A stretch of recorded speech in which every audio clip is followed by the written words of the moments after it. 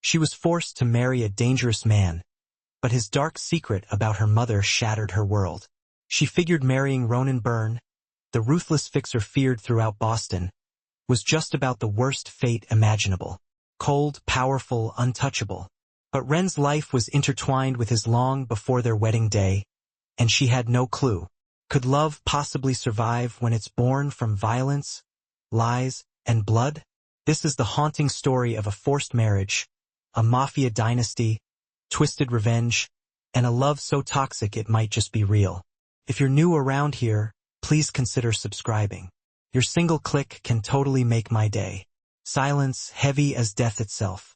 My shoes echoed across the mosaic floor as I walked to the confession booth I'd known since birth. Baptized right here. Weekly mass right here. First messy kiss right here. Probably my funeral, too, when the time came. I pushed open the booth door. The moldy, stale air hit me in the face like a wall. 2 years since I last confessed. Since Dad died. But today wasn't about forgiveness, not even a little bit. I sat down, folding my suit coat beside me. His side of the screen slid open. I crossed myself calmly. In the name of the Father, and the Son, and the Holy Spirit. He stiffened, recognizing my voice instantly. Good. Fear was the absolute least he deserved. Son, how long has it been since your last confession? Drop the act, you know perfectly well. My voice was still cold, even to my own ears. Bless me, Father, for I have sinned. 2 years ago, I killed Liam Costello. He blew my father's brains out. I broke him with my bare hands, fed him to fighting dogs, then dumped him in the bay to drown. Now tell me, how many Hail Marys does murder cost? Huh? He was completely silent, trembling like a leaf. I leaned forward, voice low and menacing. Your turn. Confess, damn it. That's not how this works, he croaked, barely audible. It is today, pal. His rosary beads clattered as his hands shook uncontrollably. I'm a man of God, Ronan, and a snitch too, I suppose. I snapped, losing my patience. No one knew where Dad was except his mistress. And you? Liam found him because you sold him out, didn't you? Tears welled in his eyes. The pathetic sight. Please, Ronan, don't become him, I beg you. I drew my knife and sliced the grid open, yanking him toward me, his sweat mixing with his tears. Open the booth. He fumbled frantically for the latch. I stepped out as he finally did. He stood before me, short, trembling, utterly pathetic. You're really gonna kill your priest? He whispered, aghast. I just shrugged, couldn't care less. This wasn't business. It was purely blood, raw and simple. I'm sorry, he sobbed, utterly broken, as I pulled him into a mock embrace. I thought killing your father would save this city. He ruled with darkness, you understand? I pressed the blade right to his throat, cutting off his air. They're not yours to save. They never were. One clean cut did it. His blood pooled around him as I shoved his body back into the booth, carefully keeping my suit spotless. His eyes stared up, lifeless and glassy. I crouched down, cutting out his tongue. Snitches get absolutely no final prayers. 0 zip. Outside, South Boston was eerily silent. A lone bird perched on a wire watched me go. Back in my car, I pulled out my kill list and crossed off his name. 1. Liam Costello. 2. Father Ian Byron. 3. The one who paid for Dad's death. I smirked, a dark expression. I'll find you, I always do. And when I do, you'll wish you'd confessed your sins long before I came knocking, you hear me? First, Thea. 3 years later. Can your heart shatter even if it's never actually felt love? I asked my reflection, biting my bottom lip until it split and bled. I barely recognized the woman staring back at me. Grief hit me like a punch to the gut, a physical blow. Grief for the man I'd never meet, the love I'd never feel, the romance I'd never have, for the butterflies that would never flutter in my belly, for hope, for joy, for excitement, all stolen before they even arrived. I didn't spend 3 hours painting your face so you could eat your lipstick like Doritos. Darling, Sherry, the makeup artist, scolded me, adjusting my hair with a practiced hand. Just then, The hairstylist strutted in, hairspray can in hand, ready to go. Without any warning whatsoever, he misted my hairline, the cold spray splashing directly into my eyes. They burned instantly like fire. I blinked back tears, feeling the sting deep in my chest, too, adding to all the other pain. "Are you two done torturing me?" I snapped, stepping away from the mirror and crossing the plush suite, needing space. My very first time in a 5-star hotel, and all I felt was cheap, like some polished escort. I grabbed a champagne glass from a tray, pretty sure it wasn't actually mine, and downed it in one gulp. The stem cracked as I slammed it back down on the tray. Sherry glared at me, her platinum helmet of hair unmoving, a permanent fixture. "Mr. Riley can cover that, too, I'm sure. No problem at all." She waved a manicured hand dismissively. Her cleavage plunged so deep I could practically see her navel. She looked like one of the showgirls from pop-sold bars. Not someone I'd ever trust with real makeup tips. But I had absolutely no say in anything today.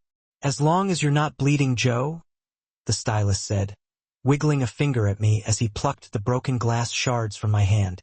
"Don't even think about ruining that vintage Valentino. Got it?"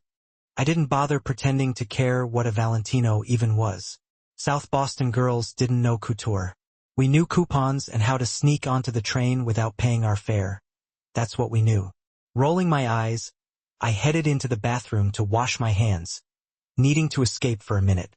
If I stained this incredibly expensive dress, Ronan would absolutely lose it, no doubt in my mind. The counter was completely covered with makeup, sprays, lotions, and my phone, almost overflowing. It buzzed, making me jump. Glancing at the team outside, I eased the door halfway shut before checking it. Lucy skipping class again, of course. Boris is teaching stock today. Me. Sick. Been throwing up all night. Send me the recipe later. Lucy. Feel better, babe. Me. It's only gonna get worse, you have no idea. I set the phone back down and prayed Lucy wouldn't check tomorrow's gossip pages. Ronan O'Reilly was always in the news for all the wrong reasons. Never anything good. His wedding would spread like a virus the moment he said, "I do." And me, I'd always been completely invisible, completely unremarkable. No friends to text at midnight. No boyfriend to sneak behind the gym with for a quick makeout session. No one even knew about this forced wedding, and that was fine, honestly. I was way too scared, way too ashamed to tell them what was really going on. My chest ached as I rinsed my hands, trying to calm down. Water ran right over my engagement ring, mocking me. A massive diamond sat in the center, flanked by 2 smaller stones on each side, blindingly expensive. The band was a simple platinum loop. It screamed wealth and power. But not my name, never mine. I was Fia Rowan, 22, daughter of Abe and Robin, runner, tomboy, the girl who loved blueberry pancakes, hot chocolate, and the feel of summer air on my skin. The kid who sat completely alone at lunch fiddling with her box because absolutely no one joined her. This ring belonged to someone else, a polished trophy wife, not a girl in ripped jeans who thought fancy cars just hid deep insecurities. I turned off the tap and exhaled deeply, smoothing a hand over my stiff curls, trying to get it together. Get through this, I whispered to myself, trying to convince myself it was true. Marrying Boston's most wanted bachelor wasn't exactly a tragedy, right? Not exactly your choice. Just survive, that's all you gotta do. A knock at the door broke my trance. Sherry peeked in with her fake smile plastered on her face. "Mr. Riley wants to see you. It's bad luck for the groom to see the bride before the ceremony, you know?" I growled, clutching the counter until my knuckles went stark white. "It's worse luck to anger your future husband. Wouldn't you agree?" His voice cut through the air, cold as steel, before he even stepped inside. I recoiled instinctively. He filled the doorway in his impeccably tailored black suit, swallowing all the air in the room. His gaze pinned me down, peeling away every single defense I had. "Uncross your arms," he ordered. No room for argument. I dropped them, swallowing hard, feeling exposed. He'd never actually looked at me before, not really. Not in the 18 years on Aiden Street. Not in the 10 days he'd kept me locked away, preparing for this. This was the very first time his eyes had really focused on me. "You look beautiful," he said, completely devoid of emotion. "Thank you," I whispered, barely audible. Despite my rage, I added, "You look nice too, I guess. How would you even know? You haven't looked at me once, not really." His voice stayed icy, detached. Forcing my chin up, I met his eyes directly, refusing to back down. "Very nice," I said, utterly empty of any sincerity. Outside, Sherry fussed over something, oblivious. Joe mumbled into his phone, equally clueless. Connor and the hair stylist stood silent, their quiet presence louder than Sherry's fake chatter. My ears buzzed with dread, an impending sense of doom. He has a haunted past, a dark future, and I was about to become his present, a pawn in his twisted game. "Connor, Sherry, everyone, out now." His words were sharp and final, brooking no argument. They scurried away like mice, leaving us utterly alone. My arms wrapped tightly around myself, seeking a small comfort. I felt small, caged, utterly trapped. "Why me, Ronan? I need to know. You never even spoke to me growing up. Not a single word." His brow lifted slightly, amused that I dared speak to him so casually. "Familiarity's overrated. Red. The less I know, the better, wouldn't you agree?" My stomach twisted into knots. That told me absolutely nothing, yet somehow conveyed everything at the same time, a paradox. He stepped closer, stealing my air, invading my space. "When it comes to men, I'm the only one, got it. Not another soul." I nodded, tears pricking my eyes, threatening to spill. "I'm not your property. I'm not some object." His gaze hardened, turning to stone. "That ring on your finger says otherwise, sweetheart." He turned and walked out, leaving me shaking and breathless. He called me Red like a pet, nothing more. As he left, his chilling words lingered in the air, echoing in my mind. "That's where you're wrong, Red. I get away with everything, always have, always will. DRAFIA, everyone's going in now. Won't be long, ma'am." I glanced over at Dad as he handed me a bouquet of deep purple flowers, a beautiful arrangement. He leaned in to kiss my forehead, the scent of expensive whiskey heavy on his breath, a familiar aroma. Riley must have treated him to the good stuff now that we were about to be tied to his empire, forever bound. "Your mom would have wanted to see you today," he said with a sigh. His wrinkled forehead folding as sadness clouded his eyes, a heavy burden. "Don't." I cut him off, relieved that he didn't elaborate. My voice came out flat, emotionless, guarded. "We haven't seen her since I was 3 years old. That's a lifetime ago. Wherever she is, she doesn't deserve to be part of this or anything else in my life, not after what she did. You did fine raising me alone, Pop." I patted his thigh awkwardly, trying to offer some comfort. It was the truth as much as anything could be. Robin Rowan wasn't my mother, just the woman who gave birth to me and then left without a backward glance. Maybe most girls would feel something profound about that on their wedding day, a deep sadness. But this wasn't really my wedding in any meaningful sense, and B, when a parent abandons you like that, you either let it define your entire life or you prove that it means absolutely nothing in the grand scheme of things. I'd consciously chosen the second path, mostly. Dad smiled weakly, pride flickering across his tired face for a brief moment.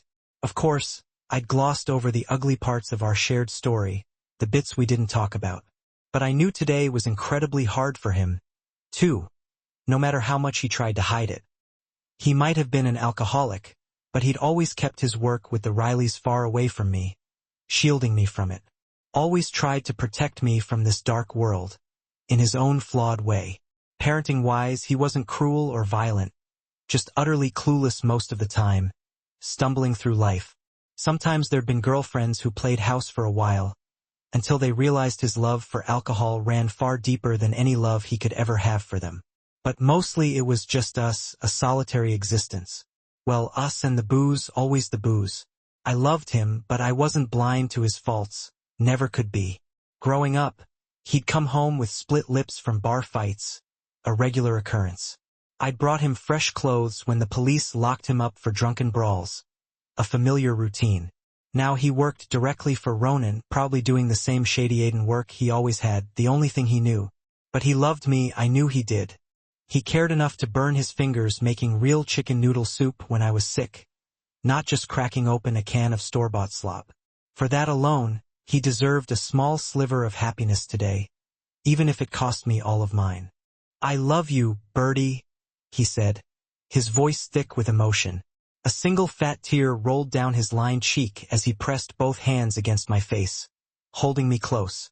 I leaned into his touch and stroked his forehead, trying to reassure him. "Love you too, Pops." "All right, then. Ready?"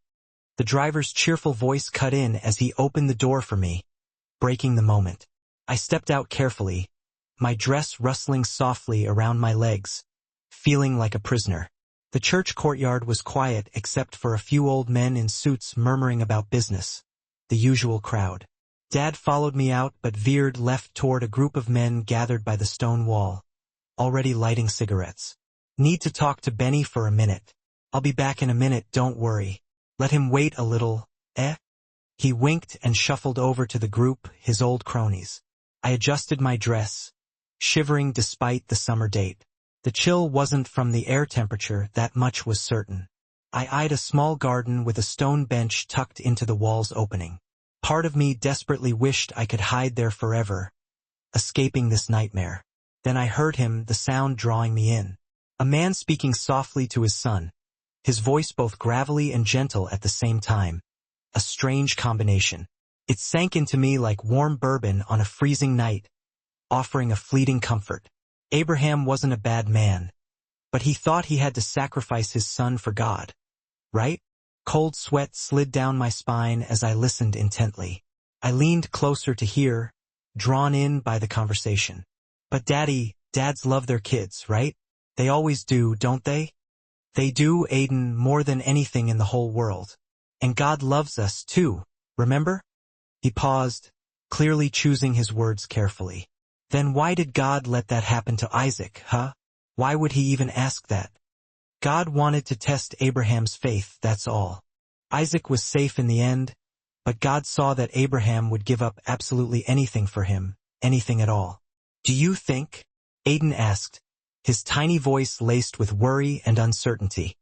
"God's testing our Abraham, too, huh? Maybe his daughter won't have to marry Mr. Ronan today. Do you think that's possible?"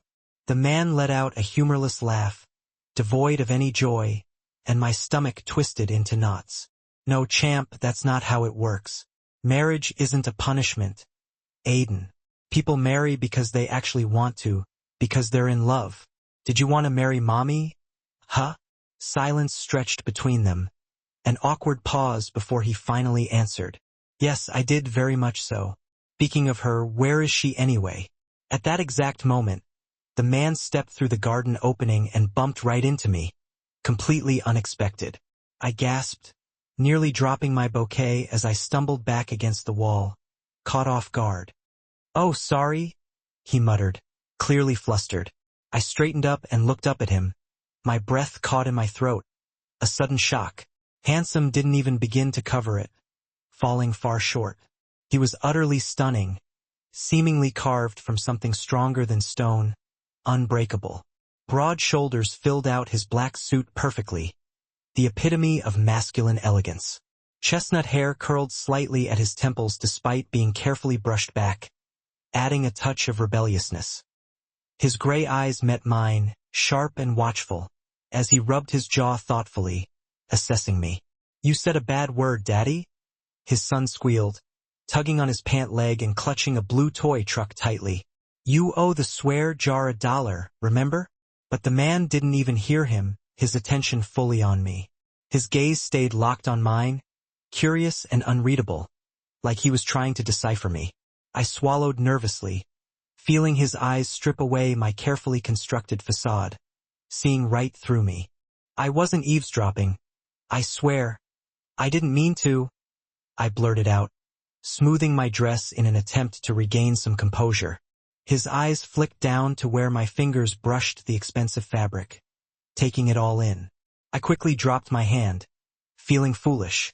"I wasn't accusing you of anything," he replied calmly, his voice steady and commanding, used to being in control. I realized instantly that he was part of Ronan's inner circle, one of the trusted men. "Right, of course," I muttered, turning away, trying to escape the awkwardness. "It's my wedding in there, so I better. God.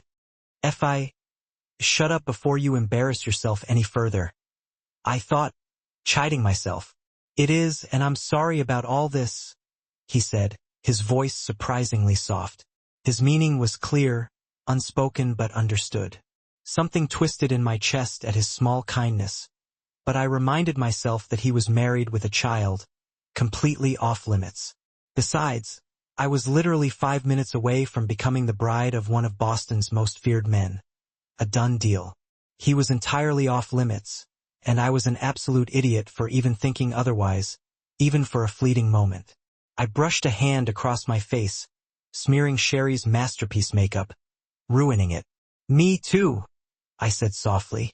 "I hope you and your family enjoy the ceremony, despite everything." He opened his mouth as if to say more, but I couldn't handle it. I had to get away. I turned away and whistled loudly for my father, needing him. "Pops," I called, waving frantically as everyone turned to stare at me, curious. The weirdo redhead marrying Boston's underworld king. The spectacle. "Let's just get this over with already, please."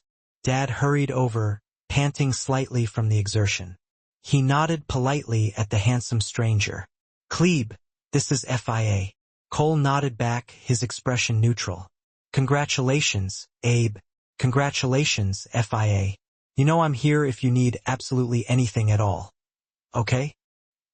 His eyes lingered on me for a brief moment, and I felt a pang of pity for myself, a wave of sadness.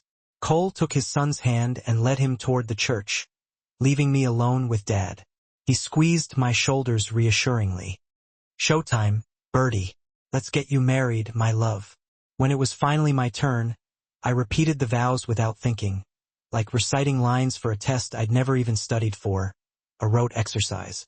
I picked up Ronan's ring from a pillow held by a little girl, a stranger. She and the 3 bridesmaids were all strangers, probably hired for the day to fill the roles, and slipped it onto his finger, my hand trembling uncontrollably the entire time. "You may kiss the bride," the priest declared, beaming with satisfaction, oblivious to the true situation. Riley didn't give me even a moment to process it, not a second. Flashing a wolfish grin, he closed the space between us, tilting my chin up with a rough hand, like he'd done it 100 times before, a practiced move. Except I knew he had, just never with me, never for real. His lips crashed into mine, the taste of him flooding my mouth, overwhelming me. Warm, assertive, undeniably masculine. There was the lingering taste of stout beer on his tongue, maybe Guinness mixed with cigar sweetness and a sharp hit of mint, an odd combination. My body stiffened involuntarily as I pressed my lips tightly together, refusing to let him in any further, rejecting him. But he didn't care, not even a little bit. His arms wrapped tightly around me, pulling me tight against him, his broad shoulders shielding us from the clapping, cheering crowd, a protective barrier. The room roared with happiness and celebration while I fought the overwhelming urge to gag, disgusted. His kiss slid up to my cheek, his breath hot against my skin as his mouth brushed my ear, sending shivers down my spine. "Act happy, FIA, or I'll give you a real reason to cry. Understand?" His whispered threat dropped like ice in my stomach, a chilling reminder. He pulled away, his eyes still heavy-lidded from the kiss, looking down at me with cold detachment, no warmth whatsoever. I squinted up at him, fighting every single urge to knee him where it hurt most, to lash out. "Am I clear, FIA?"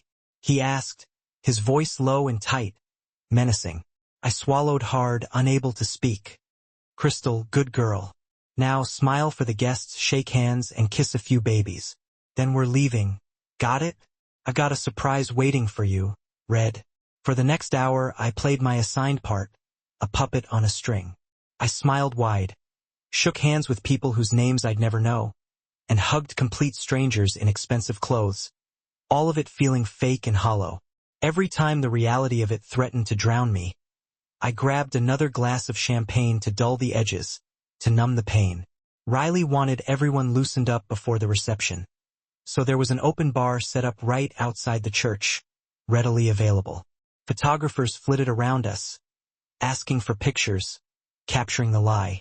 Riley kept one hand clamped firmly around my waist, his other resting possessively on my shoulder like a claim, marking his territory.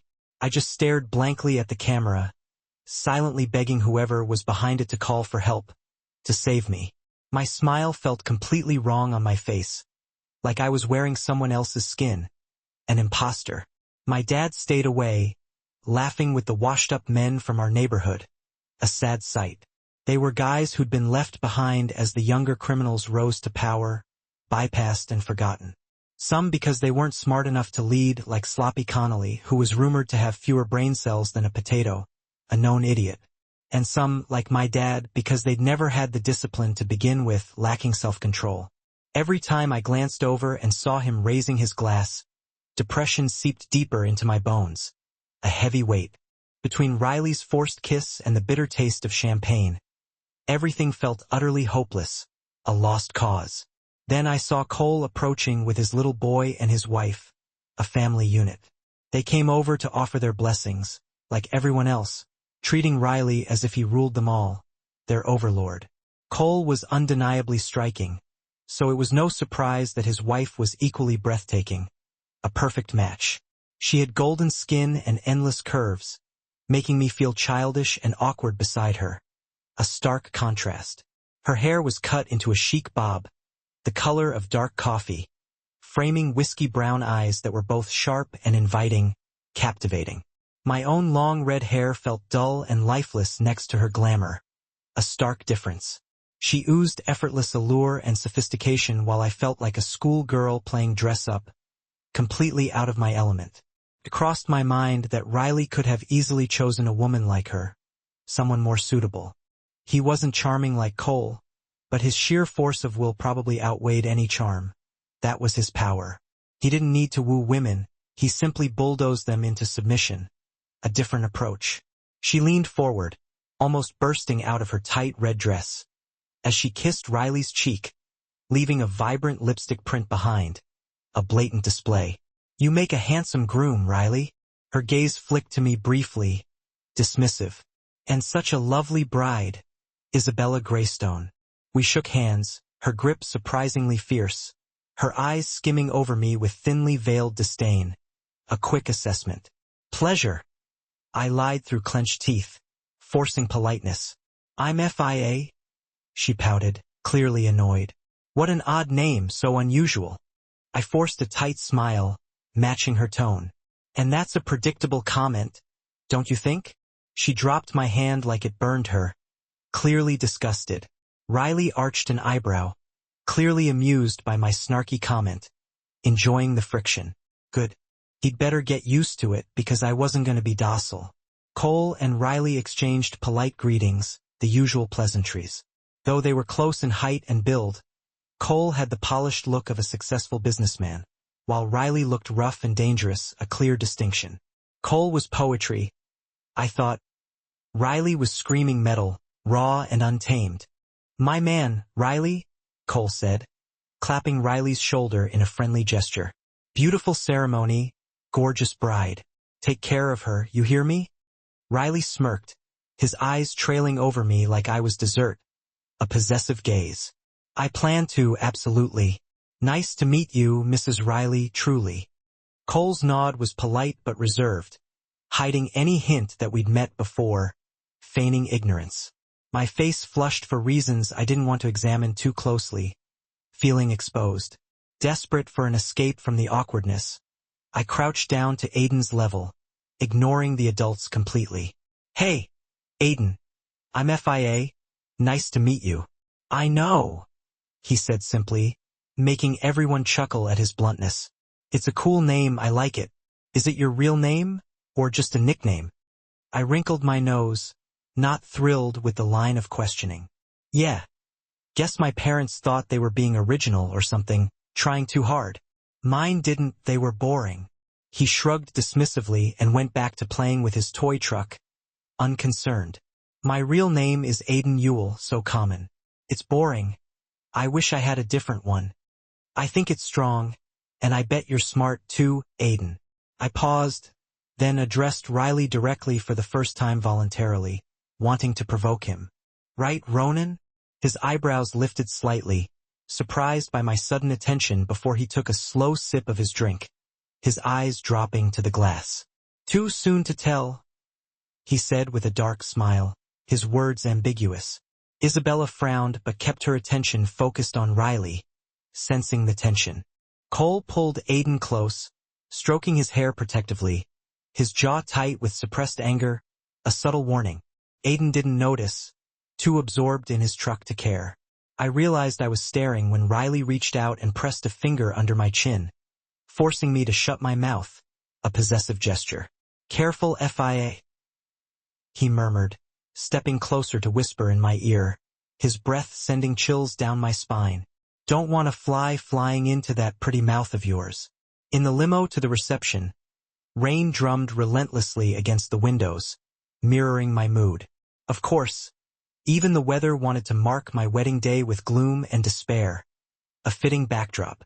Guests tossed bird seed at the car, a shower of white, and for once, Riley didn't even make a quip about my name, surprised by the restraint. Instead, as we drove off into the city, he handed me a large white box tied with a pink satin ribbon, a delicate contrast to his harsh demeanor. From me to you, he said, his face completely blank, unreadable. I took it cautiously, untying the bow with shaky fingers, feeling apprehensive. Pausing, I glanced up at him, wary. Would I ever stop feeling like prey around him, constantly on edge? Sorry I didn't get you anything, I mumbled, feeling awkward. You know, rushed wedding, no time to shop. I'll survive, don't worry about me, he replied flatly, dismissing my concern. He gestured impatiently toward the box. Waiting. Open it. Read. Don't keep me in suspense. I ignored the unwanted nickname and pushed aside the tissue paper, bracing myself. My stomach lurched violently when I saw what was inside. A wave of nausea. Leather, fishnets, and lingerie I didn't even know the names for, so revealing and provocative. My hands flew back as if burned, recoiling from the contents. Tears pricked my eyes, but I blinked them away, refusing to give him the satisfaction of seeing me upset, denying him the power. One tear slipped free anyway, and I quickly wiped it away, unnoticed. His lips curled into a cold smile, a predatory expression. Not even a thank you, Red, how rude. I shook my head, unable to speak. I'd expected him to demand sex eventually, but for the past 10 days, he'd left me completely alone, respecting some boundary. This was a harsh reminder that his patience wasn't endless. A warning shot. So, you need cheap lingerie to get turned on? Is that it? I spat, my voice dripping with contempt. Didn't peg you for cliché, Riley. I expected better, honestly. His eyes gleamed with something dark and unsettling. And I didn't peg you for mouthy, FIA, pleasantly surprised. Don't worry, we'll get to know each other very well soon. Intimate as can be. I turned away, staring fixedly at the driver's head, trying to block out everything else. I hated that he called me Red, a possessive label. Only people who loved me used the name Birdie. It was special. Relax. Red, calm down. I won't touch you unless you're begging for it, you have my word. That's funny. Considering you have so much free time to buy trashy underwear. What a fulfilling hobby. My voice dripped with sarcasm and acid, unable to hold back. His smirk widened, enjoying the challenge. I didn't pick them out myself, don't flatter yourself. He jerked his chin toward the box, a silent invitation. No, I had help, he said softly, the comment unsettling, leaning in close until I could feel his breath tickling my cheek. My mistress chose them. Sirens blared outside, the city a blur of lights rushing past. My blood thrummed in my ears, a deafening roar. The driver, a statue of discretion, kept his eyes glued to the road, feigning deafness. "She must really loathe you if she's picking out lingerie for your wife," I managed, my voice betraying me with a telltale tremor. "She understands her place. Maybe you'll eventually catch on." I clenched my hands beneath my thighs, fighting the urge to leap at him. "Tell her to send me the syllabus. I'm especially eager to see what Man-whore Training 101 entails." The limo glided to a stop as we pulled up to the reception hall. The driver, ever the professional, hurried to open the door for us. Riley emerged first, offering me his hand. I pointedly ignored it. "Play nice," he warned, his voice a low growl. "Whatever," I retorted, slapping my hand into his. We stepped out into the throng of guests, plastering on our best smiles for the cameras. "But I like your fight," he murmured, his arm a vice around mine as we walked. His voice a low rumble only I could hear. "Can't wait to see more of it in the bedroom." I should have known he meant every single word he said. What he didn't know, though, was that beneath my defiance and loathing, I was still a virgin. A virgin despite my efforts to the contrary. Contrary to popular assumption, I wasn't holding out for some fairy tale first time. I grew up in a neighborhood where Prince Charming was as mythical as Santa Claus. Romance just wasn't in my DNA. No, my so-called virtue was simply a matter of circumstance. I'd never encountered a guy who wanted more than a few clumsy kisses or a quick grope. Bad luck with men seemed to be my constant companion. Granted, I wasn't drop-dead gorgeous or overtly seductive, but I certainly wasn't hideous either. Still, guys always maintained a safe distance, at school, at work, and especially in and around South Boston. So, I carried the secret of my virginity quietly, hoping that someday I'd find someone gentle enough to guide me through it. Ronan O'Reilly, with his raw strength and violent tendencies, was hardly the ideal instructor I'd envisioned. If there was a silver lining to this whole mess, it was the faint hope that he was too preoccupied with controlling half of Boston to even notice that I possessed a body. But he noticed, all right. It was right after our wedding celebration, in fact, that we stumbled back into his sleek penthouse in Back Bay, giddy and flushed from one too many glasses of champagne. Without a word, he headed straight for the bedroom and began shedding his suit, meticulously folding each piece on top of a black bureau near his massive bed. Stripped down to his briefs, he revealed a body sculpted from solid muscle. Not the airbrushed, hairless physiques plastered on billboards, but something raw and undeniably masculine. Rage and fear warred within me, a bubbling cauldron. I darted into his bathroom and slammed the door, locking it firmly behind me. "Don't take forever," he called from the bedroom, his voice laced with impatience. Ignoring him, I sank onto the edge of his enormous jacuzzi tub, taking deep, steadying breaths. One by one, I yanked out the hairpins digging into my scalp and tossed them into the sink with a sigh of relief. Then came the dreaded dress. I wrestled with the back laces, wriggling like an animal caught in a trap until I finally managed to peel the damn thing off. I began opening cabinets and drawers, stalling for as long as humanly possible. Maybe he'd pass out from the booze. Maybe he'd throw up and choke. Anything to delay the inevitable. After what felt like an eternity, almost an hour, I crept back into the bedroom, clad in my oldest pajamas, gray shorts, and a faded white tee, and climbed onto the far edge of his monstrous bed, curling up into myself, hoping to simply vanish into the sheets. I held my breath, stealing a peek to see if he was asleep. His lashes flickered against the backdrop of the red and blue city lights streaming through the windows. He was staring at the ceiling, lost in thought, his side of the bed completely untouched. "Scared of sex, huh?" His deep voice cut through the darkness, laced with mocking amusement. "Didn't think you'd surprise me." I saw he was shirtless, wearing only tight white briefs that left little to the imagination. His body was a testament to raw power, etched with the battle scars of a life lived on the edge. One running from stomach to chest, another across his shoulder, and a small one near his throat. Faded over his heart was a tattoo of a shamrock. I remembered being a kid, eavesdropping on the older girls gossiping in our apartment stairwell.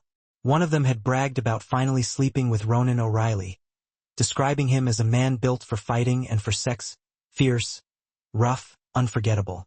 But no matter how undeniably attractive he might be, I couldn't shake the image of who he truly was. The man who had murdered Liam, Babyface Costello. A killing so brutal the papers said wild animals had gotten to the body before it was pulled from the water. And the priest found dead in our church, his tongue ripped out. Everyone knew Ronan had done it. No one dared say a word. That alone should have told me everything I needed to know about him. His violence knew no bounds. His hands had held blood and weapons, ended lives. The thought of those hands on my skin should have repulsed me. Strangely, it didn't. I'm not scared. You don't know me, I said, turning away to bury my face in the pillow. The bed shifted as I heard him move towards the bathroom, not even bothering to shut the door. He peed, washed his hands, and whistled as he walked back out. Standing at the foot of the bed in his underwear, his arousal was obvious. First time seeing a hard-on? He mocked. I refused to answer. Instead, I focused on a painting behind him, a nude woman, blurred and abstract. Yours isn't that impressive. I could prove you wrong. His grin almost looked human. Thanks, but I'd rather chew glass. Besides, I just got my period, I said, pulling the blanket up to my chin. Bullshit. His smirk twisted cruelly. Show me your period, he repeated slowly, each word laced with menace. Take off your underwear. I scooted further away from him, my brain scrambling for an escape route. You're kidding, right? I don't joke, FIA. Don't chicken out on me now, wifey. But the butt's an option, he replied coldly. But I want to see the blood first. I frantically searched the room, wishing for anything I could hurl at him, but knew it was useless. He could obliterate me without even lifting a finger. I swallowed my pride and did as he asked. I'm not afraid. Actions speak louder. Fine. He wanted proof. I'd give it to him. Standing, I peeled down my shorts inch by agonizing inch, acutely aware of how scrawny and pale I looked under the dim light. He probably preferred women with curves. I looked like a stick figure with wild hair. Underwear, too, he ordered, dropping onto the bed to watch. I removed my panties slowly, trying to ignore the burning humiliation creeping up my cheeks. His eyes were locked on me, his hand stroking himself lazily. Disgust and some twisted, unfamiliar thrill churned in my stomach. What's wrong with you, FIA? I wet my lips nervously. Show me the blood, he growled, his voice rough and demanding. I hesitated before slipping a finger between my folds, coming back with a smear of red. I'd prepared it earlier, cutting my foot with his razor in the bathroom and smearing it on myself. Then I closed the wound with his styptic pencil and hid it under my socks. Sick, maybe, but desperate times call for desperate measures. He examined my finger, eyes locking with mine as he licked his lips. He looked like he wanted to devour me, and I couldn't decipher whether it was hate or desire, probably both. You think a little blood scares me, Red? He asked, his voice low and dangerous. Probably not, I said, mustering every ounce of courage I possessed. But rape is beneath you. I desperately hoped I was right. His hands stilled. Slowly, he leaned forward and took my bloody finger into his mouth, sucking it clean. A coil of heat tightened low in my stomach. When he was finished, he grabbed me by the hips and pulled me onto his lap, straddling him. He smirked, looking wild and unhinged. My thighs clenched around him involuntarily. This was dangerous territory. I needed to stop this, but my body wasn't cooperating. I won't force you to do anything you don't want, he said softly, his voice a husky whisper. But you haven't stopped me yet. Why is that? I closed my eyes, taking a shaky breath. Because I don't want to be hurt, I whispered, pressing my hands against his chest. His muscles were rock hard beneath my touch. His words irritated me. He acted like I wanted him. I didn't. At least that's what I kept telling myself. We stared at each other in silence, broken only by the distant honking of Boston traffic filtering through the windows. I'm not attracted to you, I choked out, the words feeling like lies. Liar. Tell that to your body, he said, unfazed. You're soaked, Mrs. Riley. My cheeks burned. I scrambled off his lap, nearly kneeing him in the process, and moved to the edge of the bed, covering myself with trembling hands. You're wasting your time, I whispered. I'm a virgin, I blurted out. His eyes glinted with amusement as he sat up, reaching out to trace circles across my hip bone. That can be fixed. I don't want that, I shot back, ashamed of the tremor in my voice, because despite everything, despite who he was, I couldn't deny that he was undeniably attractive. But I would never let him see it. This period of yours, he murmured, ignoring my words. When does it end? For 5 years, I snapped, forcing a smirk. Mother Nature hates me. She's not the only one. His hand pressed flat against my stomach, warmth seeping through the thin cotton of my shirt. His bedroom was stunning. Marble floors, plush rugs, silk sheets, and walls lined with dark wood. Beautiful yet undeniably cold. Just like him. Beautiful in a way that made your chest ache. Something tells me if you weren't bleeding, you'd already be riding me, he said, pulling me closer, his breath ghosting over my neck. I bit my lip to keep from crying out. Why don't you take a look at what you've done? He whispered, glancing down at himself. My eyes followed his gaze. A faint smear of pink stained his briefs where my wetness had mixed with the blood. I hated him for showing me that. Hated myself for reacting. I'm not ready to sleep with you, Riley. Maybe not ever. But deep down, even I heard the lie in my voice. He smirked darkly. FIA, Riley. One day I'll freak you so hard you won't be able to walk. Not tonight, I thought. Never tonight. You know it, and so do I, he continued, his hand brushing my temple. You're mine. Mind. His finger traced down to my lips. I shivered. Body. He cupped my breast roughly, his thumb circling my nipple. I arched into his touch despite myself. Soul. His hand slipped under my shirt, skimming across my stomach and ribs. Oh God. Heart. His palm flattened over my chest before he scoffed softly.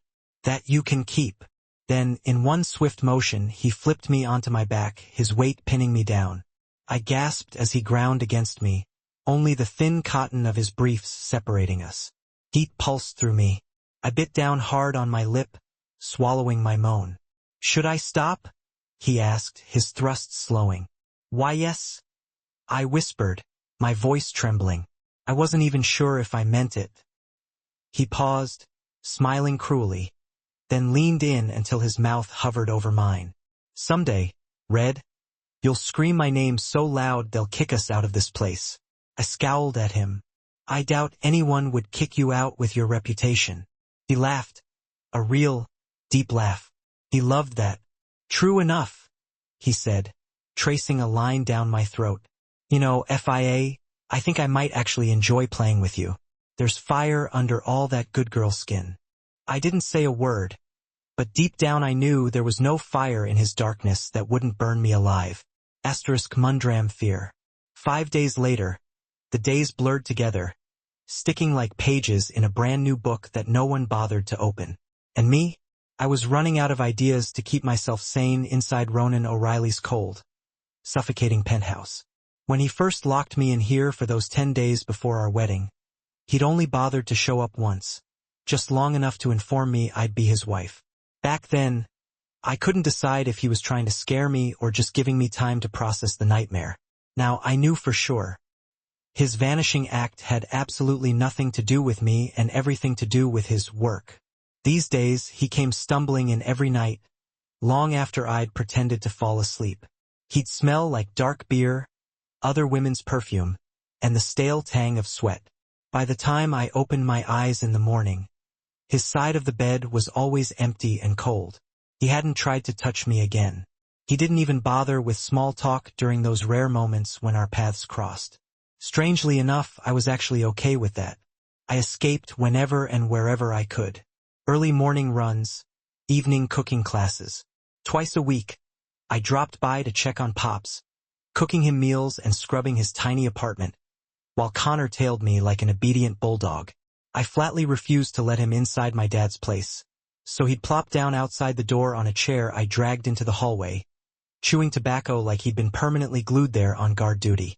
Anytime I tested my luck and tried to sneak out at night, and yes, I definitely tested it more than once, Connor would be waiting, arms crossed over his massive chest like a giant refrigerator blocking the exit. One look and I'd slink back inside, muttering curses under my breath. For the first time since I was 15, someone had slapped a curfew on me. I hated Riley for that, for meddling in my life without even being a part of it. At least I wasn't entirely alone. Mira came by every other day. Small, sharp-tongued, and somewhere past 60. She'd been Riley's family housekeeper since he was a boy. Her English was patchy at best, so we mostly communicated the best way we could, through food. I'd spend hours in that sterile kitchen, cooking meals for no one in particular. I'd plate them nicely, admire my handiwork, pack them into plastic containers, and drop them off at the shelter down the street. But before that, Mira would always scoop herself a plate or two, muttering her verdicts in rapid-fire Spanish. Her approval made my day feel a little less pointless. Her presence, though small, was the only relief in my sea of dread. Almost a week into this sham of a marriage, I came home from my run, sweaty and exhausted, and headed straight for the guest bathroom on the first floor. Riley's penthouse was split between 2 levels, his bedroom and study upstairs, everything else below. I stuck to the guest bath because it felt less tainted. No trace of his cologne, his razor, or his dark energy. Just me. Since that wedding night, I'd made it my mission to stay clear of him, to be prepared for anything. A small knife from cooking class lived under my pillow. I programmed 911 into speed dial. If being paranoid was a crime, I was definitely guilty. That morning, I turned on the tap and started filling the tub, tossing in bath salts I'd found hidden in a drawer. My sneakers ended up kicked in a corner. Sweaty yoga pants and a tee were dumped in a pile. Then I heard the front door slam. My pulse jumped. Mira was already here. Connor, my overgrown watchdog, had passed out upstairs on a couch after failing to keep up with my run. Ronan never showed up this early, and he never just dropped by. Panic flickered. I slipped into my bathrobe and frantically rummaged through the drawers. I found a pair of nail scissors, small but sharp, pretty useless in a gangster's house, but I wasn't going down without something. Heart hammering, I crept into the open-plan living space. The wide kitchen and lounge area were comforting, at least.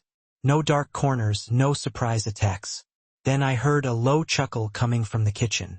A voice I recognized but couldn't quite place. Warm. Definitely not Ronan's ice-cold tone. "Were you planning to stab me with that?" the voice teased. I froze. Cole. He was perched on one of the glossy white bar stools at the Marble Island, a steaming mug of coffee in his hand. Mira hovered near him, grinning like he'd just handed her the winning lottery ticket. I dropped the scissors on the counter, exhaling the breath that had been stuck in my throat. Cole lifted his cup toward me like a toast. "At least you came armed. Something tells me you're carrying bigger toys." I shot back, narrowing my eyes.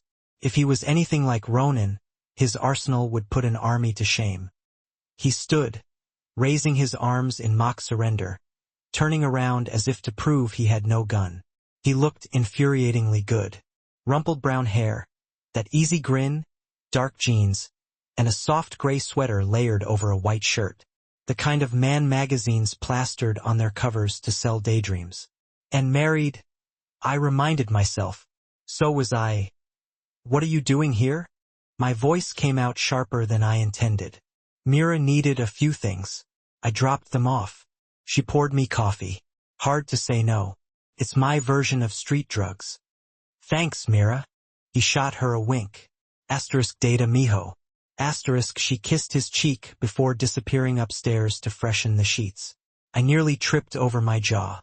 Mira, affectionate? She barely tolerated Connor and Ronan. But Cole? She adored him. "What did you slip her?" I asked, nodding after Mira.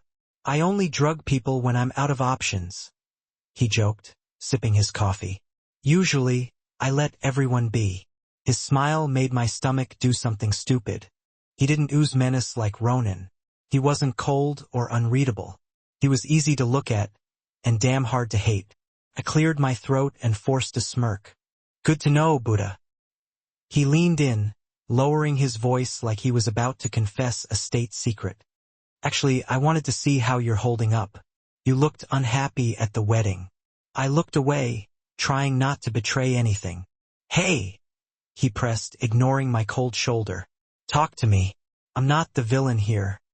I doubt you're the hero either. He paused, considering that. Fair. But I'm not here because Ronan asked me to spy. I just worry. How's life with Prince Charming? Peachy.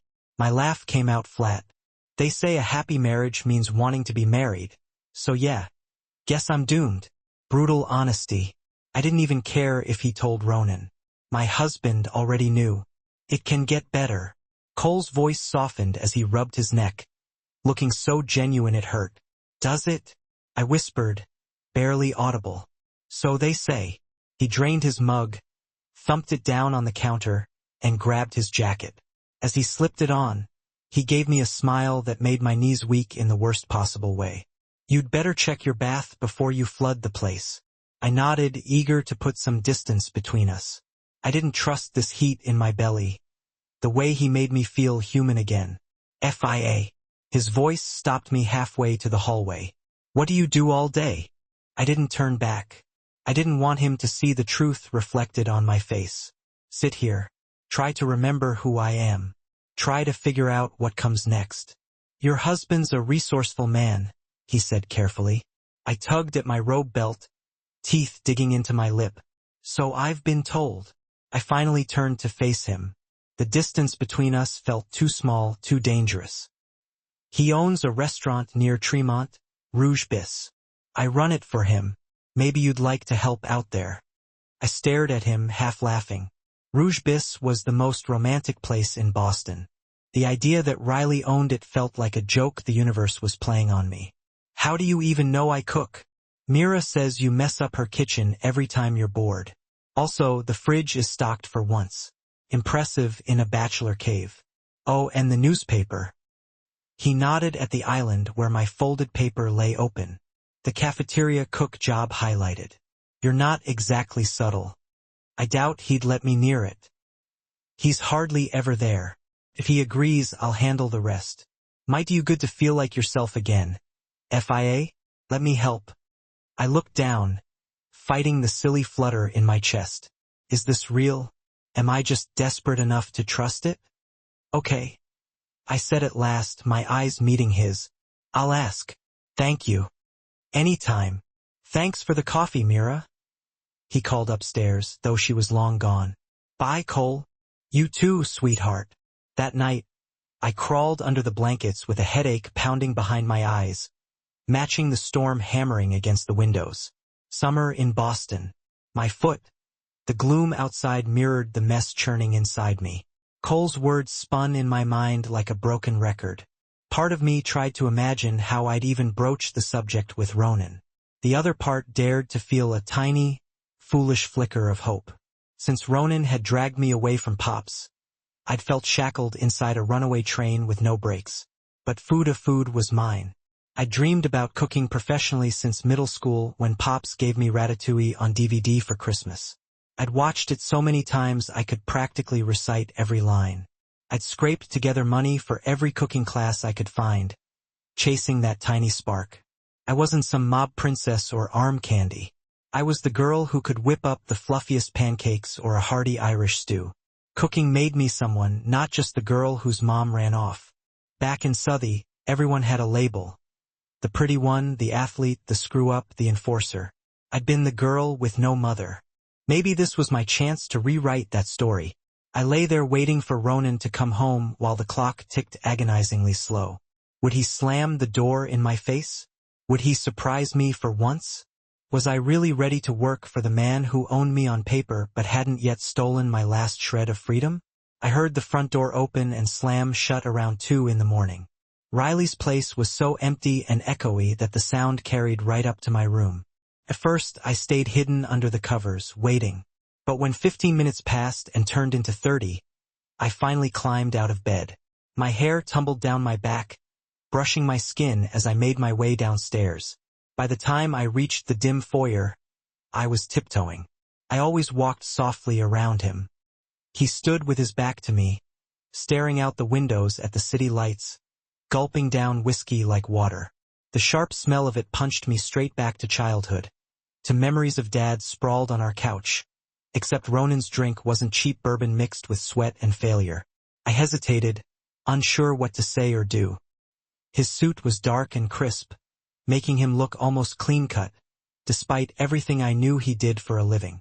But there was a tension rolling off him tonight that made the hair on my arms stand on end. The air felt heavy, stormy, just like the weather outside. My stomach twisted, telling me to turn around and, let's go back upstairs. I figured I could always ask him for what I needed some other time. You're up late, he commented, not even turning around, as he crunched an ice cube between his teeth. The sound made me flinch. His voice was low and raspy.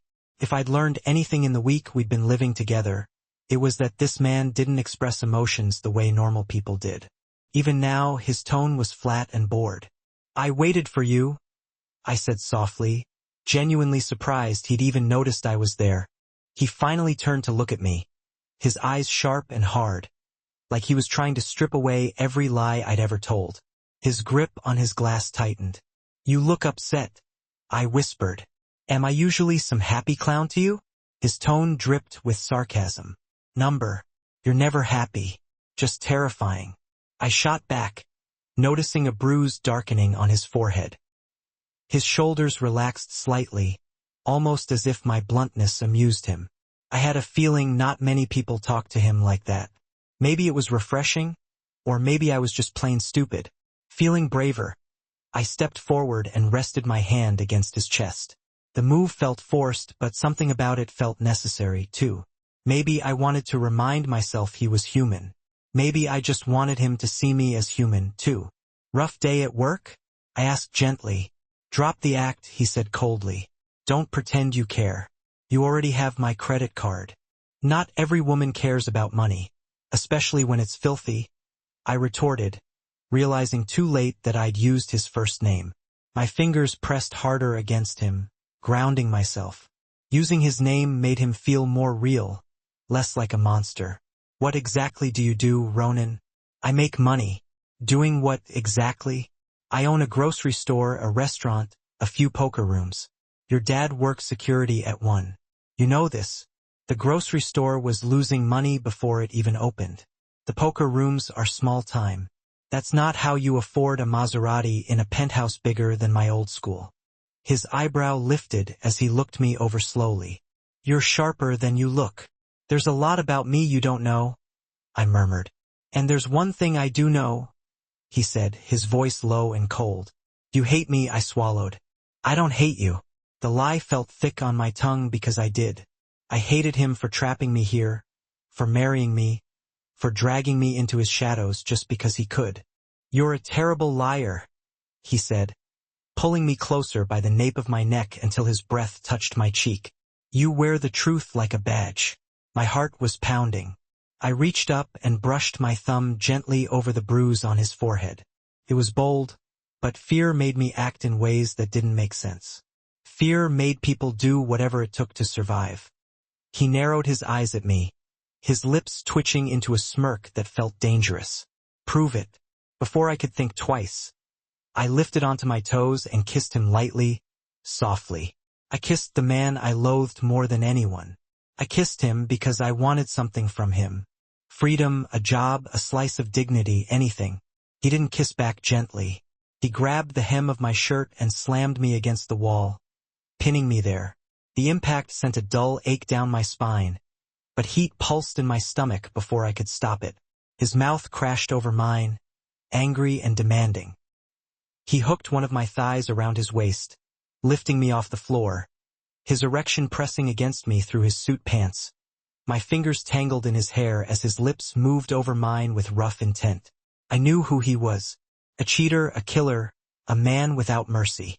But I couldn't deny the pull. If I was stuck in this cage, I wanted to at least taste the fire inside it. My hands slid down his chest, tracing his muscles, learning the map of him. When I reached his waist, he caught my wrist in a steel grip. I gasped, realizing what my fingers had brushed against. "Careful, Red," he growled, biting my lower lip before letting go of my hand. My pulse spiked. A gun! I just touched his gun. My knees went weak. "Was that your gun?" I breathed out, my cheeks hot. "I thought you were just happy to see me." He let out a short, dark laugh, then carried me over to the leather couch. Outside, the rain kept tapping at the windows. Inside, heat crackled between us like lightning. What was wrong with me? We couldn't talk for 5 minutes without fighting, but his touch lit me up in a way that scared me. "Ronan," I whispered against his mouth, tasting the expensive whiskey he'd been drinking. It reminded me of another time, another man, another wound I'd never speak aloud. "Still bleeding?" he rasped, his teeth grazing my neck as his hands explored every inch of me. My body shivered under him, desperate and alive, but my mind screamed at me to stop. This wasn't love. It wasn't even hate. It was survival. "Yes," I lied, forcing my lips away from his. "God damn it," he muttered, his forehead resting against mine. He pulled back abruptly, shrugging off his suit jacket and tossing it aside. The loss of his warmth made something inside me ache. I hated myself for it. This was a mistake. I breathed out, my heart racing. "Yeah, screw you," he spat, pushing away from the couch to stand, raking his fingers through his dark hair. "Hey," I said softly, watching him pace. "I'm new to this." "To me?" He sneered, shaking his head with disgust. "This isn't some school dance. I don't need your clumsy, half-hearted kisses." I stood, glaring at his back. "I'm not the one who forced us into this marriage. Don't act like I owe you anything. Mr. gets whatever he wants." He scoffed, unbuttoning his shirt. "You think I wanted this? Don't kid yourself." "Then what is it?" I pushed. "Who forced you? Who are they? You can't just throw that out there and walk away." He stilled, then looked at me with that dead-eyed stare. "No one forces me to do anything. I chose this." "Liar." My laugh was bitter. "You're as trapped as I am." He took a long sip from his glass, his eyes on the liquor bottles lined up along his bar. Finally he spoke, his voice quiet but heavy. "You probably don't remember, but back when you were a kid, you'd sit a few pews ahead of me at Mass every Sunday. Your dad would fall asleep drunk on your shoulder, and you'd stroke his hair and help him home. You hugged every kid, brought cupcakes to birthdays, even though they looked like roadkill. You were pure heart. Despite everything, you stayed good." He turned to face me, pointing his glass at my chest. "I always thought if I ever had kids, I'd want their mother to be like that. Good. Because I'm not. I'm so far from good, Red." My chest squeezed tight at his words. I shifted, unsure what to say. "You know a lot about me," I whispered. He shrugged, loosening his collar. "Don't expect flowers or sweet words. That's not who I am. Now tell me, what is it you wanted tonight?" I bit my lip, feeling small under his gaze. "Can wait. You're tired. We can talk tomorrow when we're not like this." He brushed past me, heading for the stairs without a glance back. "Fine. Get something decent to wear tomorrow. I'll take you out. But remember something, FIA. I'm not a good man. If you want favors from me, you'd better start acting like a wife, not a prisoner.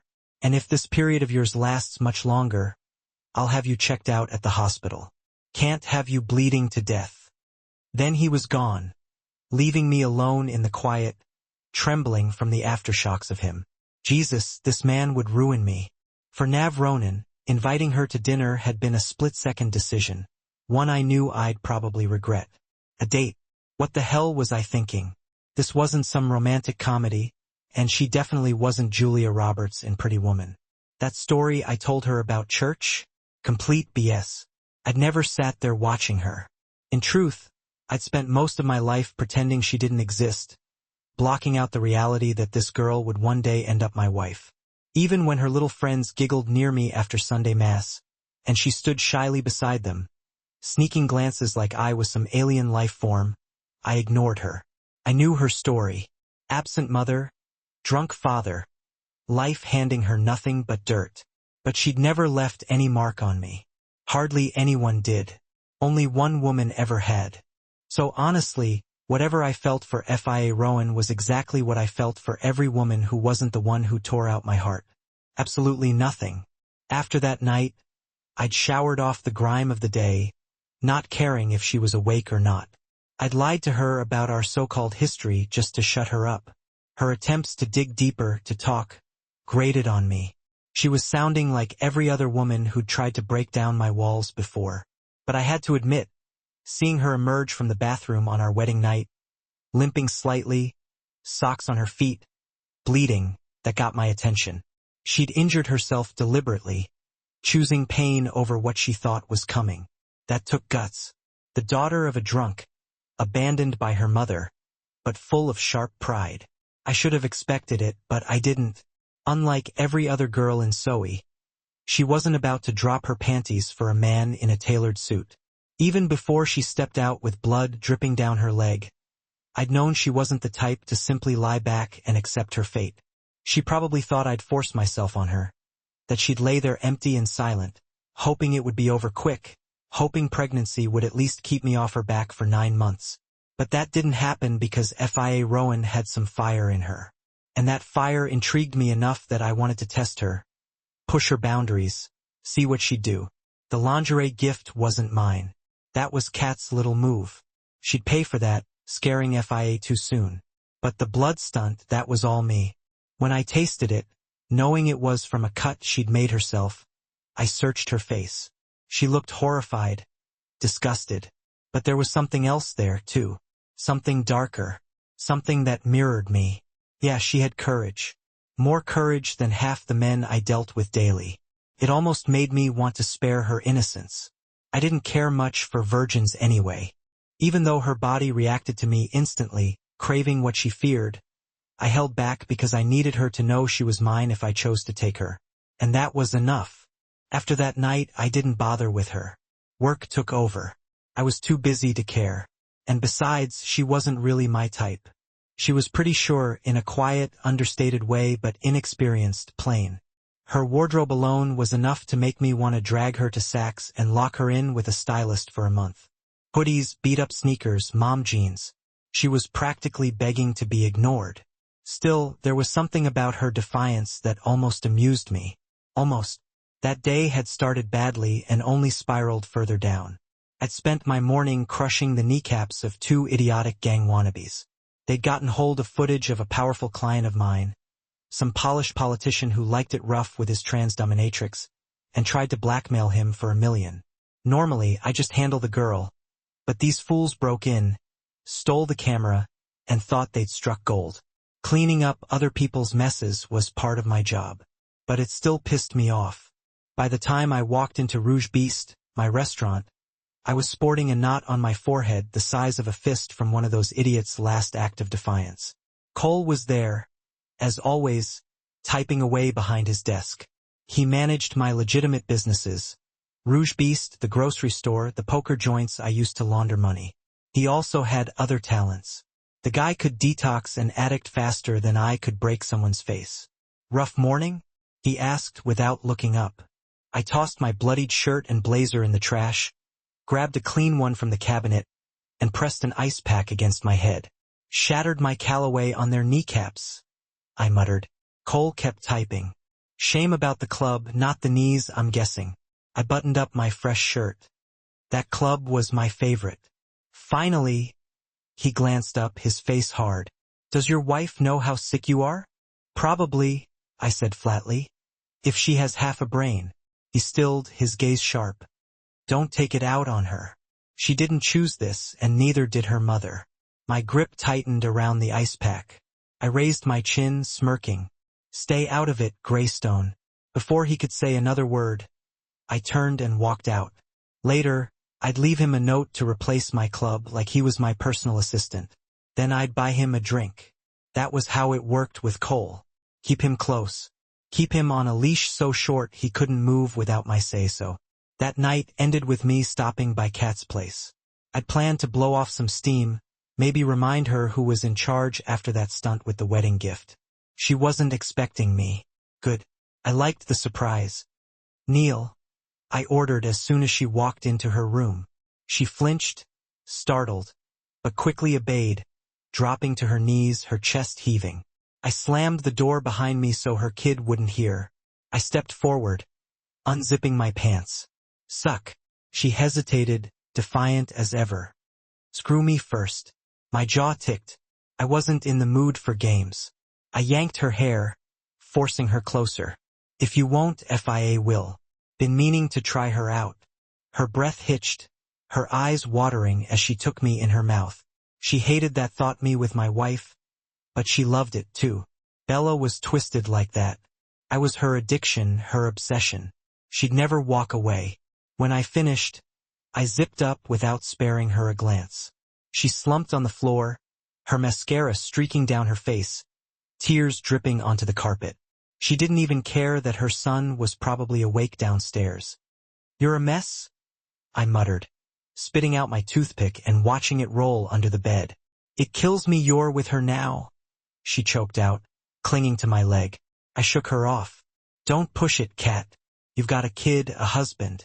Don't act like this is all you have." She scrambled after me on her knees, her voice breaking. "I'm fine. I just need to get used to it." Pathetic. But I left without another word. As I stepped into the hallway, her son sat on the couch, cartoons flickering across his wide eyes, clutching a stuffed bear under his chin. "Bye, Mr. Ronan," he mumbled, his eyes never leaving the screen. I walked out into the dark, wondering how many people I'd ruined before this was over. I let out a low grunt. I really was the lowest of the low, worse than dirt. And yet, I couldn't stop myself. When I walked back into the apartment, drink in hand, and heard her small footsteps coming down the stairs, I decided I'd wrecked enough lives for one day. No point in telling FIA the truth about us tonight. She was trying to be decent. I was trying not to hate her for it. The truth was, I didn't want to be married to her. But my father had made me promise to marry Abraham Rowan's daughter. Back then, I couldn't for the life of me figure out why.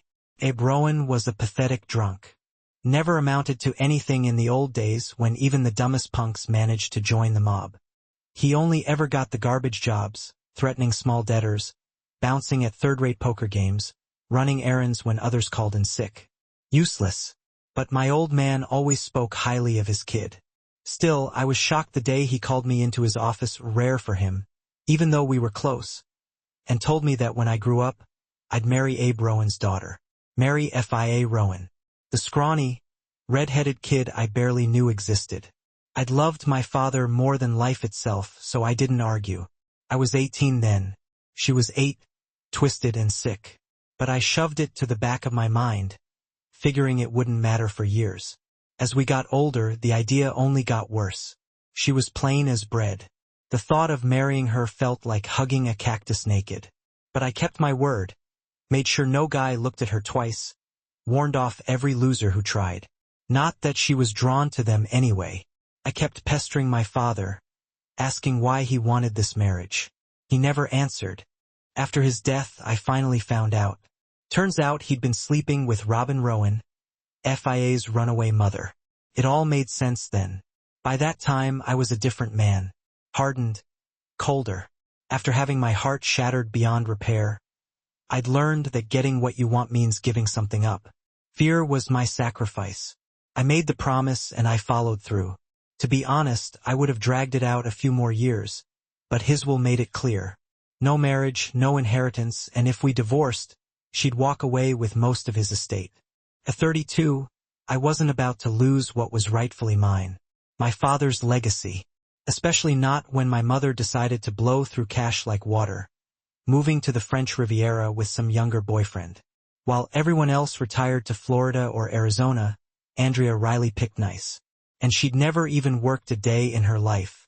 Someone had to foot the bill, pay Mira to clean her vacation home 3 times a week, keep her friends stocked in wine, but most of the money was tied up in assets and offshore accounts.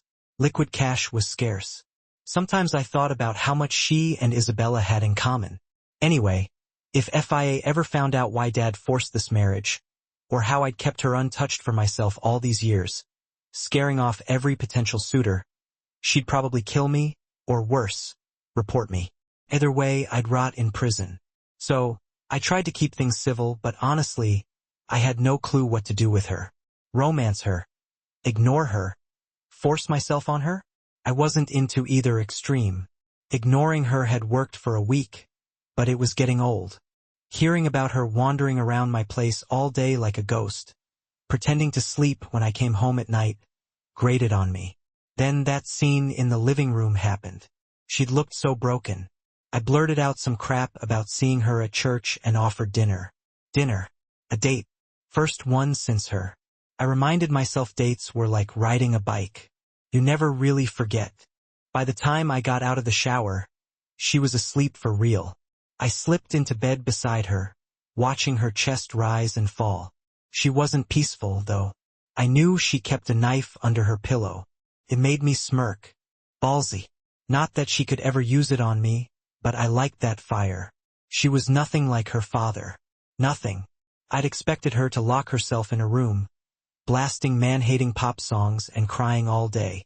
Turns out she wasn't that type. She was innocent but not clueless. Growing up in Soe had made her tough. She wasn't some fragile doll. I turned away, flicked on my bedside lamp, and grabbed my iPad. Tomorrow's schedule was stacked. A meeting with some wannabe governor desperate to silence his stepdaughter.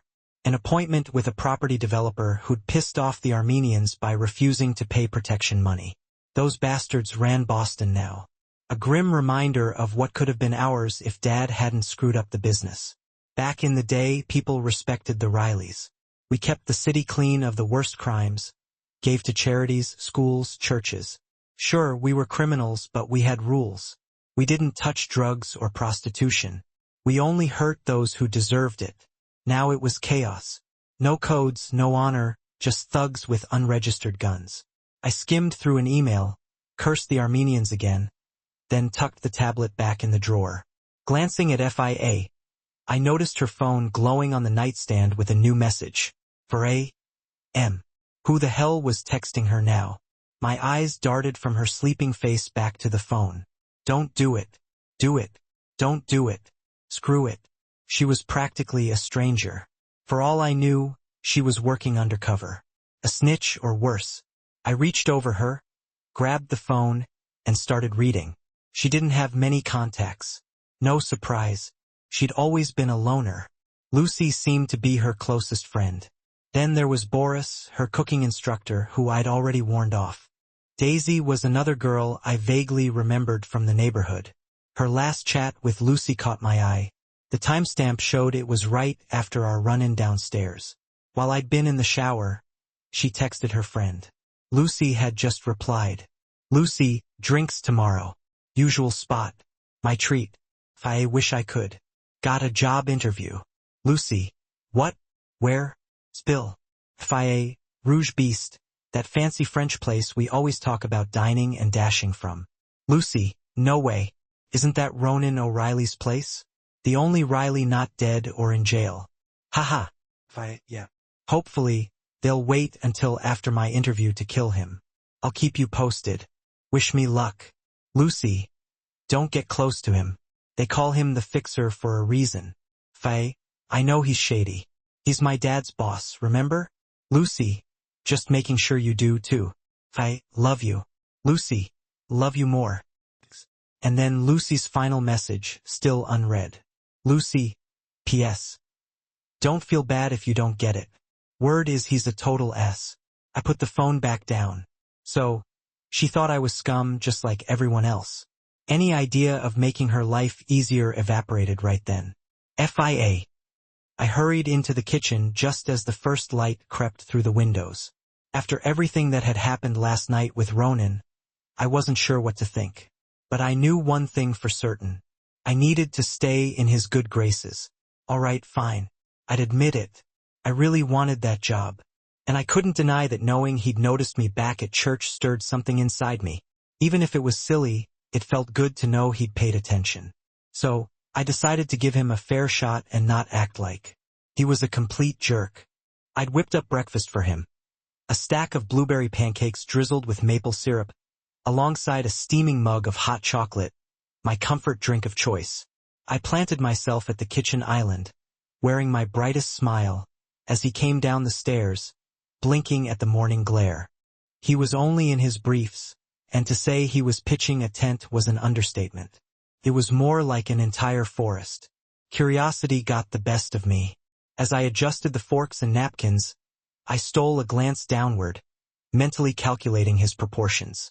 I wasn't exactly experienced in these things, but it seemed like he was built to displease, not please. The idea of that inside me was enough to make my knees buckle from fear alone. I stared for a few seconds longer than I meant to, my emotions caught somewhere between horrified fascination and raw intrigue. Relax, Red. It doesn't bite. He yawned, covering his mouth with his arm, as he nudged me aside to reach the coffee pot. But it spits, right? I shot back playfully, tossing him a sly smile over my shoulder. He smirked down at me, his eyes gleaming with quiet mockery. Not at you, considering how you've been treating it so far. His words stung, but I swallowed my pride. I refused to let my temper ruin my chance today. I gestured to the pancakes with an exaggerated flourish. Pancakes hot off the pan, and I made hot chocolate, too. Want whipped cream on top? All I wanted was to find some version of us that wasn't broken. I wanted to see the man who once chose me, not just my father's boss. Even if it was naive, I craved something real. I don't eat sugary junk, he replied flatly, pouring himself a black coffee without meeting my eyes. And I definitely don't drink hot chocolate, but if I ever host a little girl's tea party, I'll be sure to borrow a tutu and ask for your help with the cupcakes. Heat rose in my ears as I yanked the plate of pancakes away, biting back the tears burning in my eyes. I stormed to the sink and dumped the entire plate, smiling bitterly when it cracked into two pieces with a sharp clank. Ronan said nothing. He just reached for a banana, peeled it, grabbed orange juice and yogurt from the fridge, and slammed the door shut with his foot. Still almost naked, still impossibly hard. I'll be working in my office upstairs. Don't forget about tonight, he called over his shoulder. There's another card on your nightstand. Try to look like you belong at my side. No kids or sad emo hoodies. Understand? I clenched my jaw. God, you're such a chauvinist. He chuckled under his breath, not even glancing back. Not really, just enough to want my wife to look like a woman, not a 12-year-old boy who shops at Hot Topic. I wanted to scream at him, but screaming wouldn't get me a job. So I clenched my fists, ground my teeth, and marched out the door, slamming it hard enough to rattle the frames on the walls. By the time I reached the elevator, I was shaking with rage. I stabbed the button over and over before giving up completely. Too fired up to wait, I spun on my heel, storming down all 14 flights of stairs, 2 steps at a time. My kicks slapped against the concrete as I flew down, hair flying behind me, fury fueling every stride. By the time my feet hit the rain-soaked sidewalk, my chest was burning with adrenaline. I shoved my earbuds in and cranked up Last Resort by Papa Roach, the angry lyrics matching the storm inside me. I barely noticed Connor hustling to keep up behind me, panting like a tired old hound. Today, I'd waste my energy imagining 100 different ways to stab my husband with a dinner fork. The last thing I'd do was follow his orders and play the sweet little wife in a pretty dress, because every time he pushed, I'd pull back harder. Instead of shopping for something sexy like he'd demanded, I spent the day in the kitchen. Cooking soothed the fire in my chest. I pulled out every last ingredient I could find, chopping and mixing until the counters disappeared under mountains of food. Batch after batch for the shelter. If I couldn't control my life, at least I could control the taste of my next sauce. Somewhere between boiling pasta and flipping pies, it hit me. This marriage was real. I'd brushed it off before, convincing myself it was temporary, a nightmare I'd wake up from. But today, reality set in hard and cold, and it terrified me. Connor paced the living room, chattering into his phone. Part of me wondered if I could slip out unnoticed, but where would I go? Dad would just drag me back here, scared of Ronan's wrath. Lucy and Daisy couldn't hide me, and no one in this city would loan me enough cash to disappear. Not when my husband's shadow loomed over every corner. Around 4, Mira marched in, scowling like she'd swallowed glass. She barked something in rapid Spanish, waving her hands at the disaster I'd left in her kitchen. Apparently, Riley had spilled juice in his office that morning and refused to clean it up, so she already had enough to deal with without me doubling her workload. "He's picking you up at 8, she snapped, wiping flour off a cabinet. "Evening gown. Be ready." I sighed, sliding another pan of mac and cheese into its container. "I don't own an evening gown." Her eyes narrowed into slits as she pulled out her phone, punched in a number, and began speaking furiously in Spanish, glaring at me like I'd personally ruined her day. After a minute, she hung up. "My daughter has dress size 18 but, dirty it. You bring back dry clean." Relief crashed over me. "Thank you," I said softly. She ignored my gratitude and went back to scrubbing a pot like it had insulted her entire bloodline.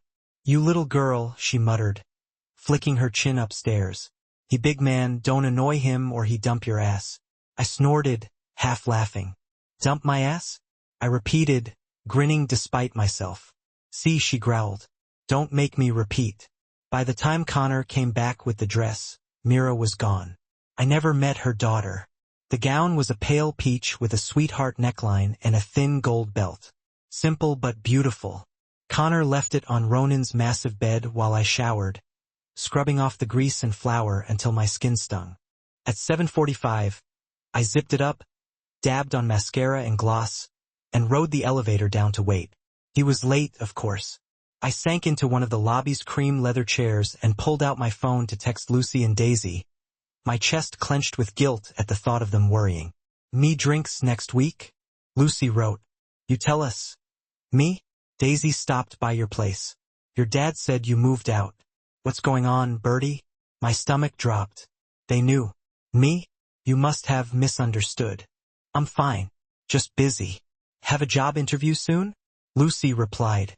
"You worked at a diner and took night classes. Now you're interviewing at Rouge Biz. How stupid do you think we are?" "Me?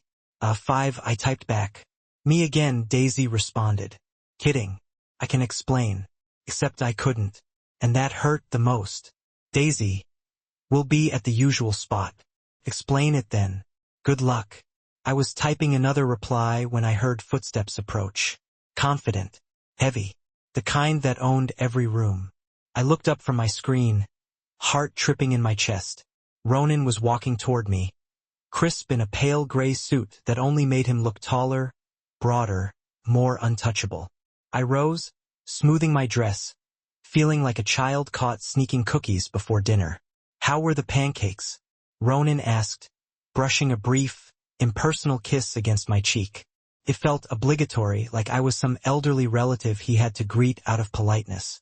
He didn't even seem to notice that I'd dumped the entire stack into the sink earlier. Attentive husband of the year. Lucky me. They were worth every gram of sugar I put in them. I lifted my chin defiantly, then softened my tone. I needed him on my side tonight. "Do you like the dress?" His brows drew together, more confused than irritated. "You chose this yourself?" He took a small step back to scan me from head to toe, his frown doing nothing to lessen how dangerously attractive he looked. Every time he let that icy mask slip, my pulse jumped. He wasn't hard to look at, and that irritated me more than anything. "Didn't exactly have time to go shopping," I admitted, shifting back so there was space between us. His nearness felt scorching. "Mira called her daughter to lend me something." Her daughter. He watched me intently as we walked out of the lobby, skepticism written across his face. "Yeah, her daughter. Why? Too peachy for you? Or were you expecting something along the lines of my wedding gift? Maybe a leather thong?" I arched an eyebrow as the cold drizzle outside hit my bare arms. Instead of responding, he pressed his palm against the small of my back, steering me down the sidewalk under the awning. That single touch sent a jolt of heat down my stomach. I blamed it on inexperience. After all, I couldn't stand him. My body clearly hadn't received that memo. "You look good," he said eventually. though his tone carried its usual hidden edge. Thanks. The street outside was clogged with traffic. His white Maserati sat double-parked, blocking a whole line of cars. Horns blared. Drivers yelled and gestured wildly. But the moment they realized who owned the car, windows rolled up and doors locked in rapid succession. Mortification burned my cheeks. His arrogance was limitless. I brushed his hand away and picked up my pace to the car. He held an unopened umbrella but didn't quicken his steps or bother to shield me from the rain. Typical. Did you have to block the entire road? I asked once I slid into the leather seat and buckled up. No, he said flatly, climbing in beside me, his blue eyes locking on mine without blinking. I just didn't care. I turned my gaze out the window, pressing my lips together to hold back an angry retort. The radio played softly, a country song about burdens and regret humming through the speakers. Fitting. That smug smile of yours isn't winning any points, I muttered, catching his amusement out of the corner of my eye. Being rude doesn't impress me. I've never understood why women fall for arrogant jerks. I never will. Ronan O'Reilly. He extended a hand sarcastically as if greeting me for the first time. There's always a first for everything. Maybe this time. I gestured between us, my voice sharp. You'll realize not every woman is a shallow cliché looking for your wallet. His smirk grew into a grin. Careful, Red. You're going to need my favor tonight. And what makes you so sure of that? He flicked his gaze to me before returning his attention to the road. Because you agreed to have dinner with me. I exhaled, rubbing my chilled arms. Without a word, he reached over and flicked on the heat. It was probably the kindest thing he'd ever done for me. You're right. I do have something I need to ask you. My voice wavered. Later, he replied, shutting down the conversation. Silence fell between us. I shifted in my seat, tugging at the hem of my dress and wriggling my feet inside heels that pinched. How's your foot tonight? He asked suddenly. It's better, I blurted, then cursed myself. Shit. His mouth tightened. I'm a bastard, FIA, but I'm not an idiot. You cut yourself on purpose that night. The socks, the blood on my razor. It wasn't hard to piece together. I'm not a rapist. Heat flooded my face. Given your reputation, I figured better safe than sorry. My reputation? He let out a sharp breath. Enlighten me, and stop calling me Riley. I'm your husband, not your employer. I scrambled to soften my words. What was I supposed to say? That people whispered about how he'd murdered Liam Costello? That the sight of him alone made my stomach knot in fear? I swallowed hard. Using sex to intimidate a woman is vile. I didn't want you touching me. I couldn't seem to breathe properly around him. I could sprint for miles without breaking a sweat, but a 2-minute conversation left me gasping. Whatever helps you sleep at night, Red. But if memory serves, you soaked my boxers just fine on your wedding night. Revulsion twisted in my stomach. Thanks for the imagery. I still don't want to sleep with you. You do, he said calmly. Eyes locked on the car ahead as his hand hovered just above my thigh. Your gaze lingers on me every morning. You arch against me when I touch you. Last night, you kissed me first. The air felt hotter with him so close. His fingertips ghosting the hem of my dress. You're craving it, Red.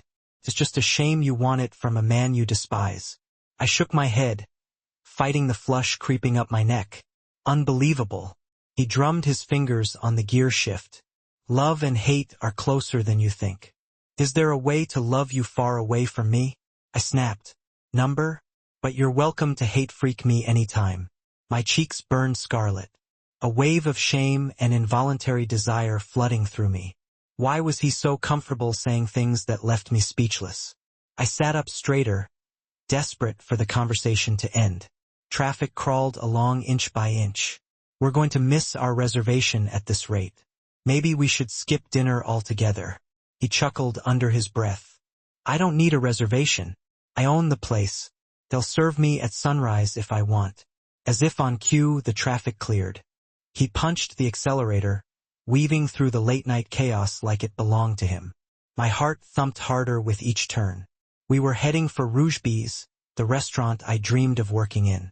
Hope flared in my chest, bright and stubborn. Back to plan A, I told myself. Asterisk back to playing it smart. Asterisk I glanced at him and tried just this once to use his name without bitterness. Tell me, Ronan, I said softly, eyes fixed ahead.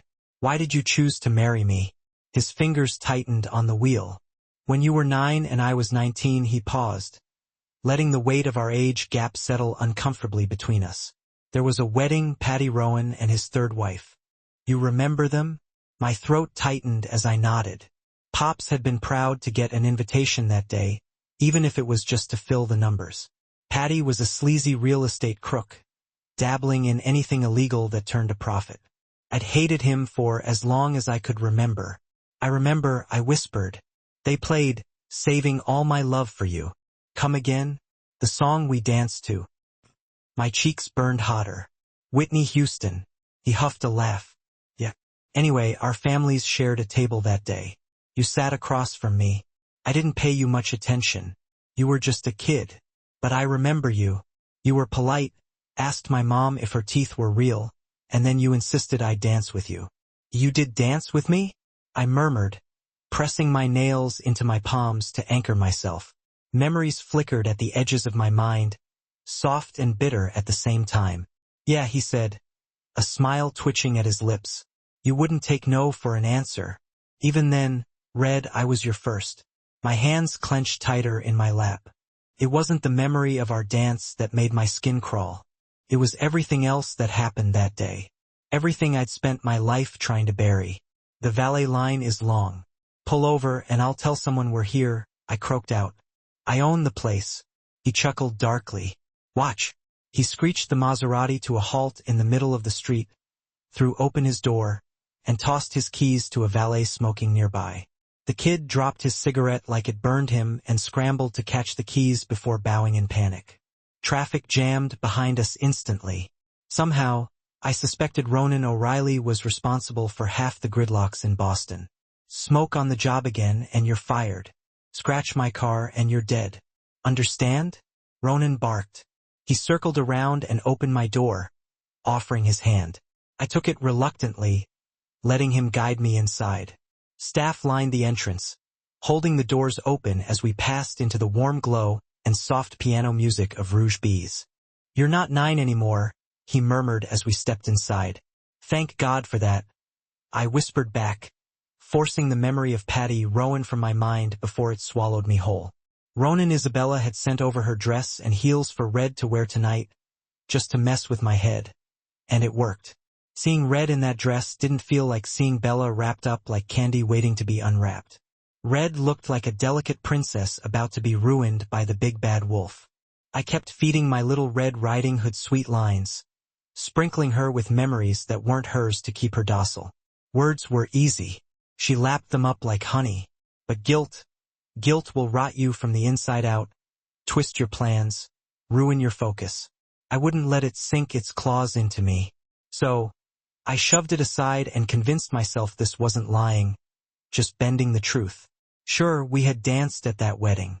But did I think she was adorable back then? Not in the slightest. At 19, I already knew she'd be my wife someday. Dancing with 9-year-old FIA only made me angry. Angry at life. Angry at her for existing. Now all that mattered was she believed what I said. Her walls were starting to crumble. And while I liked the warmth seeping through those cracks, I was careful not to give her too much hope. This wasn't romance. This wasn't a fairy tale. A waiter led us to the best table in the restaurant. She gazed around wide-eyed, soaking in the view like it was her first time seeing luxury, which it probably was.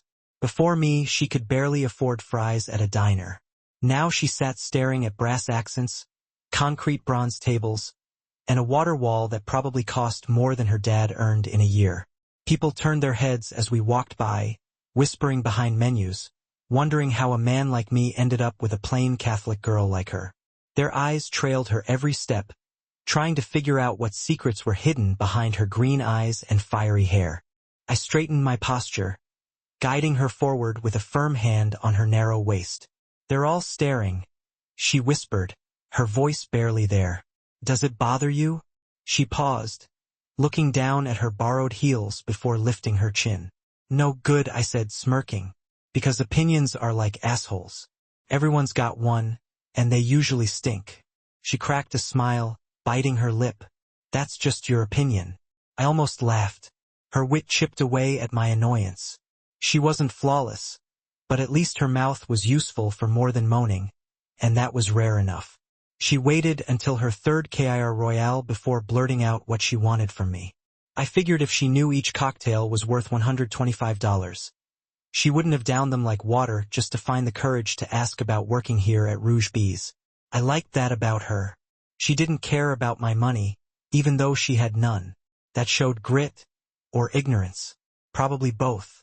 I sipped my drink slowly, pretending not to know what she was about to say. Her words tumbled over each other as she tried to pitch herself. She sat there tapping her foot, eyes locked on me, desperate to read my reaction. She paid no mind to the stares we were getting. Unlike the airbrush dolls I dated, FIA didn't care what people thought. It was liberating. So, you want a job here? I asked once she paused to breathe. Leaning back, I folded my arms behind my head. The idea wasn't bad. If she worked here, she'd be out of my penthouse and out of my way. She nodded. I'll do anything. Start from the bottom. Wash dishes, prep vegetables, whatever. She was rambling again. I raised my hand, silencing her. Let's cut the crap. What makes you think you're good enough for the best kitchen in Boston? Her shoulders slumped for a second before she straightened them again. I'm a great cook, Ronan. Let me prove it. Her tone held determination, not desperation. She wasn't begging. She was challenging. I felt the corner of my mouth twitch into a smile. There was that spark I'd seen before. I stood up and offered her my hand. What are you doing? She asked, blinking up at me. I pulled her up. Seeing if you're worth your words, Mrs. O'Reilly. I led her to the kitchen, pushing open the double doors with force. The moment I stepped in, the chaos stopped. Pots clanged to silence. Staff froze mid-shout, eyes darting to me like deer catching the scent of a predator. Who's the head chef? I barked. Silence. Then a big man with a dark mustache and stained white coat stepped forward, wiping his hands on a towel before holding one out to me. That's me, sir. Pierre. I ignored his handshake. Don't care. This girl wants to work here. We're fully staffed, but she can leave her details. I don't recall hiring you as HR. My voice sliced through him. Test her now. Gasps echoed around us. A waitress dropped her pan in shock. FIA's grip on my hand tightened as she hid behind me. Get back to work before you burn this place down. I snapped, glaring at the staff. They scrambled back to their stations like ants under a magnifying glass. Pierre eyed FIA like she just spat in his food. Come, he grunted. I followed as he grabbed a menu and shoved it in her hands, stabbing at an item with a stubby finger, leaving a grease mark on the page. Roasted venison loin with grains, parsnip puree, and sauce poivrade. She glanced at him calmly. That takes over 3 hours. I've got time, he said smugly. So do I added, pulling out a toothpick and rolling it between my teeth. She exhaled, flicking her hair behind her shoulder. Then I'd better get started.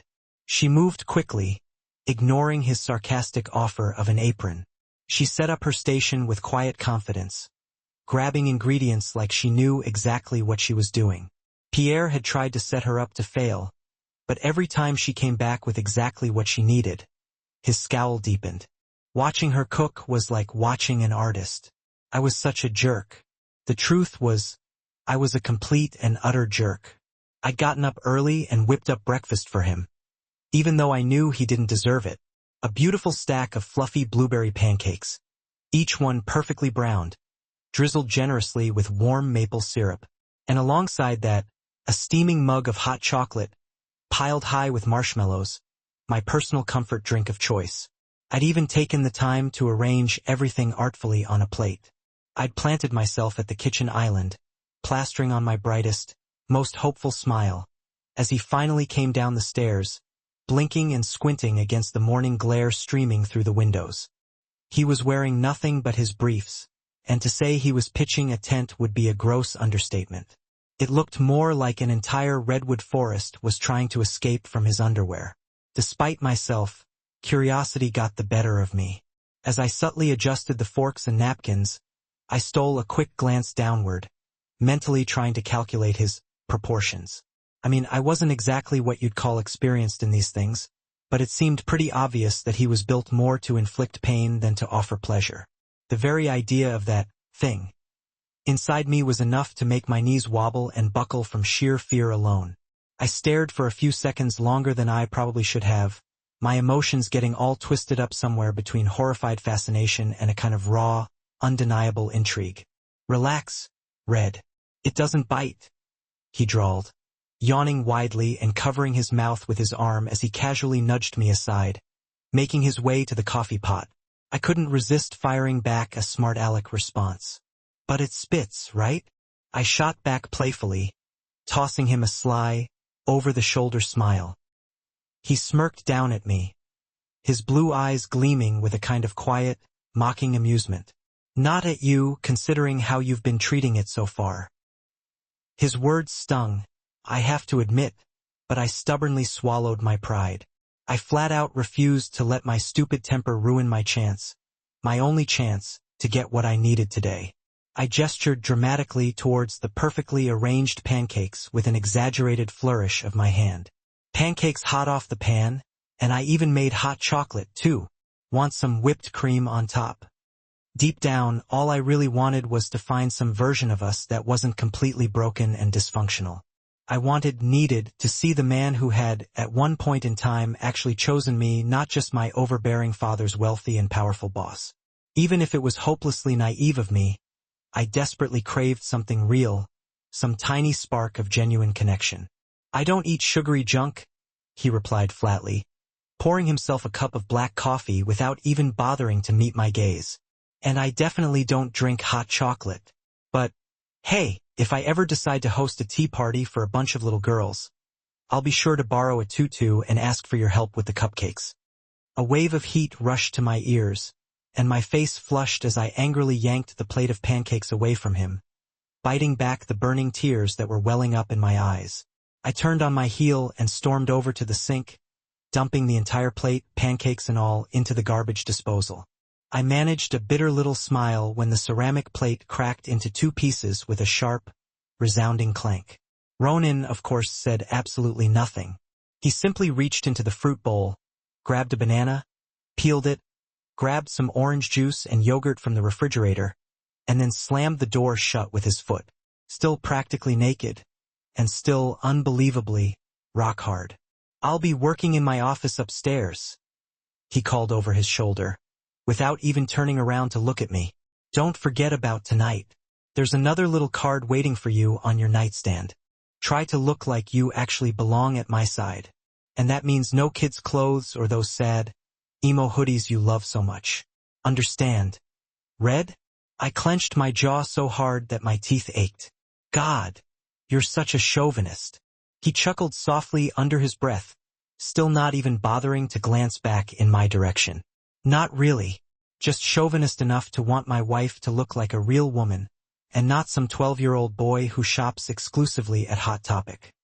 I wanted so badly to scream at him, to unleash all the pent-up anger and frustration that was bubbling inside me. But screaming wouldn't get me a job. So, I clenched my fists as tightly as I could, ground my teeth together, and marched right out the door, slamming it hard enough to rattle the picture frames on the walls. By the time I reached the elevator, I was literally shaking with pure, unadulterated rage. I stabbed at the call button over and over again, like a crazy person, before giving up completely in frustration. Too fired up and impatient to wait for the slowest elevator, I spun on my heel and stormed down all 14 flights of stairs, taking 2 steps at a time. My sneakers slapped angrily against the cold, hard concrete as I flew down the stairwell, my hair flying wildly behind me, fueled by the overwhelming fury that coursed through my veins with every stride. By the time my bare feet finally hit the rain-soaked sidewalk outside, my chest was burning and heaving with adrenaline. I shoved my earbuds in and cranked up Last Resort by Papa Roach, the angry, angst-ridden lyrics perfectly matching the raging storm that was brewing inside me. I barely even noticed Connor hustling to keep up behind me, panting and wheezing like a tired old hound dog. Today, I was going to waste every last ounce of my energy imagining 100 different creative ways to stab my arrogant, infuriating husband with a dinner fork. The absolute last thing in the entire world I was going to do was follow his stupid orders and play the part of the sweet, docile little wife in a pretty dress. Because I knew, deep down in my soul, that every single time he pushed me, I would only pull back even harder. Instead of going shopping for something sexy and sophisticated like he demanded, I spent the entire day cooped up in the kitchen. Cooking, strangely enough, was the only thing that seemed to soothe the fiery inferno that was raging in my chest. I pulled out every single ingredient I could find in the pantry and refrigerator, chopping, dicing, mixing, and stirring until the countertops disappeared under a mountain of various and sundry foods. Batch after batch after batch, I was creating enough to feed the entire homeless shelter for a week. If I couldn't control my own life, at least I could damn well control the taste of my next tomato sauce. Somewhere between boiling endless pots of pasta and flipping an army of homemade pies, it finally hit me with the force of a freight train. This marriage was actually real.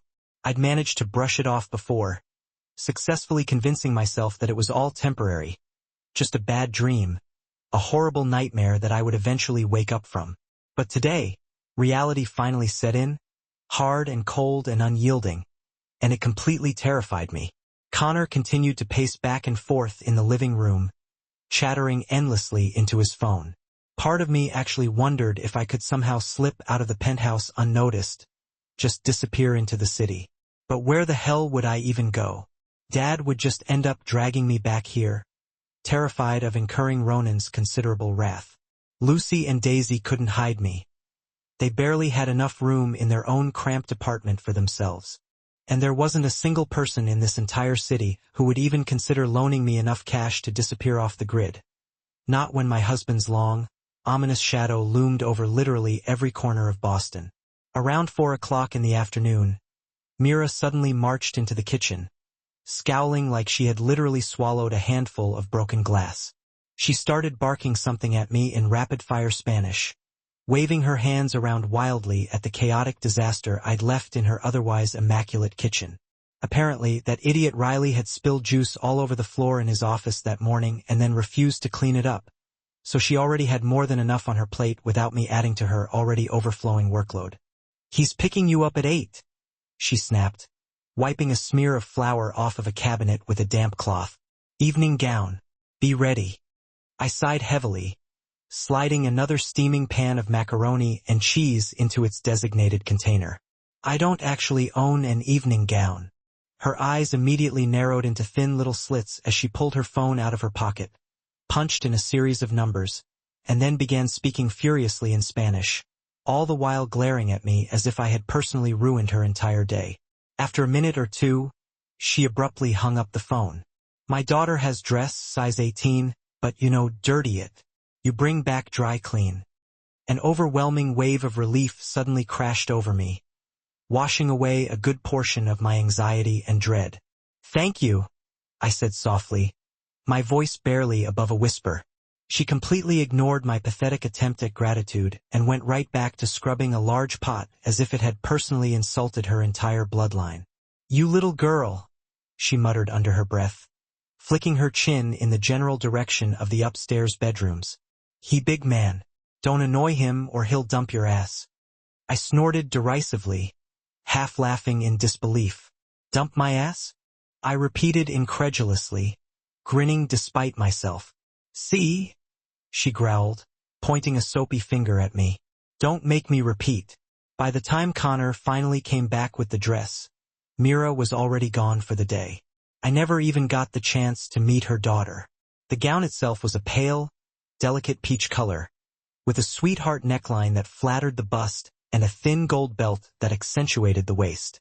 It was simple, elegant, and undeniably beautiful. Connor silently left it lying on Ronan's massive bed while I took a long, hot shower, scrubbing off all traces of grease and flour until my skin was red and stinging.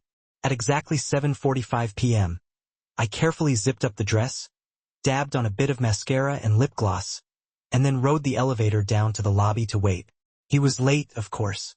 I sank down into one of the lobby's plush, cream-colored leather chairs and pulled out my phone to text Lucy and Daisy, my chest clenching with guilt at the thought of them worrying about me.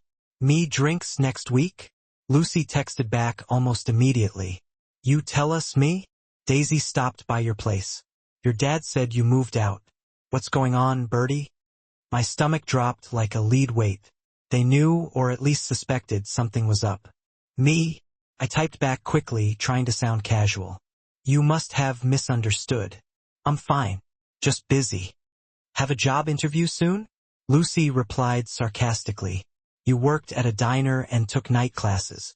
Now you're interviewing at Rouge Biz? How stupid do you think we are?" "Me? 5. I texted back, hoping they'd think I was joking. "Me again," Daisy responded, not buying it for a second. "Kidding.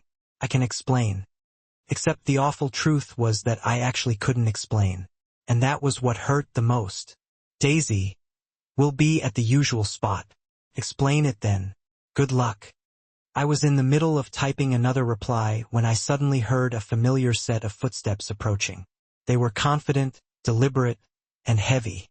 The kind of footsteps that belonged to a man who owned every single room he entered. I looked up from my phone screen, my heart tripping wildly in my chest. Ronan was walking purposefully toward me, looking crisp and impeccably tailored in a pale gray suit that only served to emphasize how tall, broad-shouldered, and ultimately untouchable he truly was. I rose to my feet, smoothing down the delicate fabric of my dress with trembling hands, suddenly feeling like a small child caught sneaking cookies from the jar before dinner. "How were the pancakes?" Ronan asked, brushing a brief, impersonal kiss against my cheek.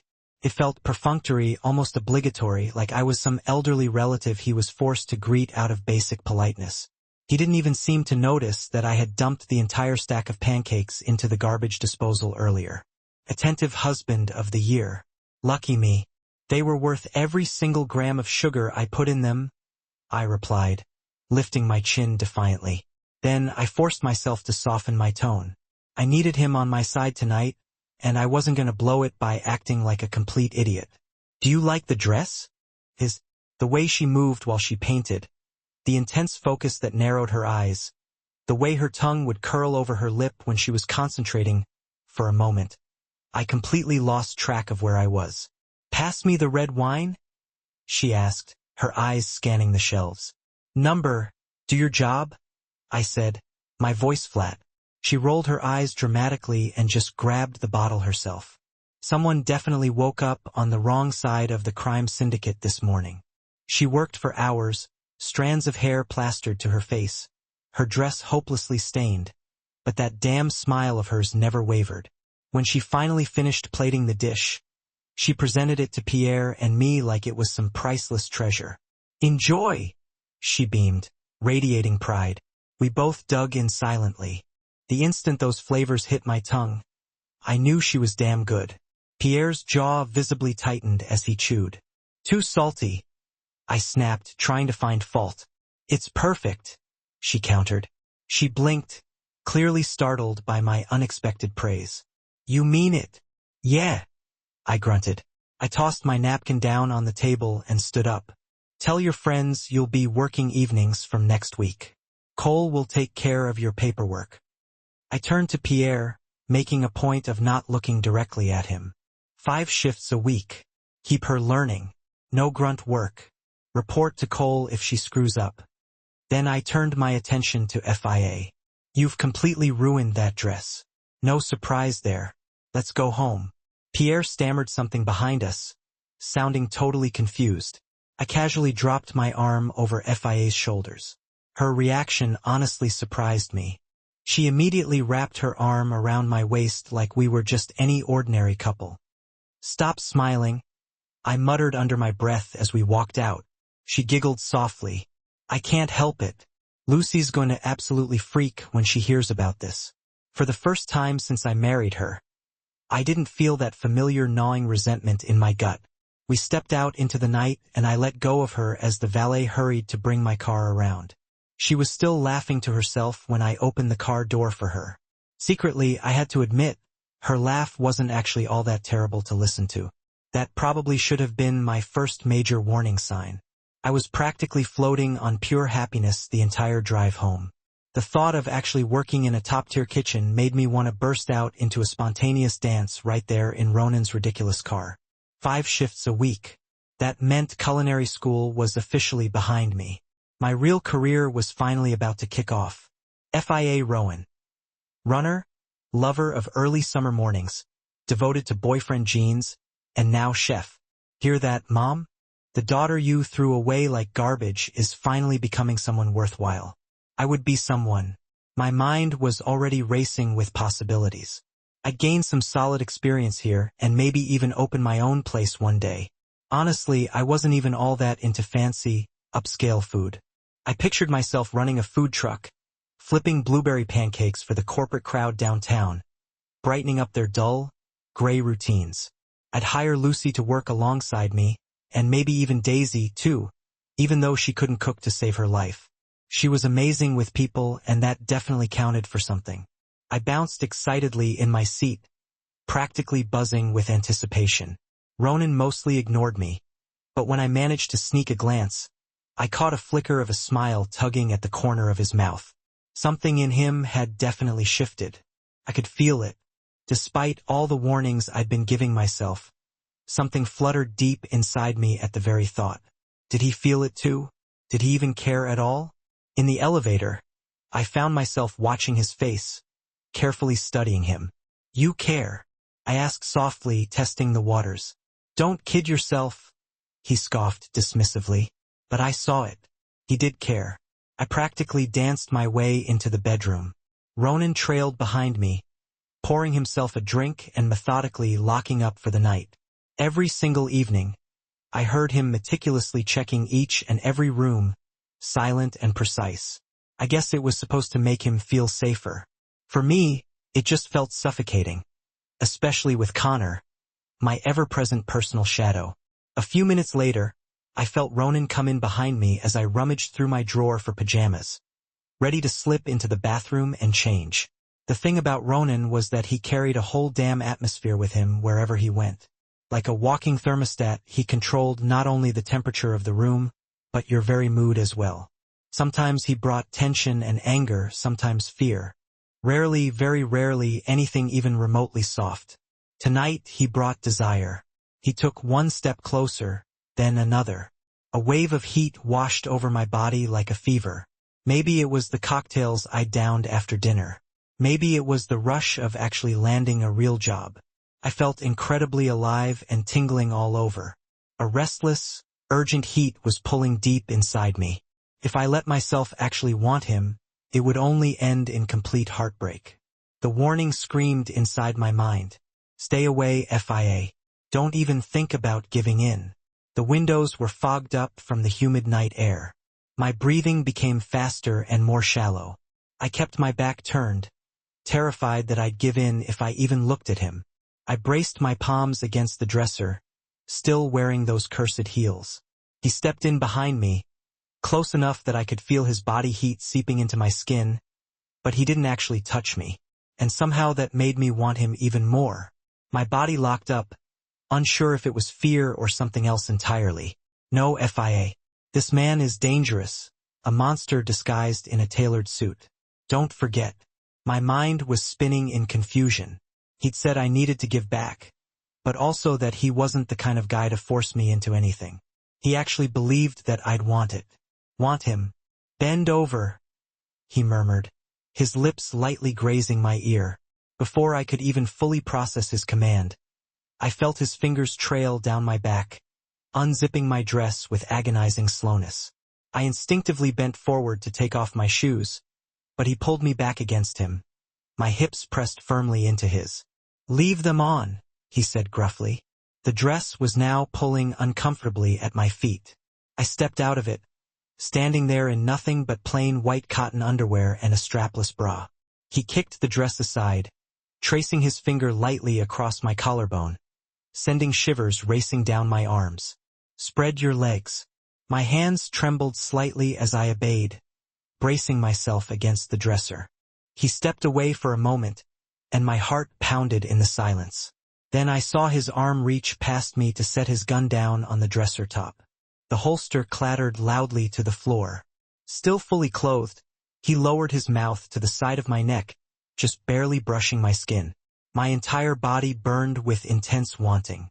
"Hold on tight," he ordered, his hand gripping my throat gently. "Don't want you cracking your head open." I'd never actually been with anyone before. I had absolutely no idea what was about to happen or just how far he'd actually take this.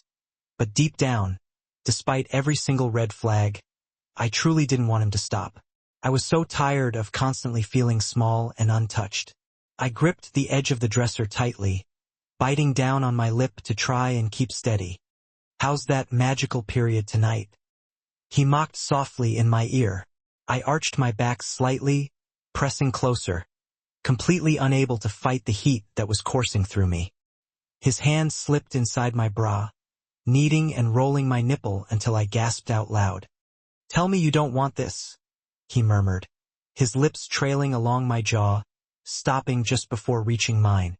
"Say the word and I'll stop." He kissed the tip of my chin, sending a wave of longing crashing through my chest. I swallowed hard, my voice barely a whisper. "Would it matter?" He nodded against my shoulder, pressing his body even closer against mine. It really should have been enough to stop me completely. But it wasn't. I hated him, but I also loved the way he was making me feel.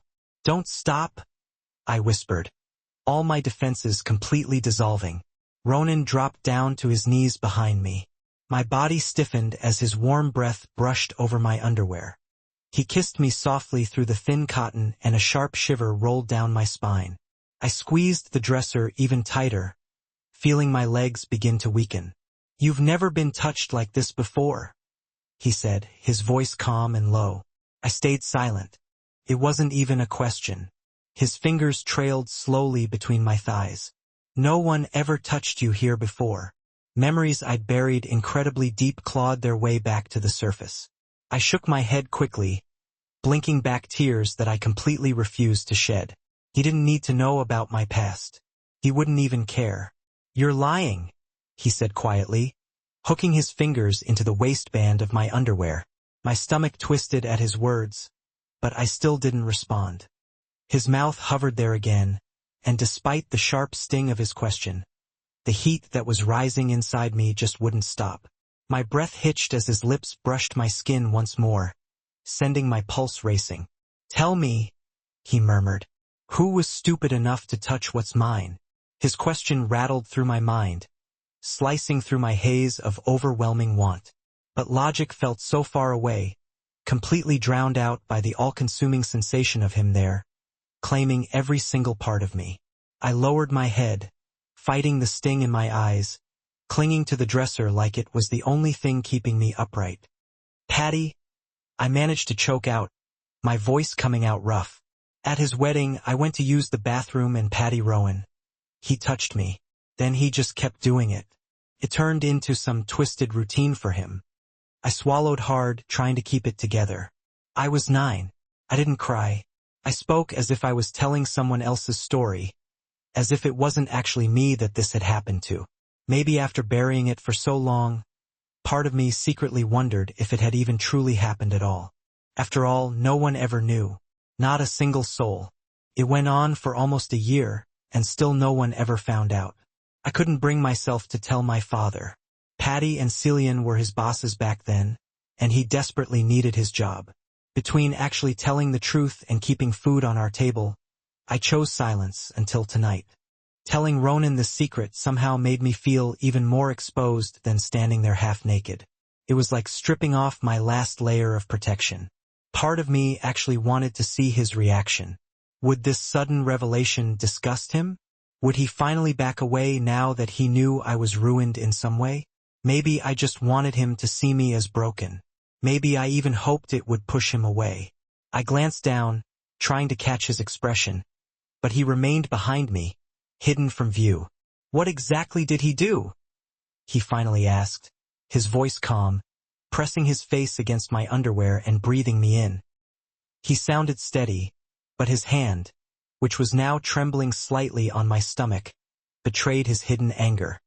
He wasn't revolted by me, just deeply disturbed by what I had said. Relief loosened something tight in my chest. At least he wasn't going to sneer or dismiss me completely. I hesitated, but with him still out of view, it felt a little bit easier to continue. He didn't rape me, but he was definitely rough. He'd shove his fingers inside me. He was always drunk. I was so little and he was one of my dad's bosses. I couldn't make it into a big deal. The silence that followed felt heavy, but it wasn't judgmental. I let out a shaky breath and shook my head. I've had a bit too much to drink. Normally, I'd never say something like this to you, I said quietly. Can we just drop it? I just want to have some fun tonight. Suddenly, Ronan spun me around by my waist to face him.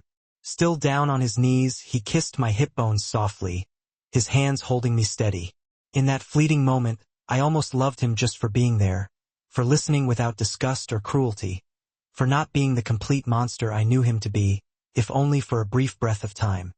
Is that why you've never been with anyone? He asked. I shook my head, feeling tears prick my eyes. I don't think so.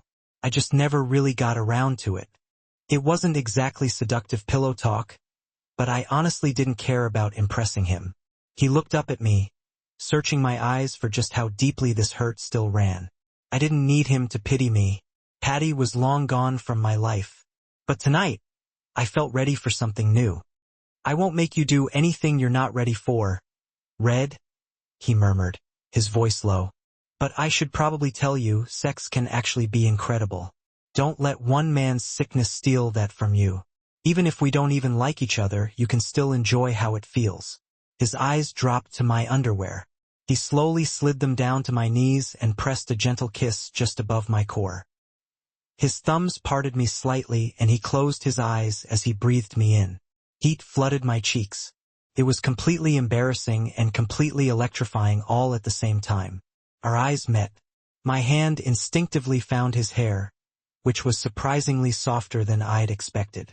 I stepped out of my underwear, my breath coming in ragged gasps. I know, I exhaled. Don't stop.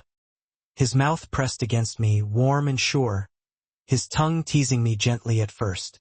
My knees nearly buckled as he found that incredibly sensitive spot, sucking and releasing just enough to make me tremble uncontrollably. I clenched his hair tighter, completely unable to keep still.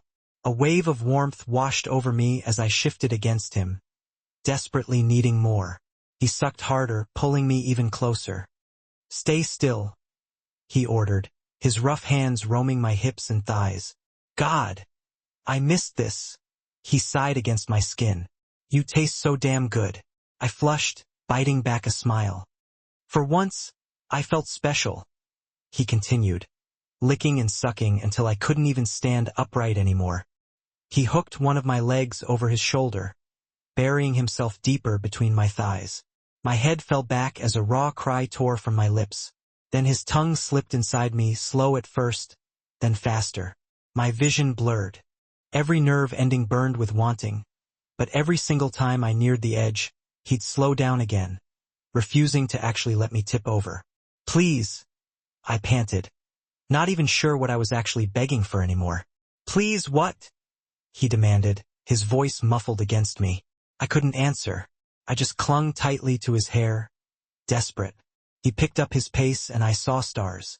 My knees buckled and I collapsed down onto him. He caught me easily. That's it, he murmured, holding my hips steady. Ride my face. Now what were you saying? Make me come, I gasped, grinding down against him shamelessly. I knew I wouldn't be able to look him in the eye ever again after this.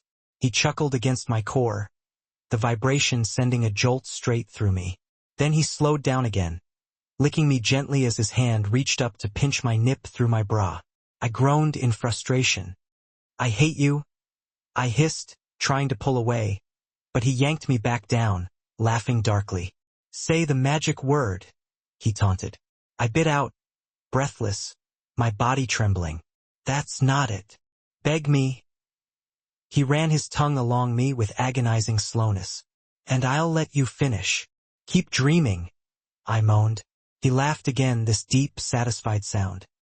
His hands spread me wider as his mouth found mine once more, his thumb teasing my entrance. I was so incredibly close I could feel myself slipping over the edge. "Beg," he ordered one last time. "No," I whispered fiercely. He pulled away, climbing to his feet, his lips capturing mine roughly, his tongue forcing its way inside, letting me taste myself. My entire body quivered. "That was fun," he rasped in my ear. "Let's see how long you last before you're begging for more." "Good luck with that," I shot back, though my voice was clearly shaking. He kissed me again, slow and deep, then he pulled back, tracing a finger down my spine. "You're beautiful," he murmured almost to himself. "I thought I'd snap you like a twig." He left me there, half naked and shaking with need as he walked right out of the room without another word. I heard his footsteps echo down the hall, a door slamming shut behind him. My chest tightened. Even though he hadn't broken me tonight, I knew damn well he could if he really wanted to. And that terrified me more than anything else in the world. Yet, nothing is more dangerous than a person with absolutely nothing left to lose. That was exactly why I let FIA work at Rouge Bis, even knowing that it would inevitably bring her closer to him. I never actually cared about controlling women. Business, yes, every single detail had to be completely under my thumb. But a woman, if my wife genuinely wanted to work and actually had the skill for it, she could knock herself out. And FIA, she turned out to be a surprisingly refreshing surprise. I'd spent years surrounded by women who wouldn't even entertain the ridiculous idea of having real careers, but she actually wanted to work in my restaurant. Wanted to do something actually meaningful with her time. Don't get it twisted. It wasn't some kind of love or pity that made me give her the damn job. Just having her out of the apartment for a while would be a nice freaking break. Her smart mouth and endless questions were wearing me thin. Besides, seeing her smile wasn't exactly the worst thing in the world. I had to admit, actually tasting her that night was totally unforgettable. Maybe it was the knowing that she was still untouched. Aside from that bastard Patty, maybe I'd simply forgotten how sweet a woman could really be. Whatever it was, watching her completely unravel had been ridiculously addictive. I wanted her desperate. I wanted her begging me for more. I needed to prove to myself that she craved me just as badly as I craved her. Well, her body at least. Later though, I had to take care of myself, bring my damn blood temperature back down to normal. I honestly couldn't remember the last time I'd even jerked off. Probably 15 damn years ago, but leaning against the slick black tile under scalding hot water, I felt like some horny teenager again. My hand moved fast, thoughts completely full of her. FIA, sweet, stubborn, infuriating red. My laugh bounced off the shower walls as my hand worked faster, imagining her thighs wrapped tightly around me, her nails digging into my back. Release came hot into my palm, and for a moment all I saw was her face. That feeling actually wanting something and not immediately getting it. I'd forgotten just how sharp and good it felt, and the thought of her warming my bed was definitely starting to stick. The rest of the weekend, I passed the time drinking heavily in my study, planning how to completely crush Rowan, and thinking about my wife in ways that probably should have made me feel ashamed, but didn't even come close. Cole, on the other hand, looked like his weekend had literally run him over. Good for him. Monday, he walked into what he liked to call his office at Rouge Bis. Mine, really. I paid for every single inch of this damn place. But he entered like I was trespassing on his territory. Arms crossed, glaring at my pristine glass desk. "You look like shit," I said, spitting out my toothpick and leaning back to inspect him. "Rough night with the wife, huh?" I lifted a brow. "Freak you," I smirked. He and Bella weren't sleeping together these days. I nodded to the chair across from me. He slumped down into it, pulled a crumpled pack of cigarettes out of his pocket, and lit one up, inhaling like it was pure oxygen. The way he held it delicately between his thumb and index finger like some goddamn Clint Eastwood wannabe nearly made me laugh out loud. Instead, I just narrowed my eyes. "Smoking's banned in here," I pointed out, gesturing to the sign behind me, desperately trying to hide my amusement. "So is half the crap you do, Ronan. Spare me the lecture. You actually need something?" he asked, blowing smoke out of the corner of his mouth. "Trouble at home?" I casually gestured to his cigarette, enjoying his misery the way a thirsty man enjoys a tall glass of water. Cole sucked in another drag and stared off into the distance. Bella treats Aiden like complete garbage, he muttered. This morning, he was actually sniffing his shirt on the way to school to check if it smelled okay. She didn't even bother washing it. Said she simply forgot. His jaw clenched tightly. He asked me if he smelled bad. Said he didn't want the other kids to laugh at him. So, I just pulled a U-turn, took him straight to Target, bought him all new clothes, and let him change in the damn bathroom. I sat in the car after and did those goddamn breathing exercises from that stupid tape you gave me for Christmas. I almost completely lost it then. That tape had been a total joke. My way of quietly ribbing the guy by suggesting that Cole was way too uptight. The fact that he'd actually used it was absolutely priceless. He scrubbed a hand down his face, only then remembering who he was actually talking to. I leaned back in my chair, steepling my fingers. Your wife's a real piece of work. Me? I've always preferred staying single. You're married now, he shot back defensively. I smirked. Some days it's honestly easy to forget. He stubbed his cigarette out in a mug with a cheesy photo of him and Bella on the side. Her idea, no doubt, to constantly remind me that she was always around. As if I actually cared. I'm guessing you didn't call me in here just to talk about my freaking marriage, Cole said, leaning forward, elbows on his knees, fingers tapping nervously together. Patrick Rowan, I said, cutting directly to the chase, my eyes drifting to the window. I want to know exactly who he's still connected to in Boston. Cole's brows shot up as he slumped back in his chair. He definitely didn't like where this was going. I had absolutely no clue why. Rowan was just another washed-up mobster who'd pissed off way too many of the wrong people. He'd skipped town for Miami when the Armenians put a hefty price on his head. But Friday night had changed pretty much everything for me. Rowan? Cole asked, sounding genuinely surprised. Why him? My jaw tightened. Did I still deeply resent Rowan for stealing from my dad? Sure. But finding out what he did to FIA completely lit a fire under my ass, and I was itching for a good damn fight. I want the contact info for his second wife, I ordered. What's your problem with him now? He's literally dying of cancer. Just leave him alone. You're beating a dead horse. Not dead enough, I said coldly, picking up my phone and scrolling fast. I'm going to Miami. Cole stood up abruptly. Is he the one who sent Costello to kill your father? His voice cracked slightly. He knew I'd been hunting for the beast responsible for years. Just do what I asked. I turned away, completely ignoring his question. Also, I paused, smirking slightly. I hired my wife to work here. Get her damn paperwork sorted. She starts next week. Keep her and the head chef from actually killing each other. He stared at me, something flickering behind his eyes that made my skin crawl. She's working here? Seriously?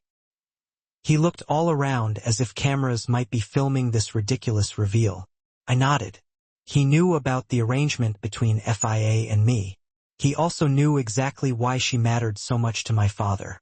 I shrugged into my tailored jacket, bored with this stupid conversation. She was nagging. Let her work if she really wants to. Her choice. Cole studied me carefully. Things tense between you two? Not that it's any of your damn business, but no, we're fine. And the chef gave her trouble? Who? I frowned, then waved him off dismissively as my phone buzzed in my hand. I spun my chair around so my back faced him. Yes, I'd like to book 2 first-class tickets to Miami. I didn't even bother looking up as Cole left, shutting the door quietly behind him. The Monday sun glared down harshly when I reached Quincy Market, but the bright sky honestly did nothing to lift my incredibly foul mood. I still didn't understand why I'd let things go so far with Riley on Friday night. A complete lapse in judgment, no doubt. But could anyone really blame me? He was the only man who had actually touched me in years. And God help me, he was so ridiculously attractive that every single time he entered a room, it felt like the damn temperature shot up at least 10 degrees. Sure, he was cruel, a predator in a custom suit, but at least he'd never laid a hand on me in anger. Not physically, anyway. My instincts had always been sharp, honed by growing up in Soe, and with Ronan, as twisted as it was, I felt safe. Still, the lingering ache between my thighs reminded me exactly what kind of man he was. Who even did that to someone? It had to be illegal somewhere. Bringing a girl so close to the edge, so close to release that she felt like she might die, only to walk away as if nothing had happened. That maddening tension, that 2 hours 11 minutes and 35 seconds feeling, sat with me all weekend. Part of me almost wanted to beg him just like he'd asked. But the more rational part remembered I still had questions he refused to answer. He was right about one thing, though. No matter what I thought of him, my body wanted him like an addict needed a fix. Ronan O'Reilly was pure poison. But sometimes even good girls wanted a taste of danger. He spent Saturday and Sunday locked away in his office, and by Monday morning, I'd convinced myself to try making him breakfast again. Foolish, maybe, but it made what happened between us feel less filthy, more real. But when I woke up after another restless night, he was already gone, off to work, whatever that meant in his world. In a way, I was relieved. I'd planned coffee with Lucy and Daisy, my only 2 real friends. Anything was better than another silent day alone with Connor lurking around. They waited on our usual bench, sharing donuts and hot drinks. Lucy, with her blonde curls and freckles like mine, hugged the donut box close like a baby. Daisy held the coffee cups. She used to dance at a club until recently. Guys fell all over themselves for her dark hair and knockout curves. She reminded me of Isabella, only less venomous. Lucy and Daisy got along about as well as lions and hyenas, but they managed to stay civil for my sake. We were all misfits, but at least we had each other. When they spotted me, they jumped up, wrapping their arms around my shoulders. Daisy pressed a cup of hot chocolate into my hands. She knew I never touched coffee. Lucy tucked the donut box under her arm and brushed stray strands of hair from my forehead, studying my face. "You okay?" Heat crept into my cheeks, and I hid behind my cup. I'd slipped off my wedding band and engagement ring before getting out of Connor's car, but I could still feel them there, heavy with guilt. When I stayed silent, Lucy and Daisy exchanged loaded glances. "So, where are you living now?" Lucy shoved the donut box into my chest, daring me to lie. No preamble, no small talk. Straight for the kill. "At home," I lied, trying to keep my voice steady. With Pops, I had no plan. Either keep denying everything, burst into tears and spill it all, or hyperventilate until they backed off. "You're never there," Daisy cut in, narrowing her eyes. I started walking deeper into the market crowds, past stalls and tourists. I wasn't looking to shop, just to buy some time before I crumbled. "Wow, nice to know you trust me," I snapped. "You think I'm hiding something?" "I know you are," Lucy shot back, tilting her head and pointing behind me. "And maybe start by explaining why that mountain of a man is following you. Don't tell me you haven't noticed. You kept checking over your shoulder before you saw us." I cursed Connor silently. Subtlety wasn't his strong suit, but how could I explain Connor without explaining Ronan? And how could I explain Ronan when I didn't understand any of it myself?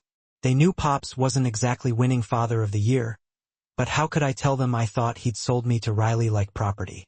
"I don't want to talk about it." "No way," Daisy huffed, throwing her hands up. A group of kids on a field trip dashed between us, and I used their chaos to glance back. Sure enough, Connor was there, moving with the crowd, eyes locked on me. Lucy spun, glaring at him like she was about to launch herself at his chest. "Take one more step, buddy, and I'm calling the cops." He didn't flinch, just kept walking. And with each step he took, it felt like the walls around me were closing in tighter. "Is he a bodyguard?" Daisy asked, breathless as we sped up. "Are you in trouble? And more importantly, is he single?" I shook my head, sighing tiredly. This wasn't the time for her jokes. Lucy picked up her pace, voice tense. "Please tell me Pops didn't drag you into something again." I stopped and stared down at my scuffed kicks. There was no point pretending anymore. They'd already figured it out. "Don't freak out," I whispered. "Don't freak out?" Lucy hissed, gripping the donut box until it crumpled. It's not his fault, I blurted, even though part of me knew it was. Fine, Lucy said, breathing hard. Just tell us. I married Ronan O'Reilly last week. I admitted he asked my dad for my hand and Pop said yes. Probably didn't have a choice. You know what people say about Ronan, that he's a hitman or something. Pops works for him. So Lucy and Daisy just stared, stunned. Bodies bumped past us, but we stood frozen among the moving crowd. Sorry I didn't tell you sooner. I didn't want to drag you into it. Lucy looked like she might faint, but Daisy recovered first. But we grew up with him. He never looked at you twice. Never even tried to slip you the tongue. Daisy! I groaned, rolling my eyes. It's possible to like someone without sleeping with them, you know. She snorted. Please, with the miles his dick has clocked. I'm surprised it doesn't have its own travel blog. But seriously, Birdie, this makes you rich. I rubbed my temples, glancing over my shoulder to make sure Connor hadn't heard. Daisy always treated life like one long dirty joke, no matter how serious things were. I turned back to Lucy, desperate. Say something. She grabbed the edge of a nearby stall, nearly knocking over a display of sand art. Her eyes glistened with tears she refused to let fall. I tossed my hot chocolate in a trash bin and took her hand, guilt clawing at my chest for not telling them sooner. Birdie, he's dangerous, she whispered. People say he's killed men. I nodded. I know, but rumors fly fast in Soe. Still, you should be terrified, she insisted. You'd think so, I whispered, forcing a small smile. But he won't hurt me. I've spent time with him. He's not like that. That doesn't explain why he suddenly decided to marry you, Daisy said. No offense, Birdie, but he could have anyone. Why pick you? Thanks, I muttered dryly. I still say you should be scared, Lucy repeated. My head spun. I was already overwhelmed by what Ronan stirred in me, what he made my body feel. And with Patty's ghosts now resurfacing, everything felt like it was burning down. Look, he's not that bad. I sighed, starting to walk again to put distance between us and Connor. And I'm starting work at his restaurant next week. Everything will be fine. But deep down I knew it wouldn't. Is that why he has you watched all the time? Lucy pressed. Because he doesn't trust you. I shook my head. He lets me do whatever I want. Connor's there to keep me safe. He has enemies. Protecting you? That's kind of hot. Daisy smirked. So how is he in bed? Sometimes I wondered if she realized life wasn't just one endless porno. Daisy, Lucy snapped. Birdie isn't going to sleep with him just because her father basically sold her. My face burned as I buried my chin into my jacket. The truth was, I'd enjoyed our night far more than I wanted to admit. Lucy spun towards me, her face twisted in disbelief. Oh my God, please don't tell me. I didn't sleep with him. I cut in sharply. Not that it would be such a tragedy, Daisy chimed in, shrugging. Some of my friends have had a go. Word is the fixer lives up to his name in bed, if you catch my drift. Rumor says he's into some pretty wild stuff. She paused to pick up a perfume bottle, popping her pink gum loudly as if we weren't talking about my marriage. She seemed clueless to the tension between Lucy and me, or our shared mission to ditch Connor. Lucy grabbed Daisy's arm and tugged her along, snatching the bottle from her hand. What's your rush? Daisy flipped her dark hair back, unbothered. Did he make you sign a prenup? Lucy pressed, ever the pragmatic one. My jaw worked side to side. I hadn't even thought about it. No, I admitted, surprised by my own answer. Seriously? Daisy raised an eyebrow, intrigued. Lucy lowered her voice when she noticed Connor hovering a few steps behind. He must be loaded. I heard he lives in Back Bay. He does? I confirmed quietly. And he drives a Maserati. Daisy nodded thoughtfully. His dad probably left him trust funds and property before he got whacked in those woods. Birdie, if he didn't make you sign a prenup, sounds like he plans to keep you around. I opened my mouth to respond, but before I could speak, a strong hand clamped around my elbow, yanking me away from the crowd. Lucy straightened instantly, her eyes wide as she bumped into a woman pushing a stroller. The diaper bag toppled to the pavement, spilling its contents. I turned to see who'd grabbed me. Connor. He'd never touched me before. His face was flat and cold, a phone pressed to his ear. He kept nodding, repeating my name. Panic rose in my chest. I'd been talking about Ronan, and now I was about to pay for it. Deep down, I knew my big mouth would land me in trouble one day. Idiot, FIA. Why couldn't you just shut up and accept your life? What's your problem? I snapped, finding my voice despite the fear curling in my gut. I didn't want Lucy or Daisy dragged into this mess, especially after telling them Ronan wasn't dangerous. Yet here I was being manhandled like a runaway kid caught sneaking out. Should I call 911? Lucy asked, her voice shaky. Daisy just gaped at me in shock. No, it's okay. I have to go. I'll text you later. I forced a smile that didn't reach my eyes as Connor pulled me away. Once we were out of sight, I jerked my arm, trying to break free. He grunted but tightened his grip, hustling me through the busy market with determined steps. People stared. My cheeks burned with humiliation. I couldn't let him drag me around like I was his prisoner. Let go, I hissed, wriggling in his hold. Connor ignored me, eyes locked ahead. Yes, boss, he barked into his phone, picking up the pace. She'll be there before takeoff. Takeoff? Fear twisted in my stomach. What now? I was done playing Ronan's games. I yanked my arm hard, catching him off guard, and bolted in the opposite direction.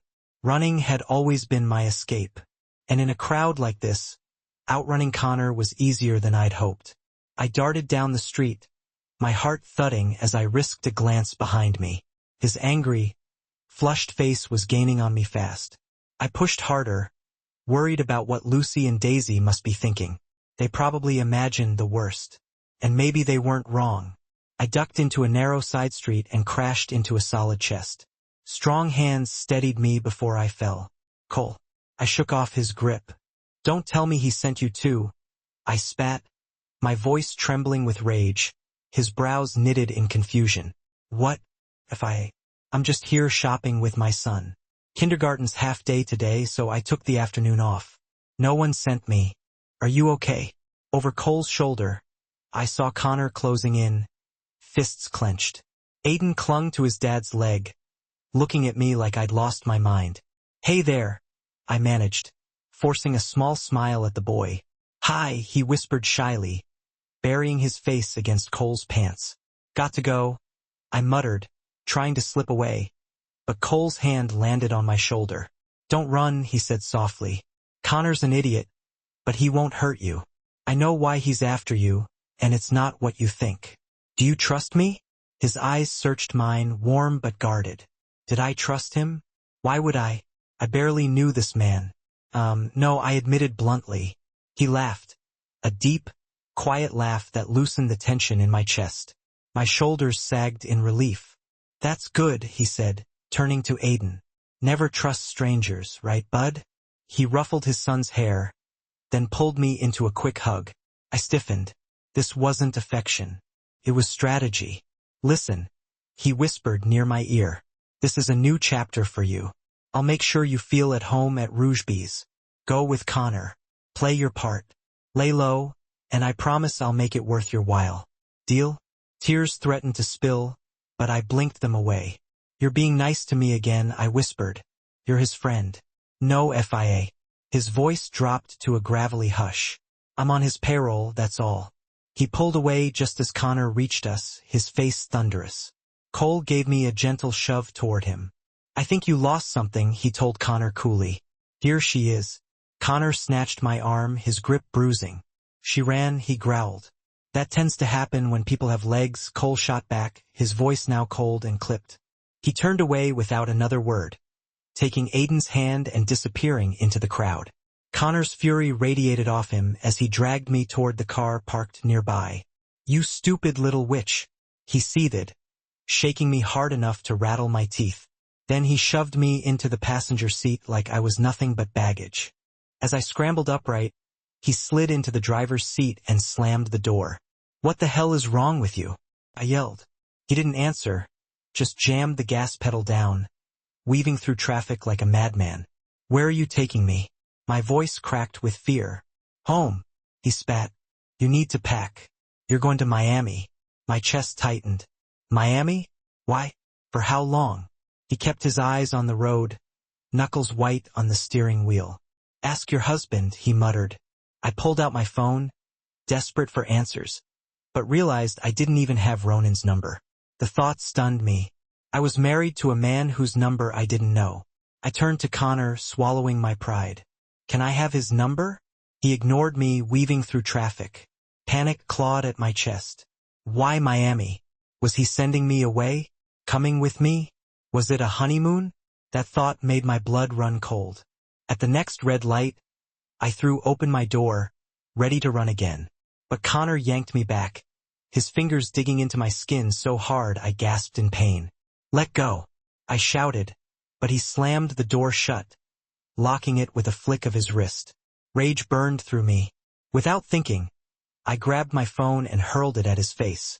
It hit his cheekbone with a thud. Blood dripped down to his chin, but he didn't wipe it away. He just turned and glared at me with murderous eyes. My phone buzzed with a message in his lap. He picked it up, reading the screen before tossing it to me. Asterisk Lucy. "Tell me I don't need to call the cops about this." Asterisk with trembling fingers. I typed back, "I'll handle it. Perks of marrying a mobster, right? Talk later. X." As I hit send, something inside me shifted. I would handle this. I would handle Ronan O'Reilly. And somehow in this gilded cage he'd locked me in, I would find a way to survive, and maybe even find a way to win. Ronan. I had to get to Miami fast, and I'd already decided FIA would come with me.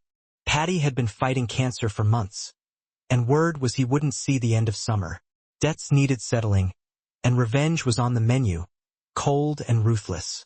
Felt right to have FIA there, even if she didn't know what I had planned.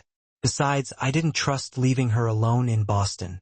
I was throwing clothes into my suitcase when Bella appeared at my bedroom door, leaning her hip against the frame, wearing a skin-tight black dress that clung to her like shrink wrap. Her smile was sly, almost mocking, her eyes crawling over me like an unwanted lap dance. I bit back an eye roll. "Hey, baby," she purred, licking her bright red lips. I kept packing, ignoring the show she put on.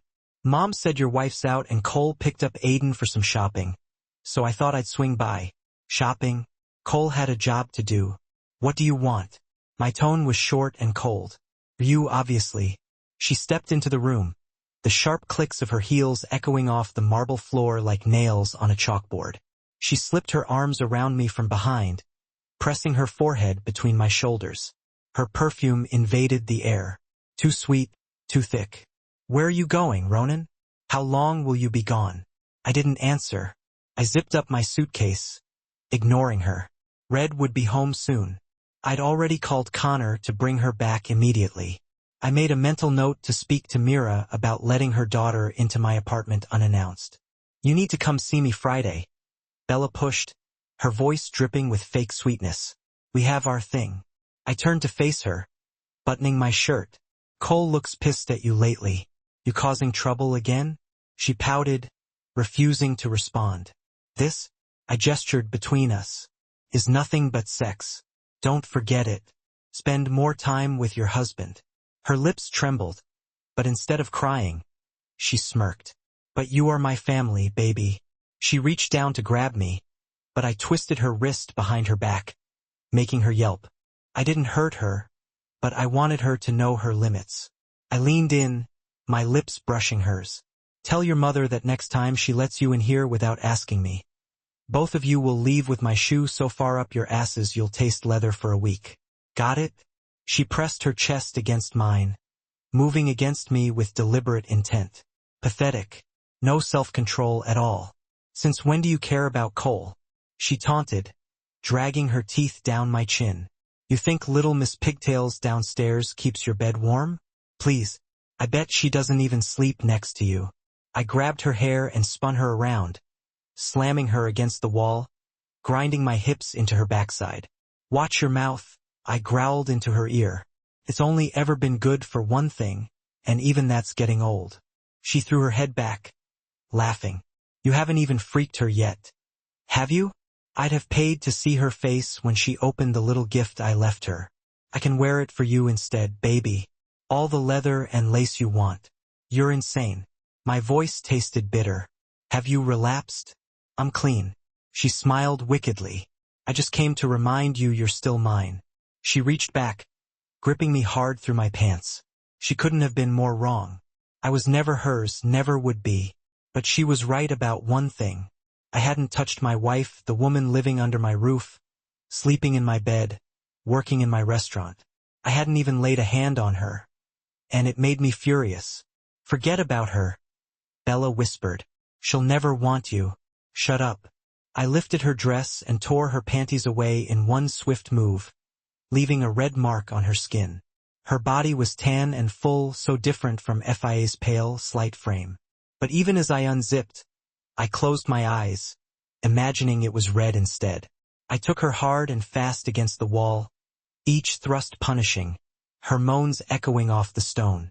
She cried out my name louder and louder, making sure that if Fia came home, she'd hear. I shoved her ripped underwear into her mouth to shut her up. Ronan. Her muffled voice only annoyed me further. This wasn't who I wanted. Quiet, I ordered, though each time she spoke, my desire faded. She wasn't red, didn't feel like her, didn't smell like her, didn't make my blood heat the same way. I love you, she gasped around the fabric. Shut up. My words were harsh, final. When I pulled out, I was still half hard, still thinking of Fia, which disgusted me. Bella spun to face me, but I was already tucking myself back in. Done. I tossed the ruined dress she'd sent red earlier in her direction. Get out. We're done. She caught it, eyes wide. She ruined it. She hissed, pulling at the stained fabric. I grabbed my wallet, pulled out a wad of cash, and threw it at her feet. It was your idea to send her that dress. Ever heard of a dry cleaner? It's ruined. She waved the dress in my face. That little witch. I stepped around her, heading for the door. Get out. She stomped down the stairs, her heels stabbing the wood. At the bottom, she turned back, glaring. You're an asshole, she spat, jabbing a finger at my chest. And this is done with you. She doesn't want you, Bella sneered. I know why you married her. She's a girl, Ronan. I'm a woman. She'll never please you like I can. She turned and walked out, slamming the door behind her. I stood still for a moment, listening to the silence she left in her wake, then punched the wall so hard pain shot up my arm. Good riddance. I walked to the bar and poured myself a whiskey. Mira walked past, giving me a glare that said she knew exactly what had happened. I ignored her. She wanted her daughter to stay loyal to Cole, but Isabella always came back to me, no matter how many times I told her to stay away. You let her in here again without permission. You're fired, I told Mira, sipping my drink without looking at her. She muttered in Spanish and stomped to the kitchen, glass shattering soon after. Another one of her accidents. Minutes later, the front door opened. Connor marched in, dragging Fia behind him. His nose was bleeding, a bruise already forming on his cheek. Fia looked flushed, her eyes blazing with anger as she tried to yank her arm free. Connor's fingers clamped around her pale arm, leaving red marks. He let her go the moment my eyes locked on them. What the hell happened to you? I asked him, downing the rest of my drink. His eyes flicked to Fia. My gaze followed. She stormed to the corner of the room. He was a real piece of work, a predator dressed to the nines, but at least he'd never actually hit me when he was mad. Not physically, anyway. Zoe had taught me to trust my gut, and even with how messed up things were with Ronan, I felt like I could handle myself. Still, I could feel the sting from what he did to me down there, a constant reminder of the kind of guy I was dealing with. Seriously, who does that? It had to be a crime somewhere. Taking a girl right to the edge, getting her all worked up like that, and then just walking away like it was nothing. That frustration hung over me all weekend. Part of me almost wanted to give in and beg, just like he'd wanted. But I couldn't forget that I still had questions he was dodging. He was right about one thing, though. No matter how I felt about him, my body was craving him like a junkie needs a fix. Ronan O'Reilly was nothing but trouble. But sometimes even the good girls want to play with fire. He holed up in his office all day Saturday and Sunday. By Monday morning, I talked myself into trying to make him breakfast again. Maybe it was dumb, but it made what went down between us feel a little less dirty, a little more real. But when I finally dragged myself out of bed after another night of tossing and turning, he was already gone. Off to work, or whatever he called it. To be honest, a part of me was relieved. I had plans to meet up with Lucy and Daisy for coffee, and those two were pretty much the only real friends I had. Anything beat spending another day in that house with Connor breathing down my neck. They were waiting for me on our usual bench, already digging into a box of donuts and sipping on something hot. Lucy, with her blonde curls and a face full of freckles just like mine, was practically cradling the donut box. Daisy was holding all the coffee cups. She used to dance at some club, but she'd quit recently. Guys would trip over themselves just to get a glimpse of her dark hair and killer curves. She kind of reminded me of Isabella, but without all the venom. Lucy and Daisy got along like cats and dogs, but they managed to keep it civil for my sake. We were all misfits, but at least we had each other's backs. As soon as they saw me, they jumped up and threw their arms around me. Daisy shoved a cup of hot chocolate into my hands. She knew I couldn't stand coffee. Lucy wedged the donut box under her arm and brushed a few stray hairs off my forehead, giving my face the once-over. "You okay, Bertie? You look like hell." My cheeks started to burn, so I ducked my head and hid behind my cup. I'd already taken off my wedding ring and engagement ring before Connor dropped me off, but I could still feel the weight of them on my finger, a constant reminder of how messed up things were. When I didn't say anything, Lucy and Daisy exchanged a look. "So, where are you crashing these days?" Lucy practically shoved the donut box into my chest, daring me to lie. No beating around the bush, no small talk. She went straight for the jugular. "At home," I mumbled, trying to keep my voice from shaking. "With Pops." I had no game plan here. I could either keep lying through my teeth, burst into tears and spill everything, or just start hyperventilating until they got freaked out and backed off. "You're never there," Daisy cut in, her eyes narrowing. I started wandering through the crowds at the market, trying to put as much space as possible between us. I wasn't trying to shop. I just needed to buy myself some time before I completely lost it. "Wow, thanks for the vote of confidence," I snapped. "You think I'm hiding something?" "I know you are," Lucy shot back, tilting her head and pointing over my shoulder. "And while you're at it, maybe you can explain why there's a freaking giant following you around. Don't even try to tell me you haven't noticed him. You've been checking over your shoulder ever since we got here." I cursed Connor under my breath. Subtlety was definitely not his strong suit. But how could I even begin to explain Connor without bringing up Ronan? And how could I talk about Ronan when I barely understood what was going on myself? They knew Pops wasn't exactly winning any Father of the Year awards, but how could I tell them I was pretty sure he'd sold me off to Riley like I was some kind of property? "I don't want to talk about it." "Oh, hell no," Daisy huffed, throwing her hands up in the air. A bunch of kids on some school field trip came running between us, and I used the chaos to sneak a peek over my shoulder. Sure enough, Connor was right there, blending in with the crowd, but his eyes were locked on me. Lucy spun around, glaring at him like she was about to go all in for a brawl. "Take one more step, pal, and I'm calling the cops." He didn't even flinch, just kept walking. And with every step he took, I felt like the walls were closing in on me. "Is he a bodyguard or something?" Daisy asked, practically out of breath. "Are you in trouble? And, more importantly, is he single?" I shook my head and sighed. This was not the time for her usual antics. Lucy picked up the pace, her voice tight. "Please, just tell me Pops hasn't dragged you into something shady again."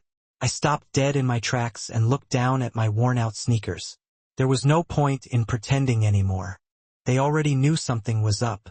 "Okay, just don't freak out," I whispered. "Don't freak out?"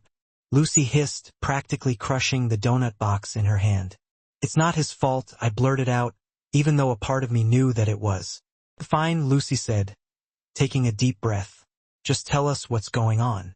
I got married to Ronan O'Reilly last week," I confessed. "He asked my dad for my hand, and Pop said yes. Probably didn't have much of a choice. You know what they say about Ronan, that he's a hitman or something. Pops works for him." Lucy and Daisy just stared at me, completely speechless. People bumped into us as they rushed by, but we were frozen in place. I'm sorry I didn't tell you sooner. I didn't want to get you mixed up in all this.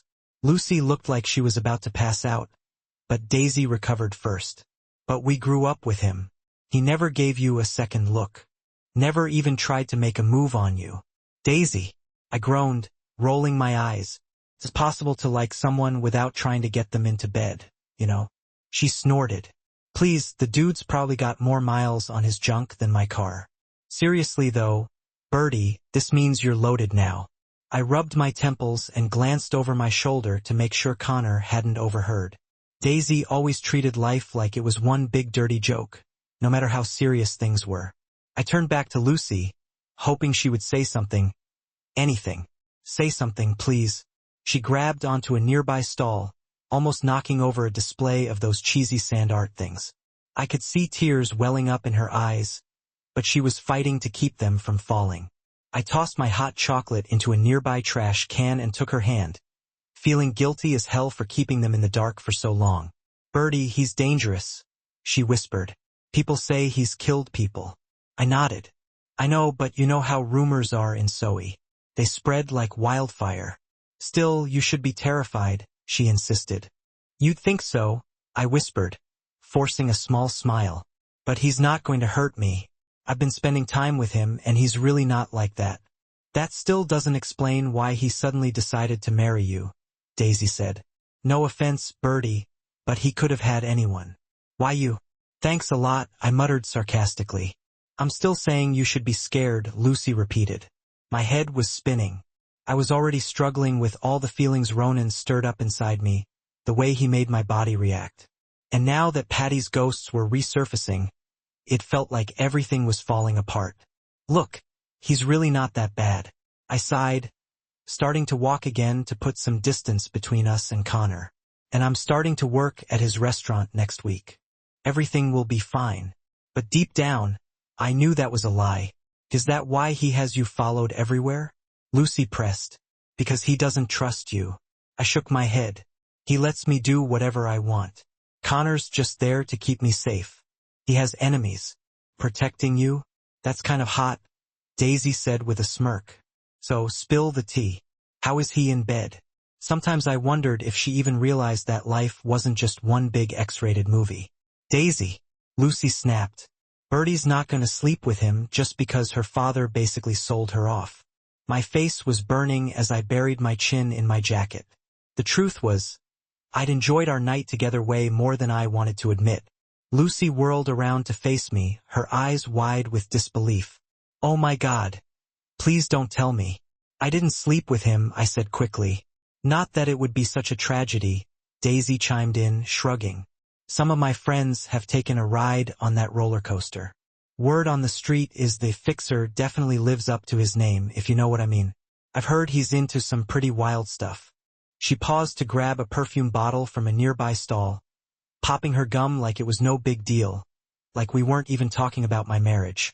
She seemed completely clueless about the tension between Lucy and me, and about our desperate attempts to shake Connor. Lucy grabbed Daisy's arm and dragged her along, snatching the perfume bottle out of her hand. What's the rush? Daisy asked, flipping her dark hair over her shoulder. Did he make you sign a prenup? Lucy pressed, always the practical one. I shifted my jaw from side to side. I hadn't even thought about it. No, I admitted, surprised by my own answer. Seriously? Daisy raised her eyebrows, intrigued. Lucy lowered her voice when she noticed Connor was hovering a few steps behind us. He must be rolling in dough. I heard he lives in Back Bay. He does? I confirmed quietly. And he drives a Maserati, Daisy added. His dad probably left him a mountain of cash and property before he got taken out in those woods. Birdie, if he didn't make you sign a prenup, it sounds like he's planning on keeping you around. I opened my mouth to say something, but before I could get a word out, a hand grabbed my arm, yanking me away from the crowd. Lucy stiffened up, her eyes wide as she bumped into a woman pushing a stroller. The diaper bag went flying, spilling everything onto the ground. I spun around to see who had grabbed me. Connor. He'd never touched me before. His face was like stone, and he had a phone pressed up to his ear. He kept nodding and repeating my name. Panic started to bubble up in my chest. I'd been talking about Ronan, and now I was about to pay the price. Deep down, I knew my big mouth would be the death of me one day. Idiot FIA, I thought to myself. Asterisk, why can't you just learn to shut up and accept your life? What's your problem? I snapped, trying to sound brave even though I was terrified. I didn't want Lucy and Daisy getting dragged into this, especially after I'd just told. I threw my phone at his face, she announced, her voice flat and devoid of regret as she glared at both of us. I clenched my jaw, shoving my hand deep into my pocket to resist the urge to break Connor's nose for the second time. Explain, I demanded. Mira reappeared, clearly relishing the tension that filled the room, but I ignored her. He grabbed me in front of my friends, FIA said, holding up her arm to show the rapidly forming bruise around her elbow. I know you think you own me, that you can do whatever you want, but I'm not scared of you, Ronan. I won't let you or anyone else touch me without my permission. I stepped closer to her, gently brushing my knuckles against the bruise. She flinched back, her eyes flashing with defiance. That includes you, Ronan. She hadn't minded grinding against me the other night, but now she wouldn't even let me touch her in front of Connor and Mira. There it was again, that spark of rebellion I recognized within her. Go upstairs and pack a bag, I said, swallowing the sting of her rejection. We're going to Miami.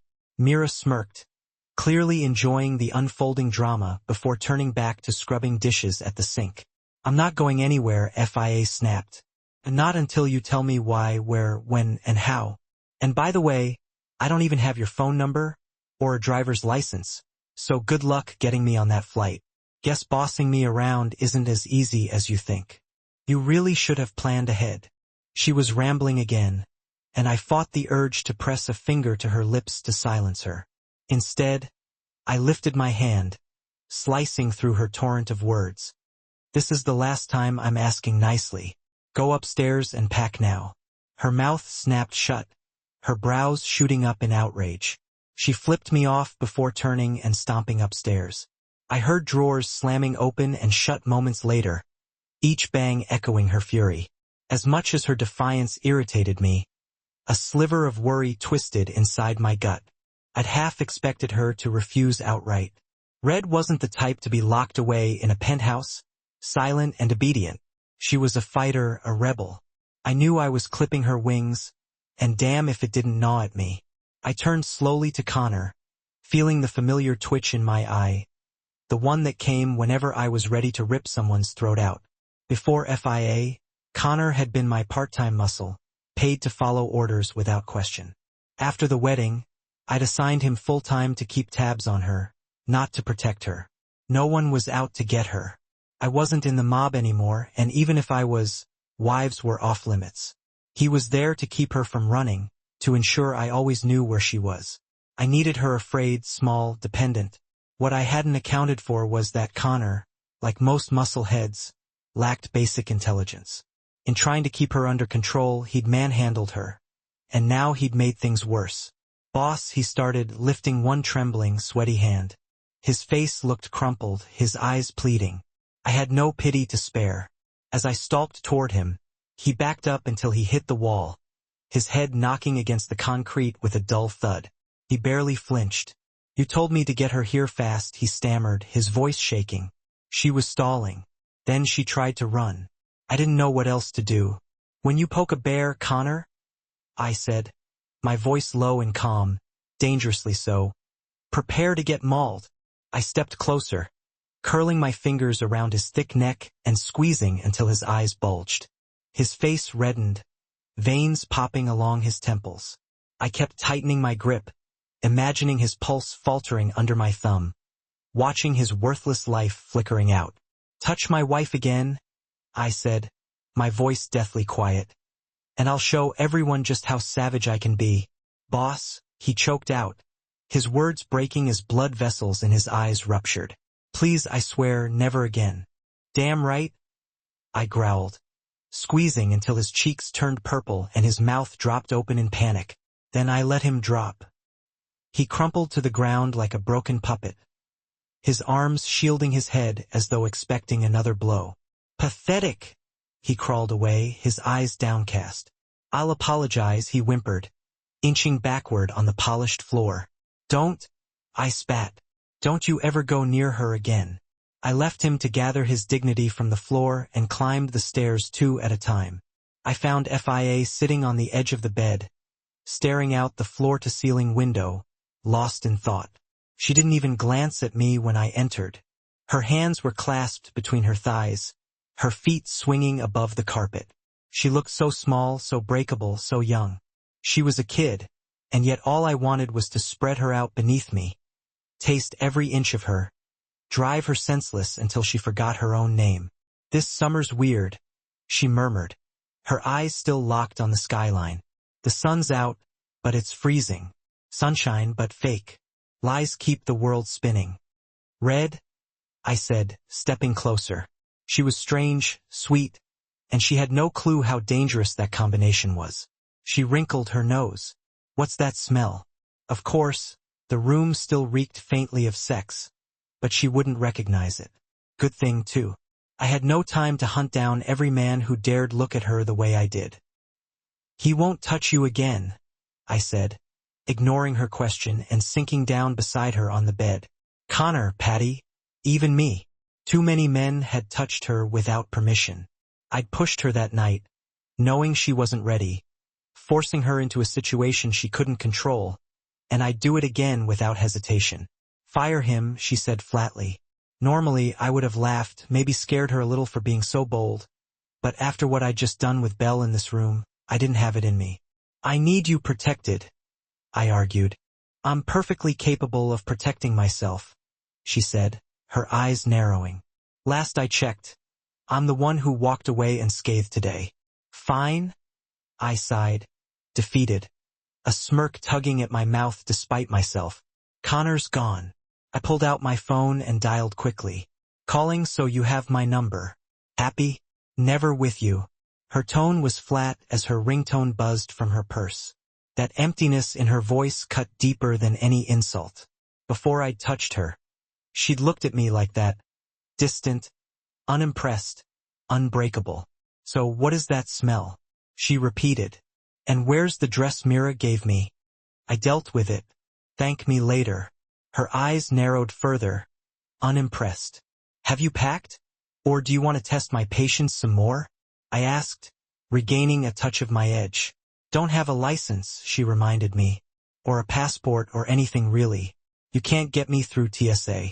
Without a word, I stood and slid aside the painting covering my safe. Pressing my thumb to the scanner, I retrieved a brand new passport and tossed it to her. Her eyes widened as she flipped it open, seeing her own picture staring back. I thought about getting you a license too, I said lightly, but I don't trust you behind the wheel. Seriously, she whispered, staring at the safe. You bought off the Department of State too? Everyone has a price, I said, slamming the safe shut. You never know when you'll need to vanish. She began pacing, her movements tight and restless. This is wrong. You can't just do this.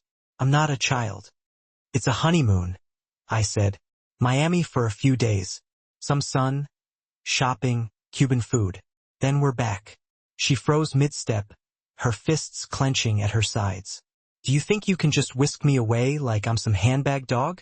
What if I have plans? Postpone them. My patience was wearing thin. I didn't have time for this. And if I don't want to? She tilted her chin up defiantly. I shut my eyes, fighting the twitch. Was this what marriage was? Constant arguments about everything. Any other woman would be ecstatic to be flown to Miami on a whim. Fia acted like I'd sentenced her to death. She walked to the exact spot where Kat's head had banged against the wall earlier. Her gaze lingered there before sliding back to me. Was that really necessary? She asked quietly. She knew. I shrugged, feigning indifference. She let out a dry, humorless laugh, shaking her head. If you can afford a Maserati and a penthouse, you can afford a hotel room for your side piece. Don't ever do that here again. God, I feel sick knowing I ever touched you. There was no anger in her tone, just emptiness, disappointment. It unnerved me more than any scream. If I pinned you to this floor right now, I said, leaning in close, you'd still let me. You can run across the country, Red, but you can't run from yourself. And I'm already under your skin. She didn't flinch, just turned on her heel and stalked to the closet. You need a suitcase? I called after her. I'll manage, she snapped. Meet you downstairs. I hesitated, watching her disappear between the shelves, then turned away. If she wanted to struggle with her bags, I wasn't going to stop her. As I walked back into the kitchen, I saw Connor bent over the sink, water running over his bruised face as he sobbed like a child. That's when it hit me. I'd just been put in my place by a 22-year-old girl. A girl who'd done it without even raising her voice. Connor, I barked, glaring at his hunched form. You're fired. Pack your things. You'll get your final paycheck when I get back. He turned, stunned, water dripping down his face. But who will watch her? I laughed darkly. Look at her, then look at you. She doesn't need watching. He slept with her in our room. In my room. That wasn't just crossing the line. It was leaping over it. Sprinting past every boundary I never even knew existed. Sure, we weren't a real couple, but this wasn't about love, it was about basic decency, and clearly Ronan had none for me. The cab ride to the airport was silent. I sat staring out the window, working my jaw from side to side, while he rattled off quiet business calls I couldn't decipher. We checked in together, walked briskly to the terminal like two strangers heading in the same direction for completely different reasons, and sat at the gate without speaking, both of us glued to our phones. When I finally sank into my seat on the plane, the reality of it all hit me hard. I was terrified of flying, terrified of leaving Boston for the first time in my life, terrified of doing it with Ronan O'Reilly of all people, and terrified that maybe Cole had lied to me, that this trip to Miami wasn't going to end well for me after all.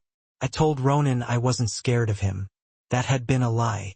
I was scared, not that he'd hit me because I knew he wouldn't, but I was terrified he'd break me from the inside out. That was something he could do without even trying.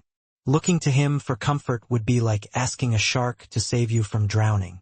I tucked myself into the blue first-class seat, gnawing at my fingernails and praying the plane wouldn't crash. Although, if I was being honest, death felt like a less brutal fate than a lifetime spent trapped with Ronan.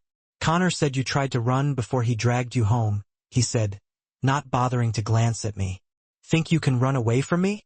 I didn't turn my head. I kept my gaze pinned to the tiny oval window, my fingers gripping the armrest until my knuckles turned white.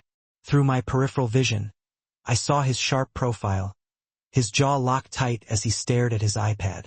I gave a little shrug, refusing to let him see the fear in my chest. Let him wonder. Let him worry. It wouldn't be smart to test me.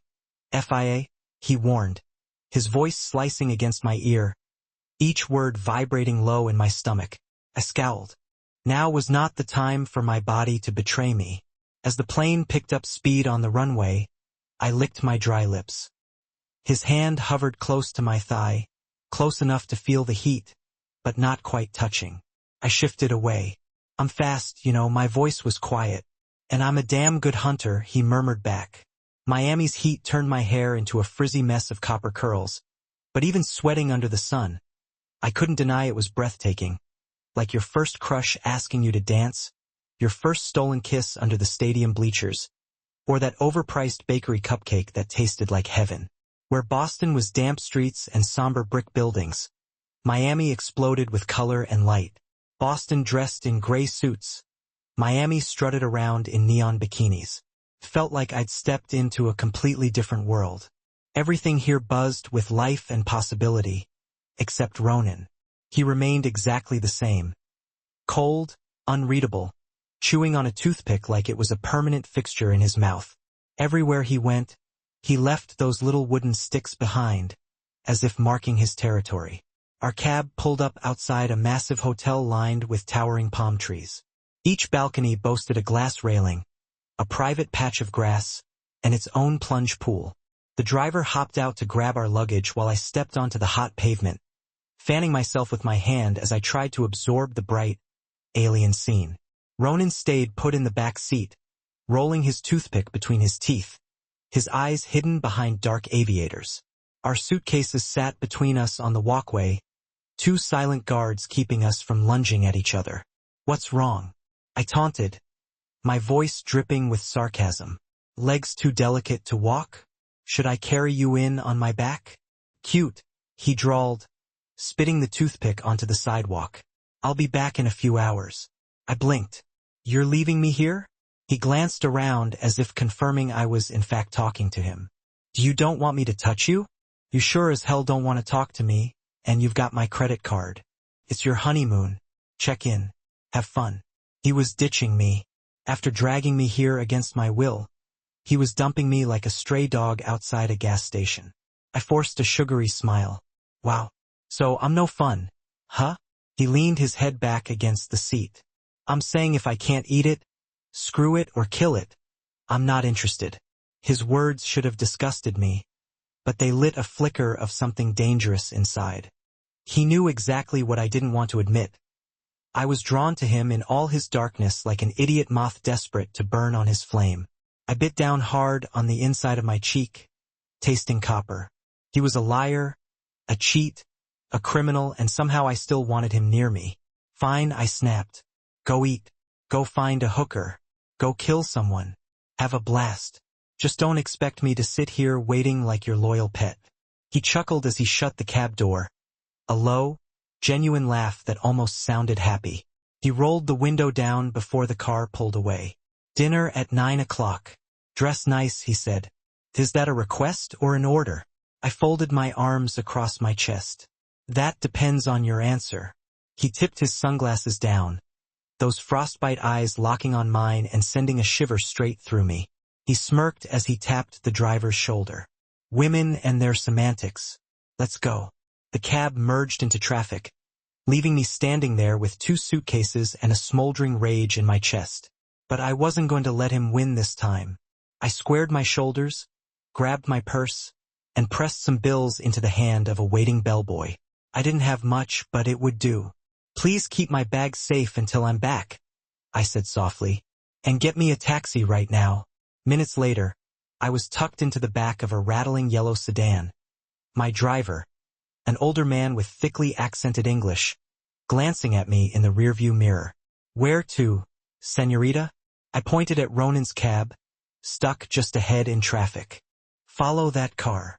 If he was going to treat me like an accessory, I was damn well going to find out why we were here, why he needed me, and above all, why I was his. Paddy Rowan. I planned to squeeze every last bit of use out of him. I despised him, and if there was one thing I trusted completely, it was hate. Hate never failed you. Hate always delivered. Back when the Irish ruled South Boston, Paddy skimmed a lot of money off my father's earnings, mostly protection cash. He handled the accounts back then like Cole does now, and just like Cole, he couldn't be trusted. I didn't learn the truth until long after my father died. By then, Paddy was already long gone. He'd disappeared months before, running from the Armenians who wanted him dead. So, when I went on my revenge spree, hunting down everyone who'd screwed my old man, Rowan slipped off my radar. His betrayal was old news, and he'd had good reason to hide. But then Red told me what he did to her, and that flipped a switch in my head I couldn't turn off. Sure, he hadn't pulled the trigger on my dad, but he still robbed us, and worse, he'd laid hands on a child. He'd laid hands on my wife. Killing him now was pointless. The man was already halfway to the grave, but that didn't mean I wasn't itching to see him one last time, especially after Jensen, my private investigator, sent an update while I was waiting to board the plane. This trip to Miami was going to be a wedding gift FIA would never forget. I also wanted her with me to keep myself in check. With her around, I wouldn't end up doing something stupid like falling into bed with random women. Even though my wife was about as warm as an ice sculpture, her presence kept my head clear. Hooking up with Isabella earlier had been about as satisfying as filling out tax returns. I was getting too old for pointless sex. Truth was, the only woman I actually wanted to sleep with right now was the one who couldn't stand me, my wife. Rowan was hiding out in Little Havana, a Cuban neighborhood where no one knew him, which was probably exactly why he picked it. He could fade away here, just another old dying man in a place where people kept their eyes on their own business. Still, his place was nicer than I expected. a yellow stucco house with archways and well-kept gardens. A young Latina woman in a maid uniform was sweeping the front courtyard, humming softly. When she saw me walking up, her song died in her throat, and she clutched the broom tighter, her eyes wide with nerves. She reminded me of Red with that innocent, wary look. Lately, it felt like everything reminded me of her. Focus, Riley. Revenge now, women later. Can I help you? The maid asked, her voice tight with fear as I brushed past her without a word. Sir, she called out, dropping the broom against the wall and chasing after me as I reached the front door. It was locked. I kicked it in without a second thought. Most people don't realize breaking down a door is nothing if you're built for it. The wood splintered easily under my boot. I didn't even break a sweat as I stepped into the cool, tiled hallway. I didn't bother looking at the Spanish paintings lining the walls or the expensive decor Rowan had surrounded himself with. He always did like pretty things. Too bad one of those things was mine. Where is he? I snapped at the maid, scanning the endless doorways branching off the corridor. I'm calling the police, she threatened, though she didn't move to grab her phone off the foyer table. I gave her a thin smile and pulled a thick stack of cash from my pocket, tossing it to the floor between us. $100 bills floated down onto the tiles like feathers. Her eyes darted up to mine, then shifted to the second floor. She tilted her head toward the right wing without saying a word, but her entire body trembled. That where he is? I asked, narrowing my eyes at her. Her lips pressed together, her eyelashes fluttering. She looked torn, but I doubted it was loyalty holding her back. Patty wasn't known for being kind to women, especially not the vulnerable ones. While most men in his circle stuck to strip clubs, Patty liked his girls young and suffering. She gave a small nod. Is it the money? Or did he hurt you, too? I tucked my wallet away and waited for her answer. She swallowed hard, her eyes dropping to the floor as her fingers twisted together. Both, she whispered. I sighed. Get out. Tell anyone who asks that he gave you the afternoon off because you're sick. I was never here. Got it? She nodded again. Who am I? I asked. No one, she said quietly. I never saw you. Good girl. Now go. I climbed the stairs and stepped into his bedroom. The smell nearly bowled me over. The rest of the house was pristine, but in here the air was thick with decay and sickness. It clung to the curtains and the plush carpet, to the man lying half-buried under piles of blankets on the king-sized bed. Patty Rowan looked like death half-finished. Once he'd been a solid man, short, bald, and stocky. Now his skin was yellowing and bruised, stretched thin over bones. Blue veins webbed his hands like rotting roots. An oxygen mask clung to his face, hooked up to a silver tank by the bed. This was death in slow motion. I'd seen plenty of dead bodies, but always fresh ones, quick kills, violent ends. Those deaths smelled of iron and gunpowder, blood and sweat. This was different. This was rot and regret, a body collapsing in on itself from the inside out. I covered my nose with a handkerchief from my pocket and walked to his bed, the sour air clinging to my lungs. His sunken eyes flicked open, and he coughed out a gravelly laugh. Well, he wheezed. Looks like the devil's come to collect. She told you, huh? I didn't say a word, just kept moving until my shins pressed against his mattress. He shifted, looking up at me with a smirk. Guess congratulations are in order, he rasped. I hear you finally tied the knot. You here for advice on married life, Buo? I clenched my fists, feeling the fresh scabs on my knuckles sting. My skin itched to smash something, to break him down to the pile of ash he deserved to be there. You know, your sins always come back to haunt you, I stated, my voice even. He tapped the oxygen mask against his mouth, his eyes rolling in response.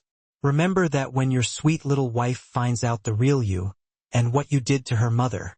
My blood turned to ice water. How in the hell did he know about Robin Rowan? Only 2 people other than myself were in the know. Now there were 3. Bella must have blabbed to him during one of her pity visits. I plastered a blank expression on my face, forcing the fury to sink down deep. So, you gonna send me off to meet my maker today? He hacked out a cough, a sound that rattled his entire chest. For a split second, I thought he'd choke to death right then and there. The cough eventually faded into ragged, shallow breaths. "You don't deserve to go out like some gangster," I informed him. "No bullet to the skull for you. I'd much rather watch you rot away here like roadkill that nobody bothers to clean up." Patty let out a wet, throaty chuckle, spitting blackish phlegm into a bucket sitting by his bedside. "You've got your old man's touch, T-boyo. He was a sick bastard, too. Guess it runs in your blood." My lip curled in disgust. "How many girls, Patty? How many kids did you ruin?" A dark amusement lit up his face as he smiled. "Looking for guilt, son? You won't find it here. You ain't no saint yourself. Word gets around. You're nothing but Boston's hired muscle these days. At least we risked our lives for our families. For our kids. You're just the rich man's pet dog. Makes me sick." I straightened up, adopting a calm and almost amused expression. But beneath the fancy suit and the forced smile, my blood was boiling with rage, my veins throbbing with it. I was dying to put this man 6 feet under. "How many, Patty? How many kids did you ruin?" He tilted his head back, cackling with what little strength he had left. For a moment, he almost appeared alive, his eyes glittering with twisted joy as he leaned back against his pillows.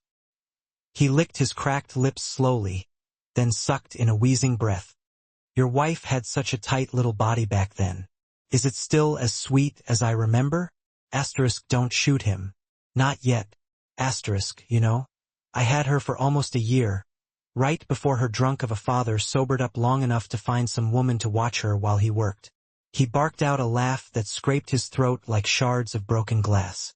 My hand clenched tightly around the Glock strapped to my ribs. Clench. Release. Clench.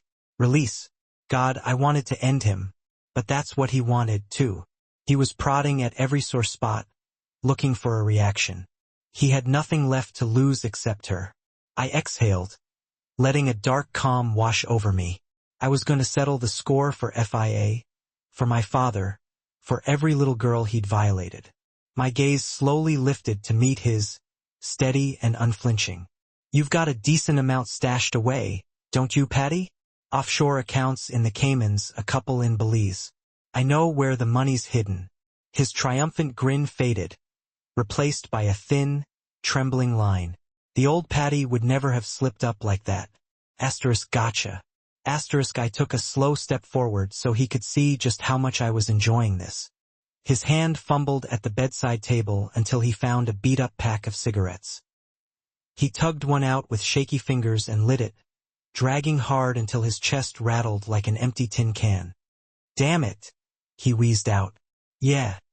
Damn is about right." I tilted my head, narrowing my eyes. "You've been divorced, 3 times? None of your exes give a damn that you're dying.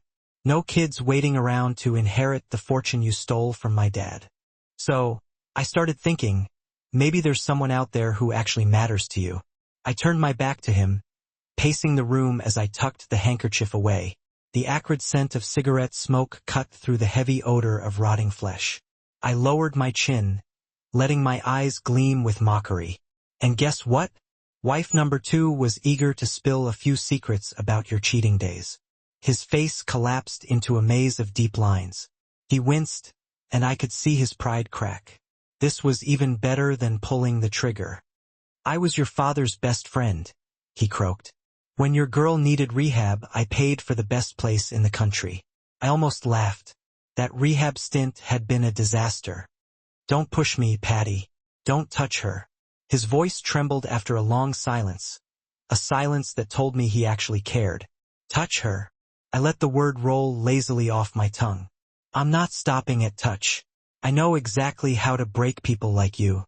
I walked over to a painting on his wall, studying it with mild interest. A cheap print of The Nightmare by Fuseli. Appropriate. A demon perched over a sleeping woman. In the glass reflection, I watched his lip tremble, his eyes glistening as he took another drag and coughed it out painfully. "Leave her alone." "You mean like you left FIA alone?" I rubbed my chin thoughtfully before turning back to him. "What do you want from me?" His voice was flat, defeated. I want it all. Every cent you stole from my father. Every dollar hidden in those offshore accounts. You ruined the girl who's now my wife. Killing you would be too easy. Here's how this works. You sign over everything to FIA, every last cent, and in return, I let your daughter live. His breath caught. I saw his hand tremble. Tara, I added. That sweet girl. She's what, 19 now? His voice cracked as he crushed his cigarette into the ashtray. Even better. You can't do this? He whispered, gripping his neck as if trying to keep his soul from slipping out. I already have. And if I don't? He struggled to breathe, his eyes wild with fear. Then I promise you, Patty, I'll have her dragged through every filthy alley in Boston until she's unrecognizable. I'll make sure every junkie in the city has a turn. I'll find the sickest bastards out there. Trust me, I know where to look. His jaw ticked, his face ghost white with terror. When I booked my ticket to Miami, I thought this would be just another empty execution. But then Jensen traced the payments to his daughter. She lived just outside Boston with her mother. Patty sent them money every month, stayed in touch, called on holidays. She probably just thought he was a sad old man who missed her. She was just a college kid trying to bond with the dad she never really knew. I'd never harm her, but he didn't know that. He thought like a monster, so he assumed I would do what he would have done. How do I know you'll keep your word? His head fell back against the headboard, his eyes closing in defeat. I wanted FIA to have everything he'd ever earned, every cent he'd stolen. She deserved it after what he took from her. You don't, I said softly. But that's the deal. His shoulders sagged.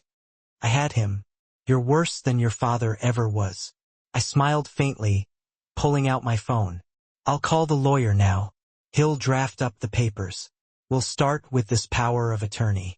Don't worry, Patty. I brought a pen. From the back seat of my cab parked down the street, I watched Ronan stroll up to a stuccoed Spanish-style house. Once he disappeared behind its gates, I leaned forward and told my driver to wait. Stepping out, I casually made my way down the sidewalk, noting his cab idling by the curb. The driver was glued to his phone, paying zero attention to me. I eyed the cream-colored mailbox near the driveway entrance. Who was Ronan visiting here? What was so important about this place? Maybe Daisy was right. Maybe he was just taking his dick on a little tour, dropping by another mistress's house. There was a house number, but no name. Not that I'd know the name even if it was there. But still, I'd come this far, trying to look casual, like I belonged, like what I was doing wasn't borderline criminal. I reached for the mailbox and flipped it open, hoping to find an envelope with a clue. And that's when my heart stopped. The first letter I saw was addressed to Patrick Rowan. Patrick Rowan.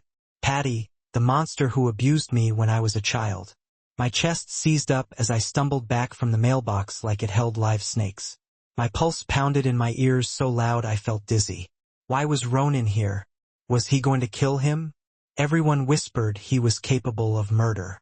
Maybe he'd punish the man who ruined me in ways I never could.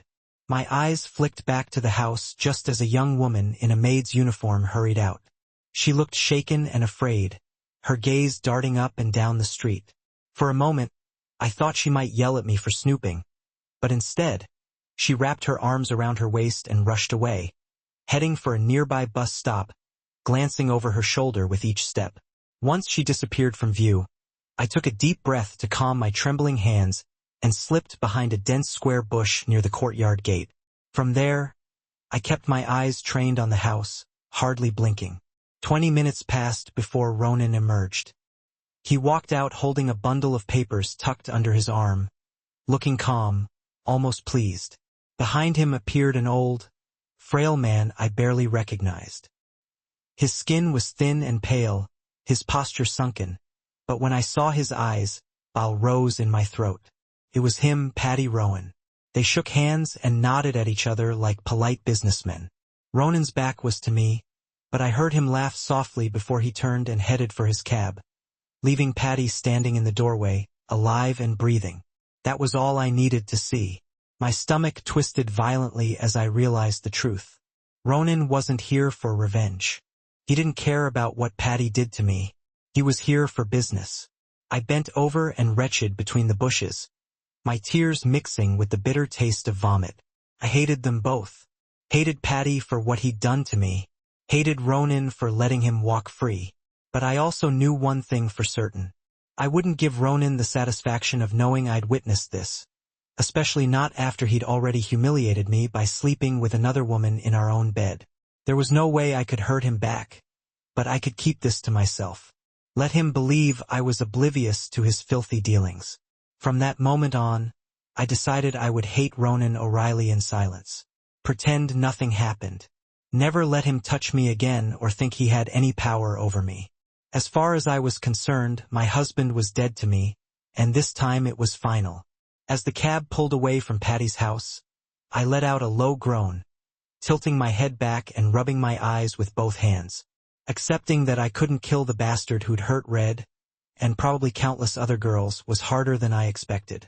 I wasn't trying to pretend I was a saint, but even men like me had lines they wouldn't cross, and anyone who crossed mine deserved death, especially men like him. Part of me felt a strange guilt about how I'd handled Red on our wedding night. I knew she'd wanted it. I'd seen it in her eyes, felt it in the way she pressed closer, desperate for more. But she'd been broken once. I never wanted to break her in that way again. At least not that part of her. My phone vibrated in my pocket, interrupting my thoughts. I glanced at the screen and sighed. George Van Horn. Business. Always business. Damn it! I muttered as I answered. Van Horn was a real estate tycoon turned politician who'd bulldoze his own family to win an election. He'd hired me to keep his skeletons buried while he campaigned like his life depended on it. Riley, he barked. I need you to handle a package for me. This will have to wait until Friday, I replied, my tone flat. I'll be back in Boston then. It can't wait until Friday. I'm on my honeymoon, George. He let out a humorless chuckle. Don't tell me you're shacked up in a Motel 6 while your wife shops at T.J. Maxx. You're living the high life because people like me pay you well. This isn't a 9 to 5. Riley, get your ass back here. Now. I stayed silent, knowing it would rile him up more than any insult. Riley, goddammit. He paused, took a shaky breath, and continued. Look, I get it. It's your honeymoon, but this is urgent. I can't have this package sitting here. If it leaks, my entire campaign is done. I let the silence stretch longer. Rule number 1 in negotiations. Talk less, make them sweat. I heard a crash in the background followed by his curse of pain. Good. He was sweating it. Fine. How much? Double what you're paying me now? I said, slipping a toothpick between my lips. You're kidding. I wish, I replied dryly. But sadly, my sense of humor sucks. He sighed heavily. Whatever. Fine. And you'll cut your honeymoon short. Like it mattered. FIA and I weren't exactly enjoying candlelit dinners and moonlit swims. I hated Miami. Too bright, too crowded. I'll leave as soon as I wrap up one last thing. He lit a cigar, the scratchy sound coming through the line. Some lucky wife you've got. Don't mention her. I snapped, my voice low and final. Don't think about her. As far as you're concerned, she doesn't exist. He chuckled softly. So he does have a soft spot. I clenched my jaw, the toothpick nearly snapping between my teeth. Cole will send you the new terms by tomorrow. I ended the call before he could respond. My mood darkened further. When I got back to the hotel, Red wasn't there. I wasn't surprised. She was stronger than I thought, stubborn in ways I hadn't expected. Despite having my credit card, she hadn't used it once. I didn't even know how she managed to go an entire day without spending a cent. She confused the hell out of me. I pulled a crumpled note from my pocket, reading over the names again to remind myself what truly mattered. 1. Liam Costello. 2. Father Ian Byrne. 3. The one who hired Liam. I kicked off my shoes, stripped down, and turned on the shower. Miami heat felt like punishment. I thrived in the cold, in winter, in the quiet, dark streets of Boston. Summer was suffocating, but weather wasn't my real problem. By tomorrow, Patty's lawyer would bring a check for FIA. She'd get money to soothe wounds he caused years ago. Not that money could erase the scars, but it was something for her and for my father. Steam clouded the mirror as I stepped out, wrapping a towel around my waist. I heard her before I saw her, the soft sounds of her footsteps on the carpet. She was back. I leaned against the doorway watching her. She stood on the balcony in her baggy jeans and striped tee, arms resting on the railing, staring at the ocean as sunset streaked the sky in gold and orange. "Your stubbornness is getting old," I said quietly, pushing off the doorframe and stepping closer. "Then do us both a favor and let me go," she replied without turning. I placed my hands on the railing beside hers, caging her in. "That's not what you said when I was tasting you like a 5-course dinner." She turned sharply, her face twisted with disgust. For the first time, I saw genuine loathing in her eyes. Not fear, not shyness, just hatred. I stepped back instinctively. That was before she snapped. Right before Isabella, before I ruined any sliver of trust we'd built. I turned away and grabbed a bottle from the minibar, twisting off the cap and taking a long drink. She followed me into the room, her anger radiating like heat. "Don't act like you care who I sleep with, Fia," I muttered. "Not when you keep saying this marriage is a mistake." "You think I care?" She scoffed, throwing her hands up. "You can screw every woman in Miami for all I care. Catch every disease in the book." I spun around, gripping the bottle tight. "Then what the hell has you so pissed off?" "Forget it." She shoved me back, tears pooling in her eyes. I felt my anger dissolve. "What happened?" My voice softened without permission. "Why are you like this?" "It doesn't matter," she whispered, wiping her cheeks. "You never tell me anything. Just leave me alone. We have dinner reservations at 9. It's the best restaurant in Miami. 2 Michelin stars. Hate me tomorrow if you want, but don't waste a chance like this." Why was I even trying to convince her? I could have picked up any woman at the bar tonight, but I wanted her to be happy. I wanted her to love the food, the night, even if she still hated me. "Still not interested," she said coldly, snatching the bottle from my hand and taking a swig before handing it back. I pointed it at her. "Put your shoes on, Fia. Don't make me ask twice." She laughed bitterly. "What are you going to do if I don't? Kill me like you killed Liam Costello?" She shoved me again, her fists small but determined. "Cut me up, throw me in the ocean, not care that everyone knows what you are." I ran a hand through my hair, exhaling slowly. She wasn't scared anymore. She was just done. And there was nothing I could do about it. I couldn't threaten her. She didn't use my money, didn't need my power, and I couldn't hurt her. She wasn't like Isabella. Without a word, I turned away, dressed quickly, slipped on my watch and cologne, and left her alone in the suite. I ended up at the hotel bar nursing drink after drink until a tall blonde tried to approach me. "Kylie," she purred, extending her hand. "Not interested," I muttered, turning away. Hours later, I stumbled back to the room, half drunk and wholly exhausted. She lay curled on the sofa, the TV flickering across her peaceful face. "We wouldn't be sharing a bed tonight. I'll ask one last time. What happened?" I said quietly. "What's the point?" she murmured. "You never give me answers." She was right. I had nothing to say. "Pack your things. We're leaving in the morning." "I never unpacked," she replied, her voice empty. "Why not? I knew we'd be back in Boston within a day. This isn't a honeymoon, just business." We weaved through Boston's gray streets, passing brownstone buildings, jaywalkers darting between cars, and tight alleys flashing by. I pressed my forehead to the window, determined to ignore my husband beside me. His gaze stayed locked on the road, cold and distant, as if I didn't even exist. He'd given up trying to talk to me. I could tell. I'd moved my belongings into the guest room downstairs, and he hadn't tried to stop me. Part of me wondered why I hadn't done it sooner, while another pathetic part missed sharing a bed with him. Yeah, pathetic was about right. I decided to start at Rouge Bees the following day instead of waiting until next week.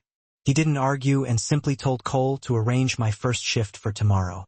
That night, I tried to distract myself by chatting with Lucy and Daisy, but they were still convinced I was in danger and insisted I call the police. Deep down, they knew I wouldn't. Rumors said Ronan had ties with cops, and besides, they respected my wishes. Or maybe they just wanted me to survive until my next birthday. The next afternoon, Ronan pulled up outside the alley by Rouge Bees, double-parked as usual, blocking a delivery truck this time. I twisted in my seat to grab my backpack when there was a sudden knock on my window. Ronan rolled it down, and Cole's face appeared, leaning in so close our noses nearly touched. He tapped the roof twice before flashing a grin. Guess a tan wasn't part of the Riley honeymoon package. Understatement of the year. My skin was still as pale as a fresh coat of paint. Ronan smirked darkly. We were busy with more interesting activities. Yeah, like ignoring each other from opposite ends of the hotel suite, drinking alone. I didn't know why he bothered pretending in front of Cole. There were too many mysteries with him to ever keep up. Thanks for the ride, I muttered, pushing my door open. Cole stepped back, his eyes catching on Ronan's hand resting on my thigh. The first time he'd touched me since I refused dinner with him. Have a good shift, Red, Ronan said calmly. Why was he suddenly pretending we were civil? I glanced from his hand to his face. Yeah, sure. Before he could lean in for a fake goodbye kiss, I slipped out of the car. Cole, Ronan called, making Cole pause with a sigh. The traffic jam behind the Maserati grew, and embarrassment crawled up my neck. You're needed at the cabin. Cole groaned. I have work here. I'll head there this evening. 1 hour. Ronan snapped, loosening his grip on the wheel. Bring the kit. Cole nodded stiffly and followed me inside. As the side door shut behind us, he raised an eyebrow. Aren't you going to ask about the cabin or what kit he wants? How do you know I don't already know? I countered. He smiled faintly. Because your husband is good at secrets, especially from you. True enough. He kept plenty from me, like why he married me in the first place or why he'd met with Rowan. The thought alone made my spine go rigid. I rolled my eyes. I don't need to know. Do what you guys do. I'm not getting involved. That's not what I do. He stopped outside a sleek glass door leading into his office. I don't break the law, but you break promises. I challenged before I could stop myself. Maybe I was tired of being powerless. You said Miami would be worth my while. It wasn't. I meant I'd cheer you up when you got back. Sorry it didn't work out, sweetheart. Don't sweetheart me. I brushed past him into his office and sank into a chair opposite his. Let's get this paperwork over with.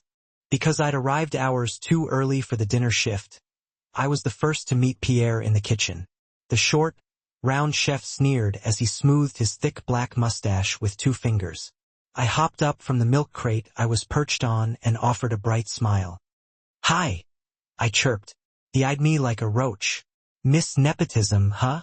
I thought you weren't starting until next week. I wanted to get going sooner. I straightened up. I'm here to work hard, chef. He scoffed, pushing off the stove and waddling closer until he was right in my face, despite being shorter than me. We'll see about that. By the time my shift ended, my hands were raw. I'd gutted and scaled so many fish I lost count, nicking myself with the thin boning knife again and again. My fingertips were pruned from the water, my wrists streaked with tiny cuts.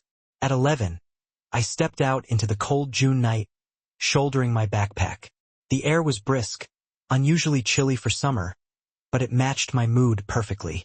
I walked the long way back to Ronan's building, needing time to think. My legs trembled from exhaustion as I passed closed galleries and boutique shops. I shoved my hands deep into my hoodie pocket to fight the chill. Rounding a corner, I halted abruptly. Cole stood there smiling, his hand extended. Against all logic, I took it. How was your first day? He asked gently. I swallowed, blinking. Cole, what are you doing here? Wasn't he supposed to be with his family or at the cabin with Ronan? He looked down at me, street lamp light washing his features in gold. Coffee? I shook my head. I should get home. Hot chocolate. Then he rested a hand lightly on my back. Shock froze me in place. I know it's your favorite. It should have creeped me out. Maybe it did, but the idea of going back to an empty penthouse, or worse, a penthouse with Ronan, felt heavier. So, I let Cole lead me to a nearby diner. We sat in a red vinyl booth. I sipped my hot chocolate in silence, fiddling with the jukebox. His eyes never left my face. I tried to ignore how good he looked in his blazer, how kind he seemed. "Tell me about yourself," he said, leaning forward. I didn't meet his gaze. "Why? You already know everything. My drink order. Why Ronan married me." He dragged his finger through spilled sugar on the table, then brushed it gently over my lower lip, sprinkling sugar onto it. Before I could react, he yanked my collar, pulled me forward, and kissed me. His mouth pressed hard against mine, tasting of sugar and heat. My stomach twisted. I heard gasps from a group of teenage girls at a nearby table. Time paused before I jerked away, stumbling back from the booth. "What the hell?" I panted, pressing a hand to my lips. He sat back, looking smug. "You said I don't care." "I do. You said I'm not hitting on you." "I am." "Really? You're married?" My voice cracked, anger flaring. He shrugged casually. "Only for my son's sake. Bella and I were done." "Yeah, well, I still have a husband." I grabbed my bag and shoved my things inside. "Not a real marriage." He ran his finger through the sugar again, bringing it to his lips slowly. "We owe them nothing. We owe ourselves everything." I clenched my teeth. "Touch me again and I'll tell your boss." I turned and stormed out, slamming the diner door behind me. As I marched down the street, I glimpsed his silhouette through the window, reclining in the booth, smiling faintly as he tapped his lips with his sugar-dusted finger. I ran all the way back to the penthouse. I didn't even pause to catch my breath before locking myself in the bathroom and standing under an ice-cold shower until I felt clean again. Cole was the last thing I wanted. But maybe, just maybe, he was what I needed to finally stop caring about Ronan O'Reilly. Ronan, the idiot, showed up in the dead of night just as Flynn Van Horn puked all over my derby shoes, crawling across the floor toward the wooden table, desperate to grab the phone on it. "Freaking junkie," I muttered, stepping over the vomit to open the door. Cole stood there wearing his usual smug expression. His car headlights spilled across the surrounding hills, slicing through the dark. This cabin had once been my dad's hideaway in the Berkshires, a place far from Boston where he could spend time with Robin. When I inherited it, I turned it into a space for business. Right now, business involved detoxing a junkie, something I knew absolutely nothing about. That was Cole's job. Flynn's father, George Van Horn, couldn't risk his son checking into a regular rehab where his dirty little secret might leak. So, I brought him here to a place thick with secrets. The walls were soaked in them. Bribes, blackmail, betrayals. This cabin held enough dirt to keep Boston PD busy for centuries. "You're 9 hours late," I growled, flashing Cole an irritated smile as he walked in, carrying his detox kit. He looked annoyingly cheerful. What the hell was he so happy about? "Where's our patient?" he asked. At that moment, Flynn let out a strangled noise, trying to pull himself up on the table. He collapsed back down, his face slamming the floor with a crack. I shook my head and sank into the squeaky yellow couch my dad's mistress had picked out. Her taste was horrible. Braided rugs, deer heads nailed to the walls, wood paneling everywhere. The place looked like a scene straight out of a Stephen King slasher flick. "I'm dying," Flynn screamed as Cole knelt beside him, speaking in a calm, even voice, explaining what he was checking for. Honestly, I believed him, the second I'd yanked him out of his grimy apartment. He'd been trembling and retching, crying for another hit. The entire drive here, he'd sobbed and sweated, mumbling about how sick he felt. Even I could see he was dangerously close to death. "He needs a hospital," Cole said, pulling off his black gloves. I snarled, kicking a nearby footstool hard enough to flip it. That wasn't an option, and he knew it. George Van Horn paid me to handle this quietly. Failure was never part of my job description. Flynn went limp on the rug, vomit pooling beside his cheek. His breathing was ragged, his skin clammy and pale. I knelt, pressing 2 fingers against his throat. His pulse was weak, but still there. "No hospital," I snapped at Cole. Fix him here. It's risky. His dad would rather bury him than see him in a public rehab. I fired back. He could die from a heart attack, Cole said, his voice calm but firm. He leaned back against the wall, folding his arms. You can't just detox him here like this. It's dangerous. I rubbed my knuckles against my cheekbone, feeling rage burn behind my eyes. Stepping forward, I grabbed the back of his neck and yanked him close so we were nose to nose. Your conscience is already filthy. Do it anyway. We glared at each other until he stepped sideways, unzipping his bag. He pulled out a syringe and a small vial while I turned away, staring out the window into the cold rain. I heard Flynn gasp, and Cole rummaged through pill bottles. At least rich kids liked their expensive drugs, and at least Cole knew how to keep them alive. How was Red's first day? I asked, keeping my voice casual. I didn't care about the answer. I just wanted to remind him she was mine. Ask her yourself, Cole replied, sounding amused. Thought you two were getting along. I turned to see him gesture at Flynn. We lifted the limp kid onto the couch, Cole moving like a practiced nurse. He disappeared into the bedroom and returned with a blanket, tucking it around Flynn's thin shoulders. When he finished, he sat on a stool nearby and dropped his head into his hands. Lighting a cigarette, he flicked the burning match onto Flynn's wrist. The kid didn't even flinch. He was too far gone. That was Cole. He looked clean-cut, respectable, but underneath he was as rotten as I was. She came back pissed off, he said finally, staring at the floor. Tell me you're not hurting her. I told her I'd keep her safe. My jaw tightened. He told her what? And if I am?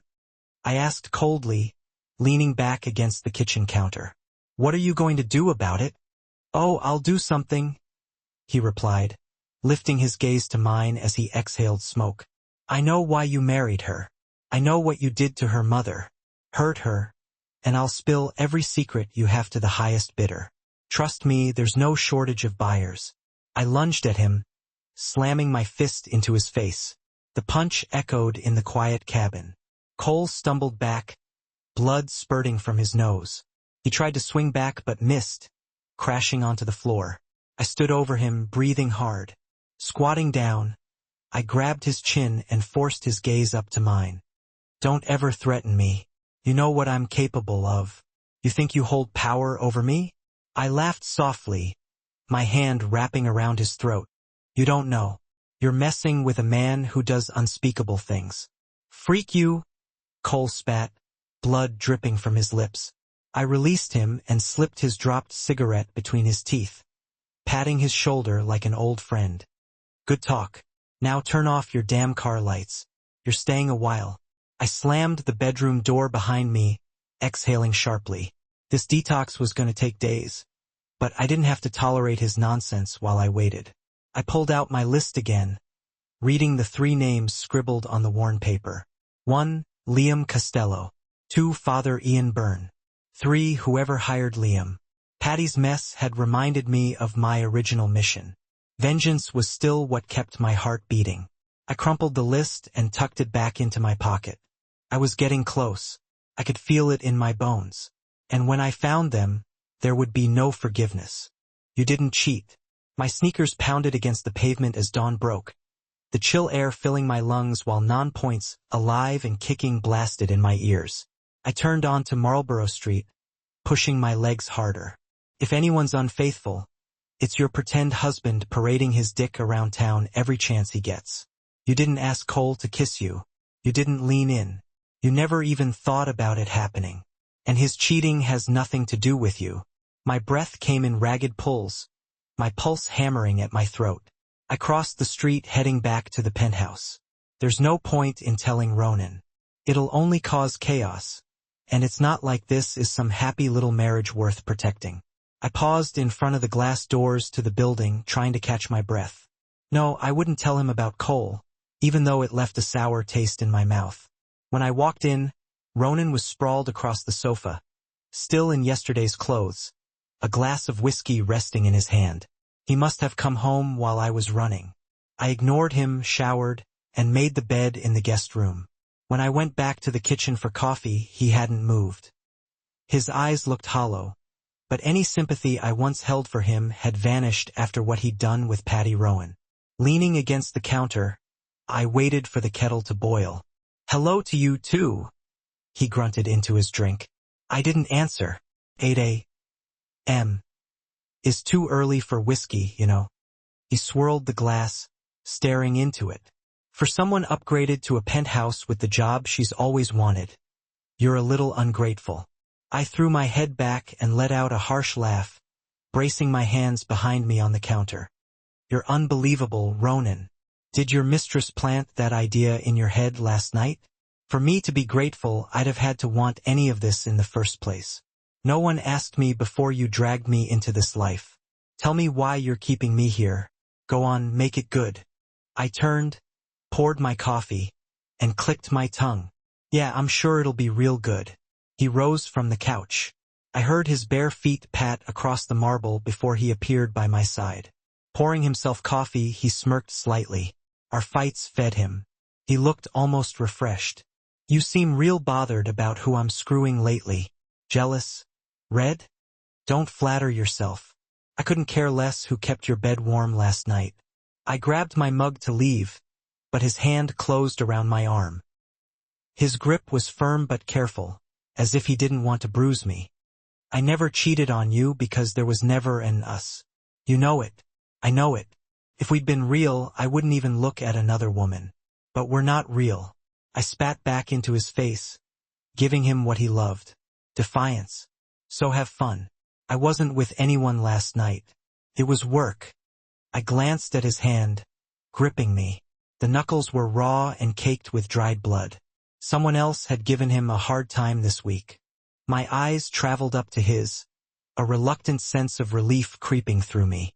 He hadn't been with anyone. "I hope whoever's face you wrecked managed to land a few decent hits back." A cold smile curved his mouth. "Who? Cole? He'd have to be a man first. Since he's not, let me be clear. Stay away from him." My heart thudded. My throat tightened. How did he know about the kiss? Did Cole tell him? No way. He wouldn't. And if Ronan knew, there'd be more than just bruised knuckles. No, he didn't know. His gaze read over my face, his hand still holding my arm. I pulled away, shrugging off his warning. Was he jealous? The idea sent a thrill through me, even though I hated it. Yes, I hated him. But whenever he was close, something inside me burned. Ronan ignited a hunger in me that Cole never could. Cole was kind, easier to love. But Ronan made me feel wild, reckless. My blood always roared for him, and he knew it. "Or what?" I asked, jutting my chin. "I work with Cole." He stepped forward, grazing his busted knuckles down my cheek to my neck, and my skin prickled with goosebumps, desire sparking under his touch. "I'll make sure you see less of him." "You'll fire me?" My voice trembled with rage, but I kept my eyes locked on his. "I wouldn't do that to you, wifey." His lips hovered over mine, his blue eyes locked onto my green. He pulled back, sipping his coffee, his other hand sliding down my side to rest at my waist. I stood frozen, refusing to flinch. "No, I'll fire Cole." He said it so calmly it took a second to sink in. "I'm sure he'll find something to support little Aiden and me and Kat. She could do with getting off her ass and working for a change." He fought dirty. My father had relied on the Riley payroll for years. Kept us fed, kept a roof overhead. Cole needed this job. Aiden deserved everything I'd had growing up. "You're a bastard." My voice was ragged. My eyes flicked to his lips. Why was I looking there? Why did I still want him? He leaned in closer, his breath warm against my temple. "I'm a bastard. You can't get me out of your head, day and night, Red. And if Cole thinks he can have you too, he's wrong. You're mine." My stomach twisted in disgust. What did he mean, too? Who else had Cole taken from him? The realization punched the air from my lungs. My stomach rolled with nausea. "Isabella." My eyes burned with tears. "You dated Kat?" My voice cracked. He laughed, loud and bitter, his chest shaking with amusement. Bile rose in my throat. Who dumped who? How did Cole fit into that timeline? Can you answer one question without playing games? I whispered. This isn't about us, not about work. Stay away from Cole. His tone hardened. He slammed his mug onto the counter and turned away, heading up the stairs. The scent of his cologne lingered in the air, making my knees weak, but I stood my ground. And if I don't? I shouted after him. He kept climbing but called back over his shoulder. Then you'll see what I'm like when I'm pissed off. Trust me, it's not pretty. Stop sleeping with Patty, and I'll keep away from Cole. I shouted. But keep screwing around, and so will I. He froze mid-step, turning slowly to look at me. His mouth curled into a dark smile. That sounds like a threat, baby red. Is it semantics? I clucked my tongue, mocking him. You men love it. His eyes gleamed with twisted delight. He thrived on this, on me pushing back. I'm not your father's little puppet. You want me to keep away from Cole? Then keep your dick in your pants. Mess around with me and me only. Where did that come from? Even I didn't know. But I liked this version of me, the FIA who didn't back down. Is that what I think it is? He asked softly. Because if it is, I won't be gentle. I don't want gentle. I turned back to the fridge, pulling it open, my voice flat. I want real. Now stop acting like a jealous girl. I heard his low laugh behind me. I knew he'd take the bait. The more I fought him, the more he wanted me. If I burned down his penthouse, he'd probably laugh and offer me the matches. Hell, wifey, I'm game. Let's play. For the first time since marrying him, I felt like I'd won. And damn, victory tasted better than I ever imagined. Ifia. I spent my entire shift at Rouge, just chopping vegetables, only for Pierre to toss them straight into the trash, announcing to his sous chefs they were too uneven to use. He made sure I knew he wasn't impressed by my connections to Cole and Ronan. Couldn't blame him, really, after the stunt Ronan pulled on him. Still, keeping quiet wasn't my strength. I shot my mouth off. Nobody talked back to the head chef, but I did. I became the problem child in his kitchen. The kind of girl men called trouble the minute she opened her mouth. By the time I finished, all I wanted was a long, hot shower and my bed. When I stepped into the dim guest room, I kicked off my shoes and dumped my clothes in a heap by the bathroom door. I changed out of my kitchen uniform before leaving work, so I was down to a purple tank top and matching boy shorts. That's when his voice cut through the silence, deep and commanding. Grab your stuff and move back upstairs. Ronan. I froze, half undressed, staring into the shadows where he sat on the bed. His silhouette was clear now, one foot propped up, knee bent, sleeves rolled to his elbows. I feel like staying here tonight. I shot back, keeping my gaze locked somewhere above his head in the darkness. It was deliberate, provoking him, dragging out the wound he'd left raw after that visit to Patty Rowan. Hearing his breathing turn ragged made something dark inside me curl up in satisfaction. He was irritated, restless, probably turned on, too. He rose and strode over to me. Heat exploded along my nerves like a lit fuse burning down to an inevitable detonation between my thighs. Tonight I was in the mood to fight. You know, Red. He circled around me, arms clasped behind his back, his voice low with something that sounded almost like amusement. It's hard to hate you when you stand your ground.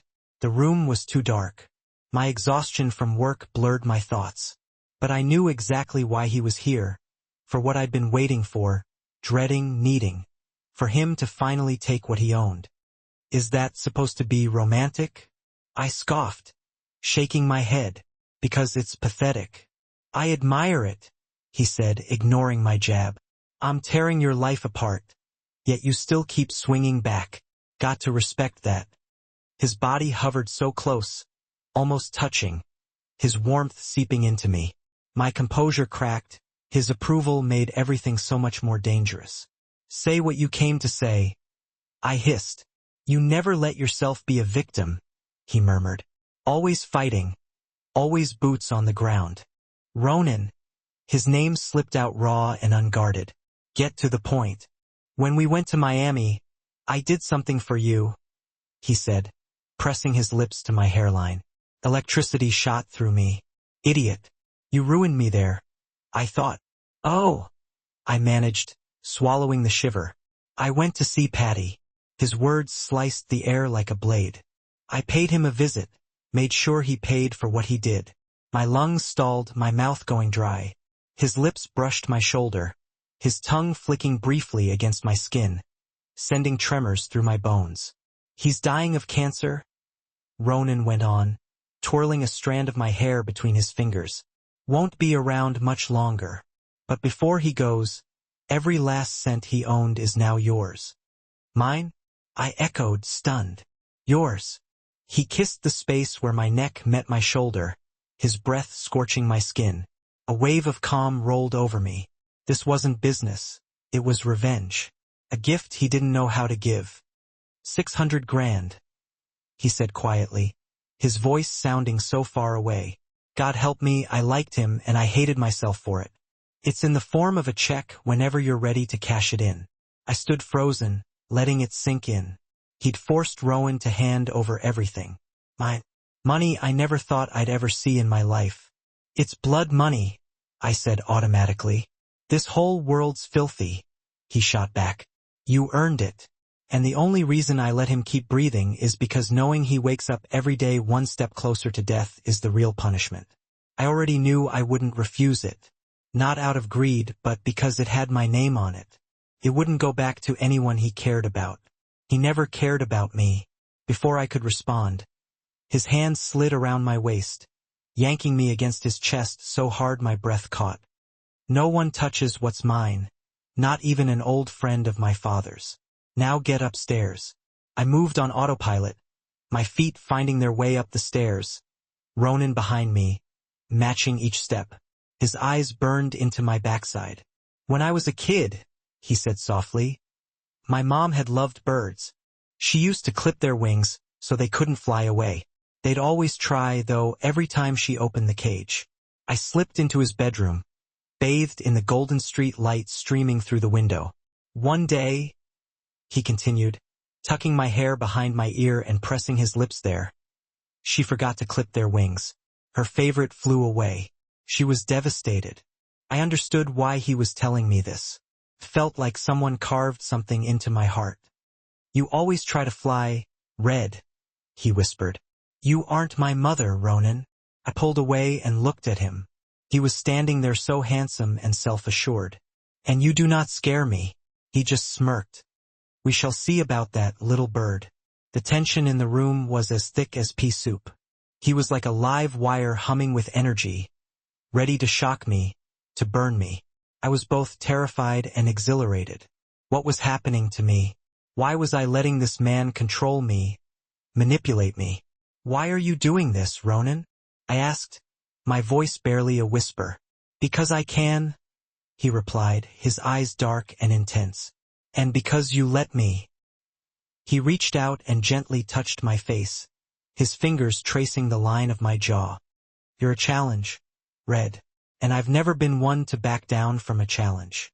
I wanted to scream, to run, to hide, but I couldn't move.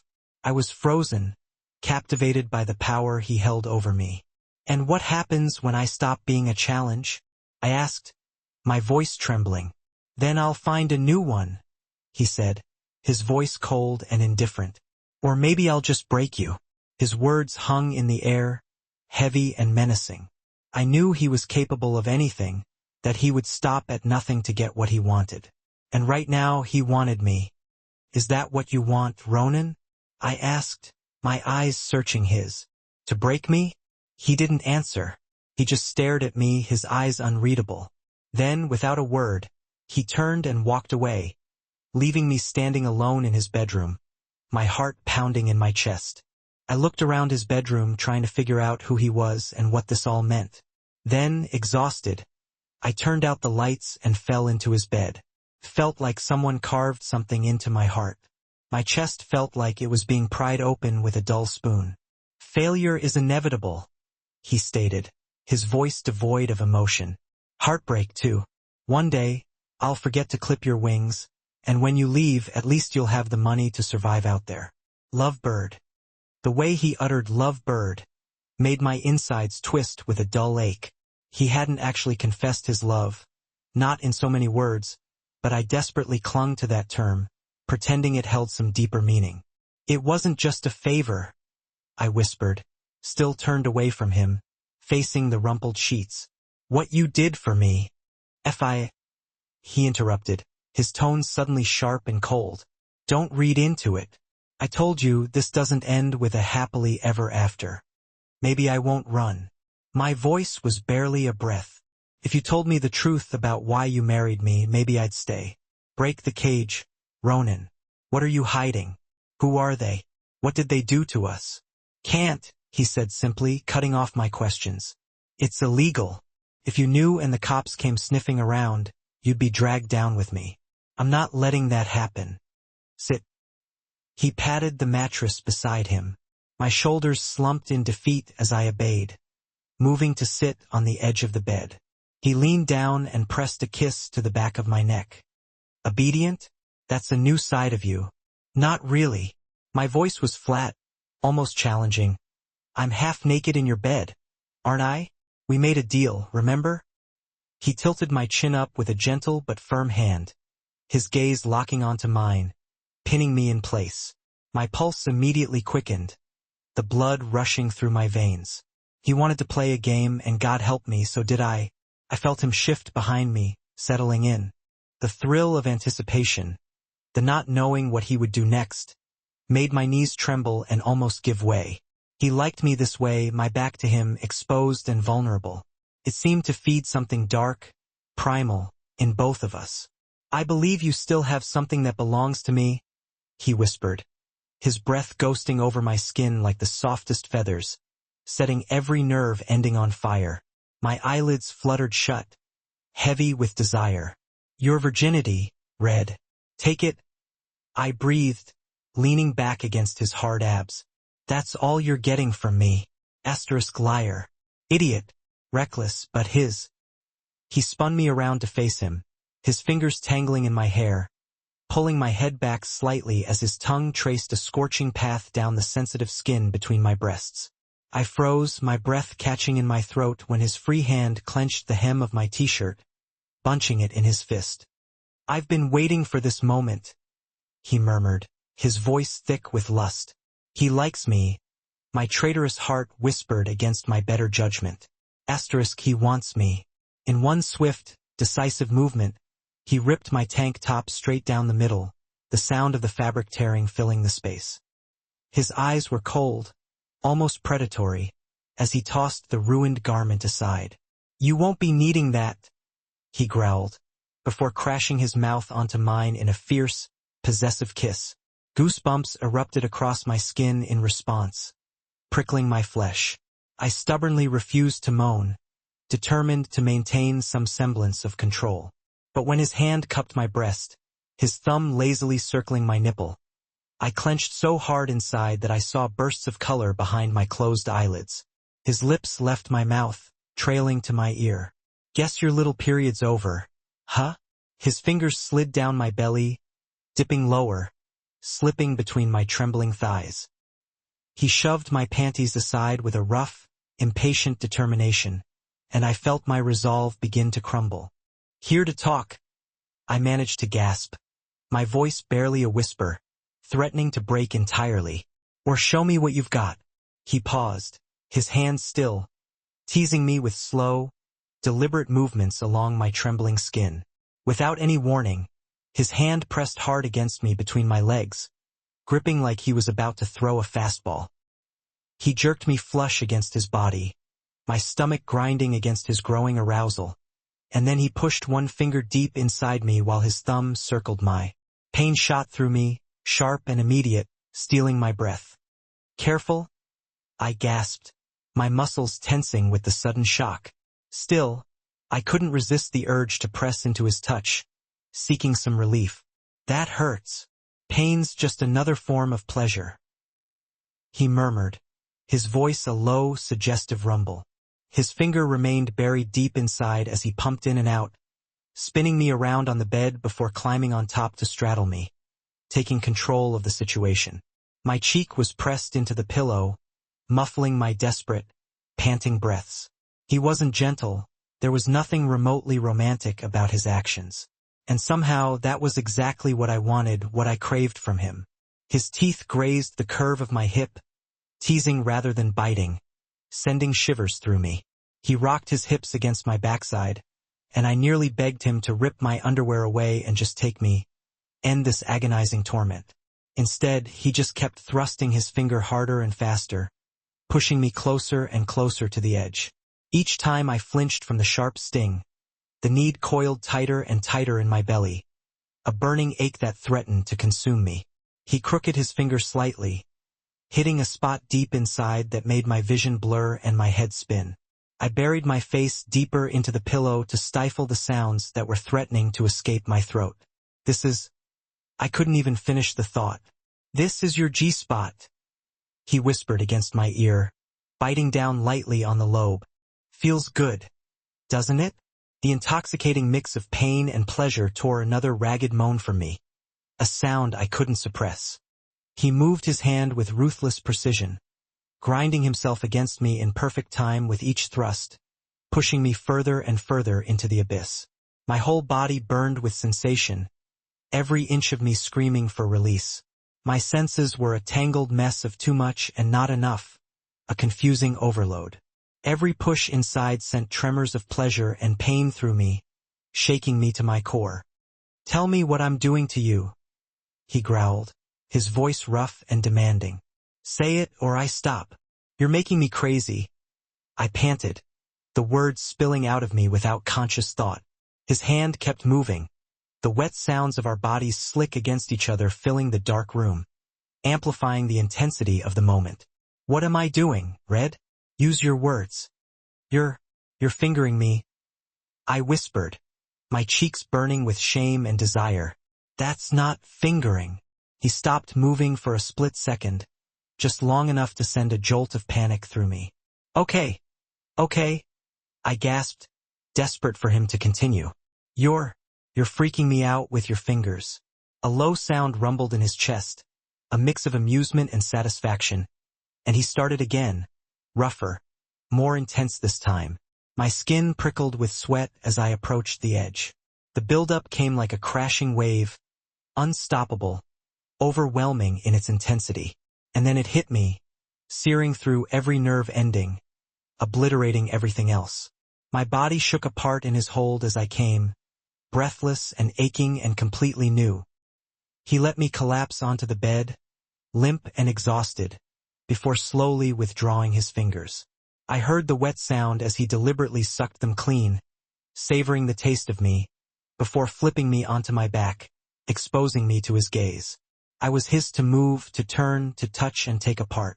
And God, I wanted that, at least here with him in this moment.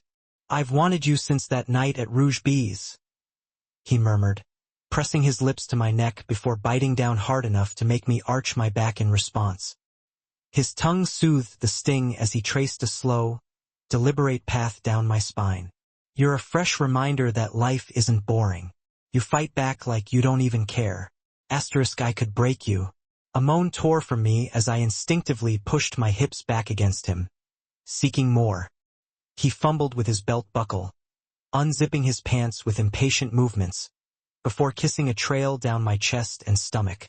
I wanted everything, not just his touch, but him, the parts of him he kept hidden from the world. The parts of him no one else was allowed to see. I craved his truth more than his body. But all I could have, all I was allowed, was this physical connection. It's going to hurt, he warned, his voice rough with barely contained desire. Everything with you does. I managed a shaky smile against his mouth. He pulled my underwear down, positioning himself at my entrance. We both looked down, watching as he rubbed himself against me, spreading my wetness over his length, preparing me for what was to come. My head spun from how badly I wanted him, how desperate I was for him to finally be inside me. I love this, he said hoarsely, his tongue swirling around my nipple, teasing me mercilessly. Love knowing I'm about to ruin you for anyone else. When he finally pushed inside, the pain was instant and sharp, enough to make tears blur my vision. He was big, too big, and my body struggled to accommodate him, to adjust to the invasion. His eyes locked onto mine as he moved, his gaze intense, searching my face for something I didn't understand, something I couldn't decipher. "Why are you looking at me like that?" I whispered, heat crawling up my neck, betraying my discomfort. He didn't look turned on or even remotely aroused. He looked focused, almost clinical, his expression unreadable. "Breathe," he ordered softly, his voice surprisingly gentle. "The pain will fade. I got you, Red." He thrust again, deeper this time, and I clawed at his back, my nails digging into his skin in a desperate attempt to anchor myself. I didn't know if I wanted him to stop, to pull back and end the discomfort, or if I wanted him to keep going forever, to push through the pain and find the pleasure on the other side. A tear slid down my cheek, and he paused to kiss it away, a tender gesture that broke my heart in a way nothing else could. I didn't want softness from him. I wanted his darkness, his cruelty, the parts of him that didn't give false hope. His rhythm picked up, harder, deeper, until our bodies moved together almost without conscious thought.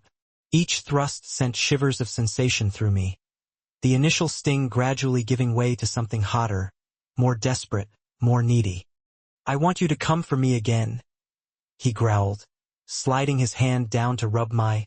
His thumb moved with ruthless precision, flicking and circling until pleasure tore through my body like wildfire, consuming me from the inside out.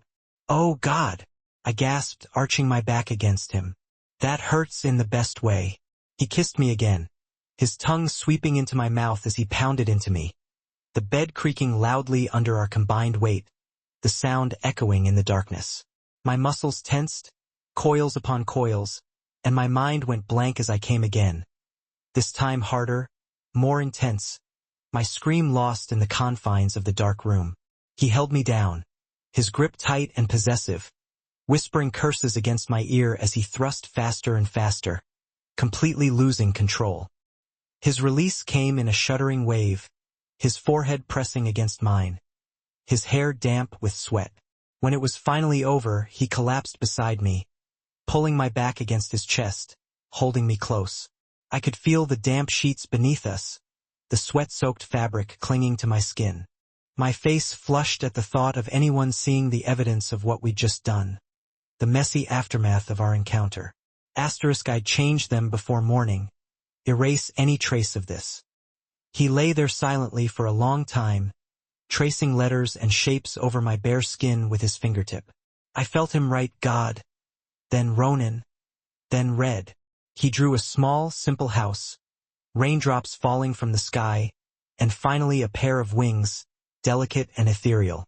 This wasn't just sex, it was everything, and that realization terrified me more than anything else. After what felt like half an hour, he finally spoke, his voice low and rough, a stark contrast to the tenderness of his touch. "Tell me about your mom." My entire body went stiff, every muscle locking in place. His finger paused mid-stroke, his lips hovering just above my hair. "I don't have a mom," I said flatly, my voice devoid of emotion. "She left before I was old enough to remember her." "Ever try to find her?" His voice was too soft, too caring, too gentle. It made me want to scream, to lash out at him for daring to show me any kindness. "Why are you asking me this?" I shot up, pulling away from him and grabbing random articles of clothing from the floor, slipping into his shirt. I refused to meet his eyes, couldn't bear to see the expression on his face. This wasn't supposed to be intimate, it wasn't supposed to feel like anything more than a transaction. He stayed where he was, propped up on one elbow, watching me with those unervingly calm eyes. "Just trying to be a good husband." "You're only good for one thing," I snapped, yanking my panties back on with unnecessary force. "And we both know what that is." He smirked lazily, a hint of challenge in his eyes. "These sheets are yours too, Red." "I thought I was your caged lovebird?"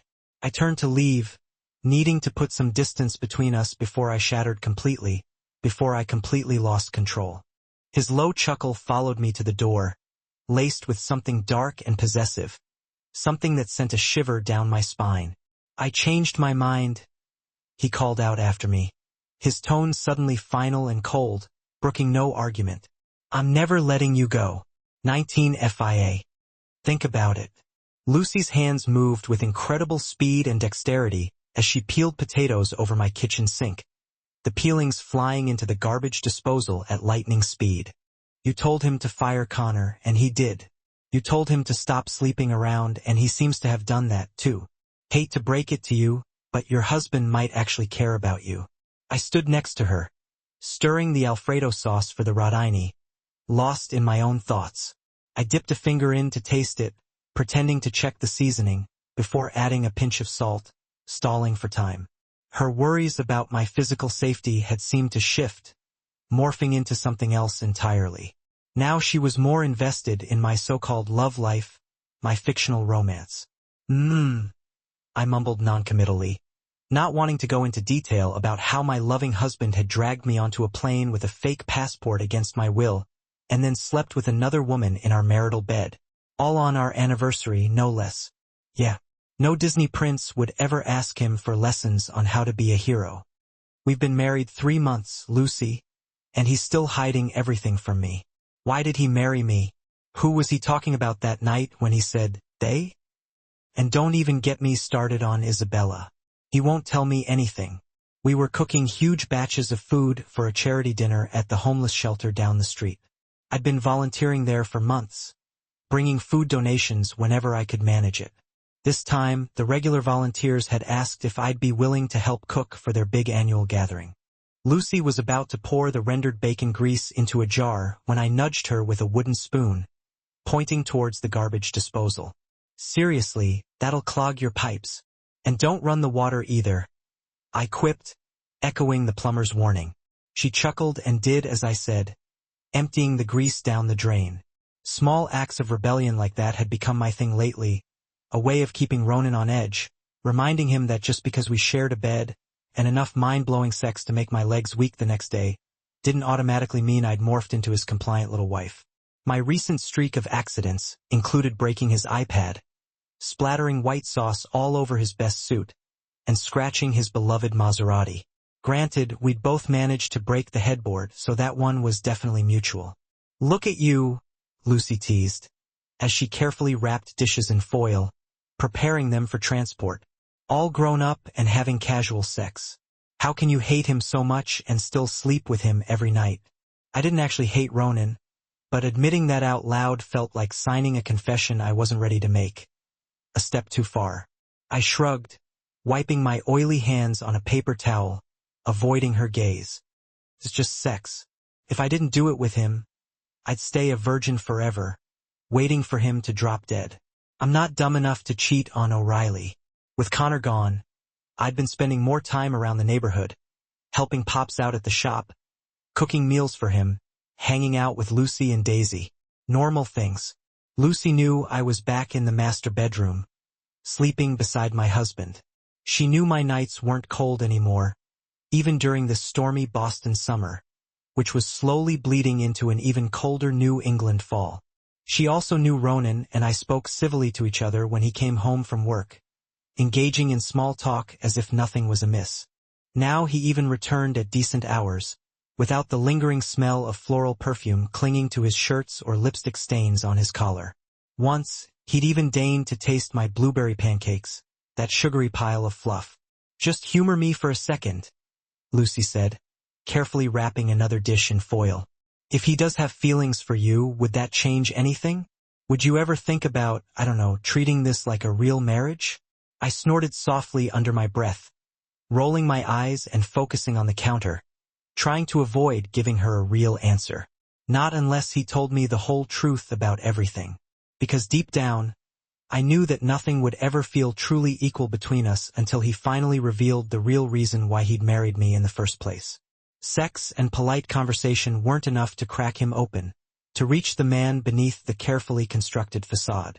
If I felt detached, his heart was floating on another planet, impossibly distant. Do you think he ever will tell you? She asked softly, her voice laced with concern. My stomach twisted uncomfortably at the thought. Honestly, people like Ronan lie so much to cover their tracks. They often end up drowning in their own secrets, consumed by the very things they're trying to hide. But that wasn't quite true, was it? Ronan moved through his lies with the effortless grace of an Olympic swimmer, navigating the treacherous waters with ease. I was the one drowning, struggling to stay afloat in a sea of deceit. Worst of all, I kept lying to myself, pretending I didn't care, when the truth was that he was slowly finding his way under my skin, pushing deeper and deeper with each passing day. And I knew that eventually, he'd reach the one place that could destroy me completely: my heart. There were plenty of things I couldn't stand about working at Rougebee's. For starters, I hated how Cole kept trying to act like we were friends, no matter how uncomfortable I made it for him after that impulsive kiss. I hated Pierre's constant sneers and his petty little power plays, designed to make my day just a little bit more miserable. Though, to be fair, I spent half my shifts dreaming up new ways to annoy Ronan, so I probably deserved some karmic payback. But there was one thing I always looked forward to during each shift: a brief respite from the chaos. My break. When Cole wasn't lurking around, trying to make small talk, that precious half hour was the highlight of my day. I got 30 glorious minutes and a choice of any entree on the menu to eat in a quiet corner, tucked away from the noisy dining room and the prying eyes of the customers. It was my own little pocket of peace and quiet before the dinner rush swallowed me whole. That day, I was twirling my fork through creamy pasta, savoring the silence, when the rhythmic click of high heels cut through the quiet like gunshots in the dark, shattering the tranquility. The woman's hips swayed confidently as she approached, her posture radiating power and control. I noticed her shoes first, sleek stilettos, a shade of deep red identical to the pair Mira's daughter had lent me for my disastrous first date with Ronan. A small smile tugged at my lips at the unexpected memory. But when I lifted my eyes to her face, the smile froze, dying before it could fully form. Her glossy lips were curled in disdain as she studied me with a critical gaze, just as I studied her in return. I hadn't seen Isabella Greystone since the awkward day I got married. She slid into the bench across from mine, uninvited, and flicked a folded napkin onto my plate as if she were declaring my meal over, ending my reprieve. I set down my fork, lifting my chin slightly in defiance. Those shoes. My feet practically itched with anger. Of course she'd wear them. Mira's daughter, after all. Those eyes. They burned with a cold, calculating fury, locked onto mine as if I'd committed some unforgivable personal offense against her. She was here for a reason, I had no doubt. And clearly that reason was me. Looking for Cole? I asked, forcing a tight, insincere smile, my voice sounding more brittle and defensive than I had intended. Another secret Ronan had never bothered to share. No, FIA, she purred, her voice dripping with venom. I came here for you. For a brief, fleeting second, I wondered if Cole had told her about the kiss, the one-sided, ill-advised moment of weakness. But I quickly dismissed the thought as ridiculous. He kissed you, idiot, not the other way around. Besides, that was ages ago, ancient history. Why would she care now? I sat back, feeling my foot bounce nervously under the table, rattling the silverware against the china. I fiddled with my phone, pretending to be busy, trying to appear nonchalant. Well, out with it. You know, we've never really had a proper conversation, she said, leaning forward slightly as if to whisper something intimate, but her voice was all poison and malice. I regret that. Every muscle in my body tightened, preparing for an attack. Something bad was coming. I could feel it in my bones. Isabella, I said evenly, trying to keep my voice steady and controlled. I have 10 minutes left before I have to go back to gutting fish. If you've got something to say, spit it out. I don't have all day.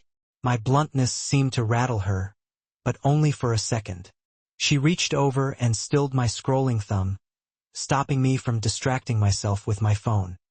Ronan's in love with me, she announced, her voice smug and self-assured. It was always stunning how a few simple words, strung together in the right order, could shake you to your bones, leaving you reeling. He is, she insisted, seeing the shock register on my face. We were engaged once before I had Aiden. 3 whole years together. She leaned forward, trying to catch my eye, searching for a reaction, wanting to see my pain. I stubbornly refused to give her that satisfaction, refusing to let her see how much her words were affecting me. But inside, puzzle pieces were tumbling together messily, creating a picture I didn't want to see. They'd been engaged, they'd been in love, they'd been a real couple, something that mattered. "Funny?" I said, gesturing to her left hand, forcing a lightness into my voice that I didn't feel. "I don't see a ring from him there." "Oh wait, I do see a ring, but it's from Cole." She sniffed dismissively and waved her fingers in the air, as if brushing away a minor inconvenience. The diamond on her finger was smaller than mine, but still massive by normal standards, a glittering rock that screamed wealth and privilege. A slim, understated wedding band sat neatly beneath it. "Cole and I are just an arrangement," she said with a sly, knowing smile. I believed her. Cole had basically said the same thing the day I'd met Aiden. "But Ronan and I, we're real. That's why he comes back to me every Friday." "You work Fridays, don't you?" "I'm what makes his life with you bearable. Don't get me wrong, he thinks you're a sweet girl, but you're not a woman." My body hummed with a barely suppressed rage. My lungs felt too tight, as if someone had wrapped a band around my chest, constricting my breathing. Every nerve in my body begged me to launch myself across the small table and slap the smug smirk right off her perfectly made-up face. So Ronan had a mistress, and she was sitting here, spelling it out for me with a twisted sense of triumph, reveling in my humiliation. And that perfume, that cloying, floral, aggressive scent that filled the air. It was the same sickeningly sweet fragrance that had clung to my bedroom the day we left for Miami. The day Ronan had slept with someone else, betraying me in the worst way imaginable. "Bullshit?" I whispered, my voice barely audible, refusing to believe her, even though deep down I knew she wasn't lying. My lips just kept moving before I could stop them, as if they had a mind of their own. "If Ronan really loved you, he'd never share you. That's not who he is. He wouldn't even share someone he didn't love. Like me. If he felt anything for you, you'd be in his bed. Not me. No one else." That made sense, didn't it? The logic gave me strength, a small flicker of defiance in the face of overwhelming pain. I stood, pointing my phone at her face, ready to document her reaction. "He hasn't seen you in months, has he? That's why you're here. You're desperate." The flush that spread up her neck, betraying her carefully constructed composure, confirmed it. She stood too, her eyes blazing with anger, forcing a tight, brittle smile. "The only reason you're in his bed instead of me is because he made a deal with the devil. I know your marriage isn't real." Somewhere deep in my mind, I imagined a cartoon version of myself getting punched hard in the gut, doubling over in pain, dropping to my knees, defeated. But in reality, I simply turned away, heading for the staff door before I did something I'd regret, something I couldn't take back. She followed me, her words sharp and cutting, stabbing me in the back as I walked away. "You know why you're still alive? Why he hasn't gotten rid of you to make room for me? Because I cheated on him with Cole and got pregnant with Aiden." She spoke so quickly, the words tumbling out of her mouth in a rush, leaving her gasping for breath. Cartoon me took another hit, blood splattering behind her, painting a grim picture of my inner turmoil. And despite everything, she went on, twisting the knife even further. "Even after I crushed him with someone else's baby, he still took care of me. He still did right by me. What we had, what we have, you can't compete with that. Trying would only break your heart. And trust me, I'd hate to see you shattered." Cartoon me staggered upright, wiping blood from her lips, refusing to stay down. "You don't know a damn thing about my marriage. All you know is that Ronan stopped showing up for you, and it's killing you." I smirked, pushing open the door to the kitchen, eager to escape. "People change, Isabella. Move on. He already has." I slammed the door behind me so hard the walls rattled, the sound echoing in the small space. In my mind, Cartoon me kicked her right out of the frame entirely, banishing her from my thoughts. But the second she was gone, the second I was alone, Cartoon me collapsed back into her own blood, staring blankly at the sky, defeated. Because Isabella was right about one thing. Ronan didn't love her, but he didn't love me either. And she knew something I didn't, something I couldn't quite grasp. The secret that tied me to him, the real reason he hadn't let me go. The secret that made him who he was. Ronan. I parked outside the misty cemetery, the air thick with moisture. My father was buried in one of Boston's oldest graveyards, a sprawling expanse of green nestled in the heart of the city. Wild grass and moss crept over the crumbling headstones, softening the edges of the weathered stone. Spiderwebs glistened between them like macabre Halloween decorations, catching the light and shimmering in the mist. It looked like the set of a bad horror film, missing only a creaky gate and a howling wind to complete the spooky vibe. But I actually liked its eerie charm, the sense of history and mystery that permeated the air. Even though it was grim, I knew Dad wouldn't have wanted it any other way. This place sat just behind the South Boston church he'd dragged me to every Sunday of my childhood, whether I liked it or not. It was practically his second home, a place of comfort and solace. Buried here were not just family members, but countless memories, both good and bad. Some I clung to tightly, cherishing them like precious jewels. Others I'd rather erase from my mind completely, forgetting they ever existed. Ian Byrne included. Every Friday afternoon, before the weekend came rolling in with its fresh temptations and inevitable sins, I stopped by to talk to the man I still missed like hell, to seek his guidance and forgiveness. His grave had become my makeshift confession booth, a place where I could unburden myself and speak my truth without fear of judgment. My father had never judged me, never scolded me for being who I was, flaws and all. And coming here kept one thing clear in my mind, a constant reminder of my purpose. I still had unfinished business, a burning need to find out who had ordered his death and brought an end to his life. I whistled softly as I weaved through the crooked tombstones, a little touch of irony, a way of lightening the mood. Visiting him wasn't a somber ritual anymore, a heavy burden to bear. It felt more like dropping by an old friend's place for a beer, catching up on the week's events, ignoring the constant drizzle that had become a permanent fixture in the Boston skyline. It had been the strangest summer the city had seen in years, a constant cycle of sunshine and torrential downpours. And fall looked just as bleak, promising more of the same. I squatted down by his grave, resting my elbows on my knees, feeling the dampness seep through my jeans. We'd had plenty of serious talks, my dad and I, both before and after his death. That hadn't changed, even though he was no longer physically here. Lately, my mind kept circling back to the mystery of who had ordered his murder. Who had sent Liam Costello, that low-level thug? Whoever it was had used a middleman, a dumb local. The kid who died months after his dad. All paid for with Bitcoin. Smart, calculated, but still a damn walking dead man at 4 hours 23 minutes and 36 seconds. I had people digging. Every enemy my dad ever had was either long gone or completely cleared. None of it added up. Maybe whoever ordered the hit wasn't after Dad. Maybe they wanted to hurt me. At least Patty Rowan was dealt with.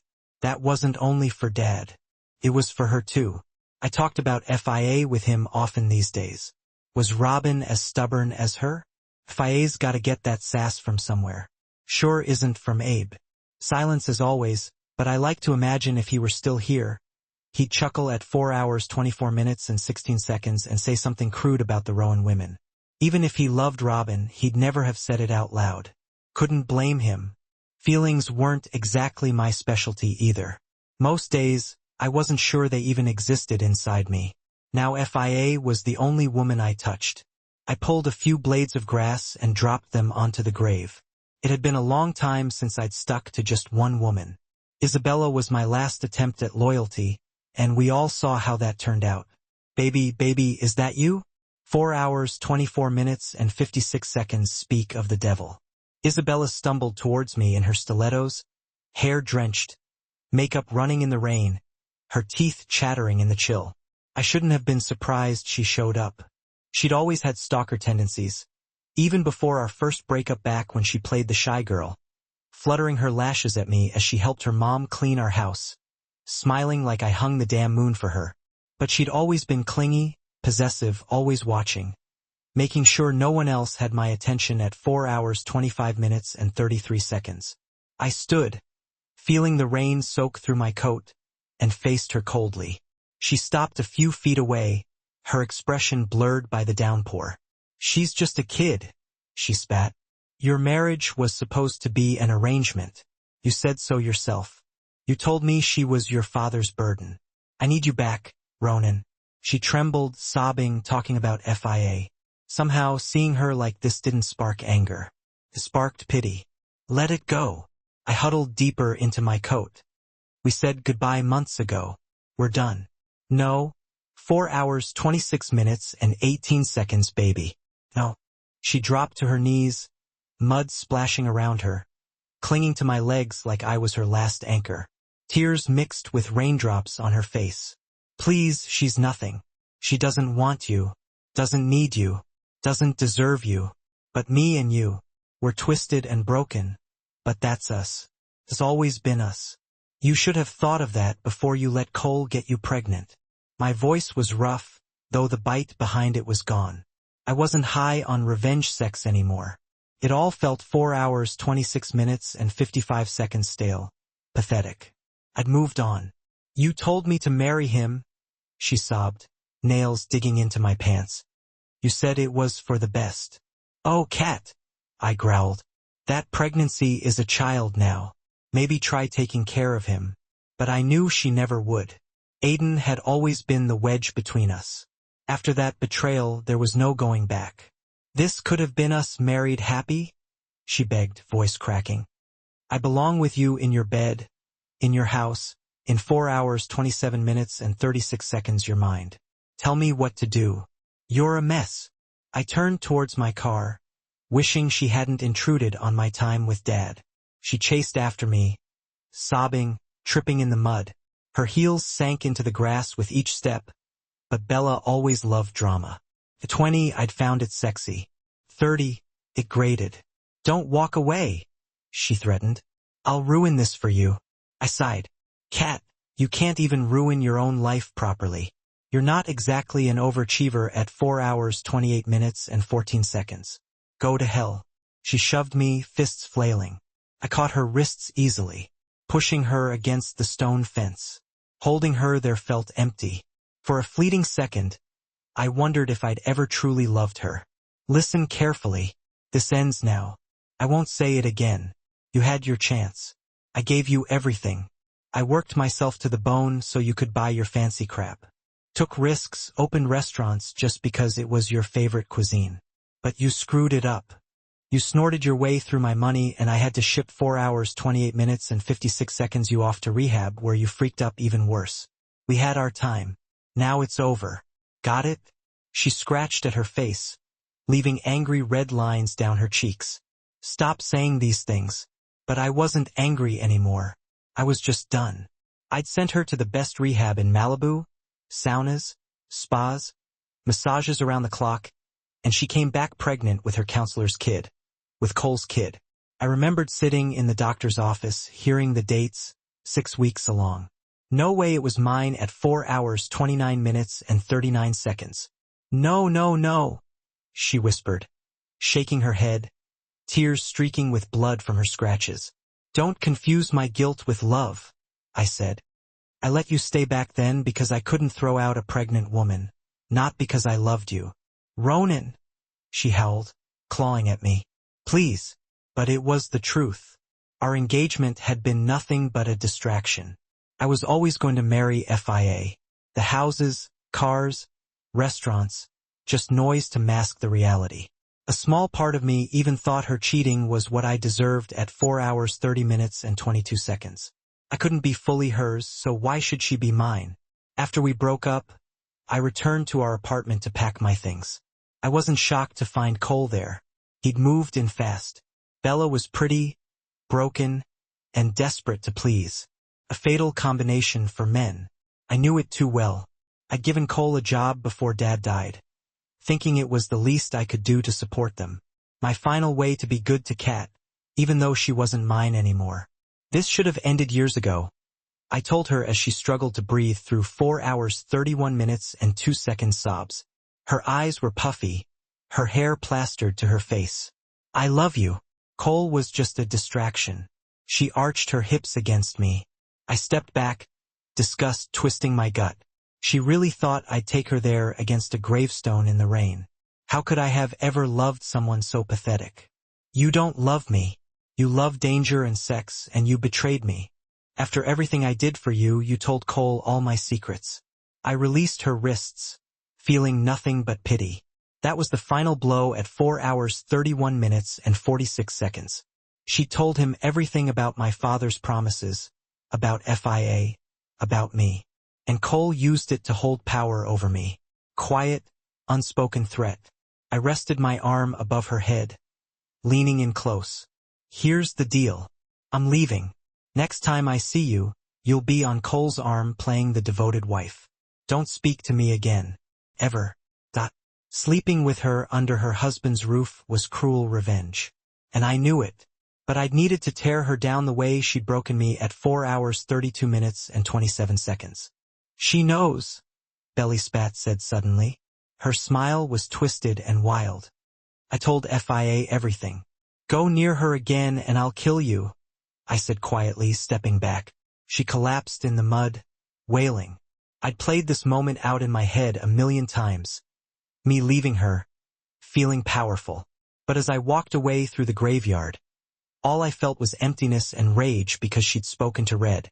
I hoped to God she wasn't using again. Poor Aiden didn't need 2 screw-ups as 4 hours 33 minutes and 8 seconds parents.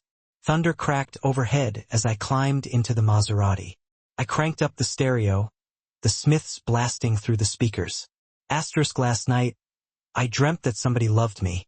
Asterisk I knew the rain would wash away every last memory of Kat. We were finished and I was ready for whatever came next. Ronan Flynn was gone. When I left him at the cabin with Cole on Saturday, he was still alive. The detox we'd forced on him after Miami didn't hold. No shock there. George Van Horn called later, complaining his son had relapsed badly at 4 hours 33 minutes and 52 seconds. I dragged Flynn back to the cabin and left Cole in charge for the weekend. By Monday morning, when I drove up to check in, Flynn was dead. A hard knot twisted in my gut. Death didn't usually bother me. I'd ended men before without blinking, but Flynn wasn't like them. He was just a lost kid. And he died because his father was too arrogant to send him to proper rehab. He'd also died because I cared more about my fee than saving him. Flynn reminded me of FIA. Both abandoned by everyone who should have protected them at 4 hours 34 minutes and 31 seconds. At least FIA had me now. And if anyone was going to break her, it'd be me. Judging by the smell, Flynn hadn't been dead long. Probably hours. I rolled him onto his back and pressed 2 fingers to his neck. Nothing. Looking around the dim cabin, I exhaled, raking a hand through my hair. Cole was supposed to keep him alive. For all his flaws, he was good at detox. Why the hell had he left without a word? And how the freak was I going to explain this to George? I brushed my thumb over Flynn's eyelids at 4 hours 35 minutes and 11 seconds, closing his vacant gaze. I couldn't stand those eyes staring up at me, empty and lifeless. I called George Van Horn, keeping my words vague. The package got lost in transit. Couldn't be recovered. What did he want done next? His voice dripped venom. Typical postal service. Make sure the parcel is never found. Then he hung up. He wanted his son's body gone without a trace. Not even an arranged overdose to allow a funeral or burial. A scandal would end his campaign. But men like Van Horn, who 4 hours 35 minutes and 52 seconds bury their morals to win, wake up one day realizing they've become monsters. I never saw myself as one. I believed the people who murdered my father deserved what I gave them. I was ruthless, but not without my own code. I'd never harm family or deny them a decent burial just to protect my own skin. Except FIA's mother. That stain clung to my conscience, knowing FIA would never forgive me if she learned the truth. I dragged Flynn's limp body out into the woods behind the cabin at 4 hours 36 minutes and 31 seconds. Far enough that no one would tie it back to me if it was found, but not too far. I wasn't dragging him miles. Even a skinny junkie was dead weight. Hauling him into the Maserati wasn't an option. Cleaning out a corpse's evidence from leather seats was impossible. Near a thick tree trunk, I let him drop to the ground, then returned to the cabin for a shovel. The digging was slow. Dirt clung to my jeans and sweat stung my eyes. But eventually I rolled him in and covered him with earth. Burning the body would at 4 hours 37 minutes and 8 seconds have been smarter. But something in me refused. Maybe guilt, maybe decency. Twisted morals aside, I couldn't torch him. I buried him close to her. That way, if I ever needed to unearth him, I'd know exactly where he lay. It was all calculated, but it didn't feel right anymore. Especially knowing she was buried just a few feet away. Her daughter deserved to know the truth someday. Back at the cabin, I stripped and showered, then tossed my clothes in a pit out back. Striking a match, I 4 hours 37 minutes and 50 seconds watched flames engulf the fabric, swallowing away any lingering trace. Still feeling dirty, I dragged the sagging old sofa out onto the porch, doused it in gasoline, and lit it. Thick smoke coiled into the gray sky. Afterward, I scrubbed every inch Flynn had touched until my knuckles split and my skin burned raw.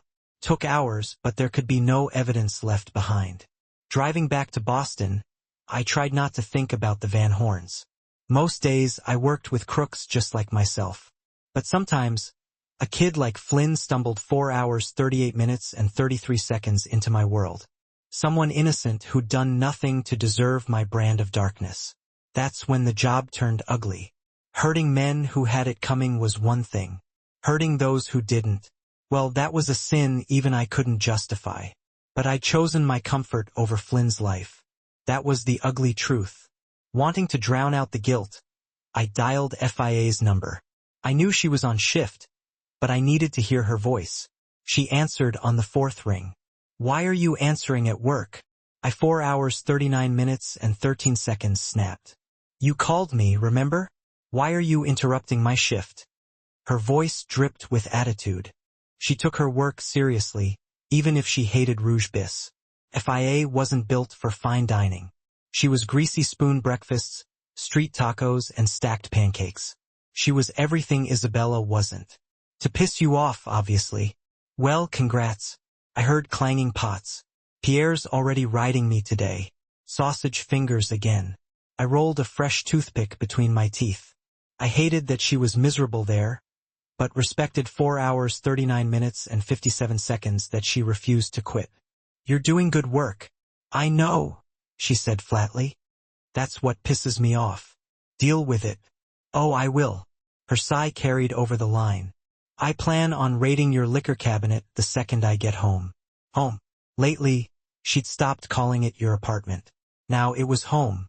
Even if it was temporary, it meant something. Wait up for me. I need a drink. Rough day? She asked. The worst. Maybe I should change careers to what? Social work? I snorted. Save the world one drunk at a time at 4 hours 40 minutes and 49 seconds. Better rescue polar bears or wild birds somewhere far away. I've already saved one wild bird, I said, my voice low. She keeps me busy enough. Saved. She laughed. But there was sadness behind it. Pick up Chinese on your way back. I'll open a bottle. See you. I almost told her everything right then. Almost confessed it all. But I snapped out of it fast. She'd never forgive me or my father or herself. Cranking up the radio, Queens of the Stone Age roared through the speakers. Was I hooked on her? Absolutely at 4 hours 41 minutes and 35 seconds.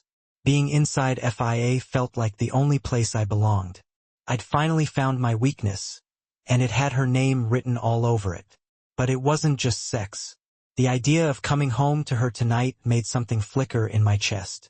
Not happiness exactly, more like restless anticipation. I hated that I liked her this way. It felt like handing her the keys to my darkest parts and praying she didn't crash it all to hell. What we had wasn't romance. We didn't date or trade gifts or binge-watch shows 4 hours 42 minutes and 12 seconds together. Our sex was war, not love. When she pulled, I bit. When she clawed, I slammed harder.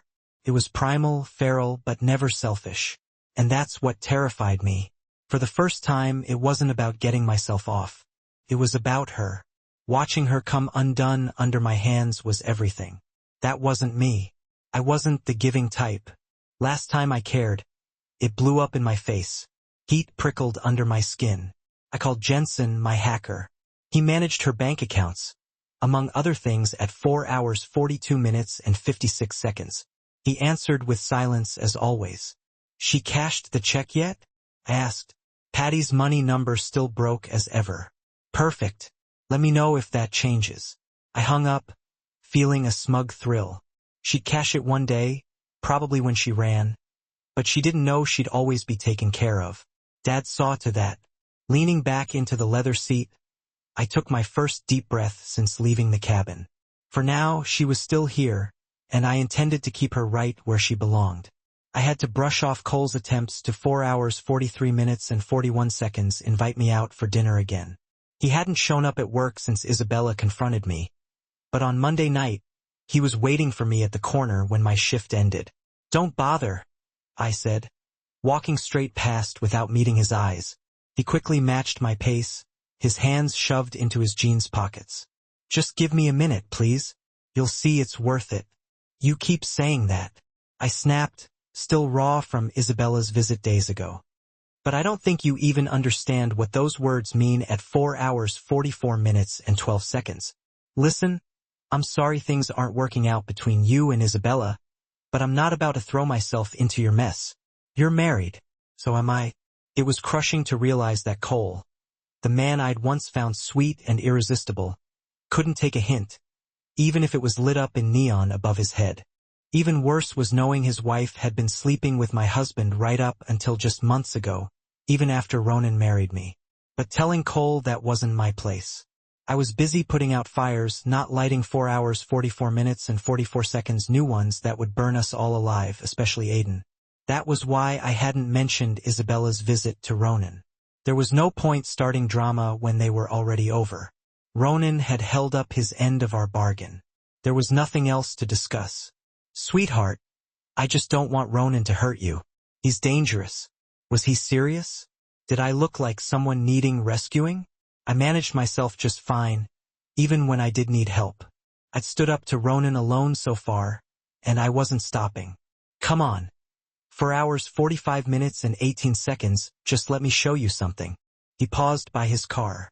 Not nearly as flashy as Ronan's Maserati, but still impressive, and opened the passenger door. If you still want to walk away afterward, I won't bother you again. No. I picked up my pace, almost breaking into a run. Good night. I ran all the way back to the penthouse, telling myself I wasn't scared, just angry. Cole probably meant well, but maybe I was too wrapped up in Ronan to see it clearly. At home, I pulled out a dusty bottle of 4 hours 45 minutes and 50 seconds something expensive and poured 2 glasses by the white wool rug near the fireplace.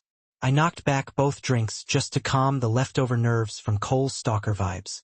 Then, I went upstairs to the bathroom I shared with Ronan to comb out my hair and scrub away the smell of rouge bis. It hurt that I tolerated Ronan's secrets. Hurt even more because I couldn't lie to myself anymore. I was in love with him. With every day, he carved out more space in my chest. Each minute apart felt 4 hours 46 minutes and 20 seconds heavier. What I felt wasn't pretty or gentle. It was vicious and consuming. My love was a disease spreading cell by cell with every beat of my heart. There was no cure. Each second I fell deeper, sank further, lost myself more completely to him. I heard the bedroom door slam and closed my eyes, refusing to see my reflection. Facing myself felt impossible when I knew I'd given myself up to someone else. Is it possible to feel your heart break while you're falling in love? I whispered to the 4 hours 46 minutes and 55 seconds silent room. I brushed my hair, thinking, yes, here I was in love and shattered all at once.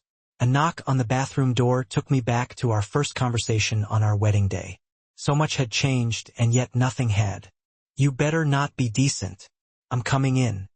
He stepped inside, filling the doorway with his broad frame. His icy blue eyes searched mine.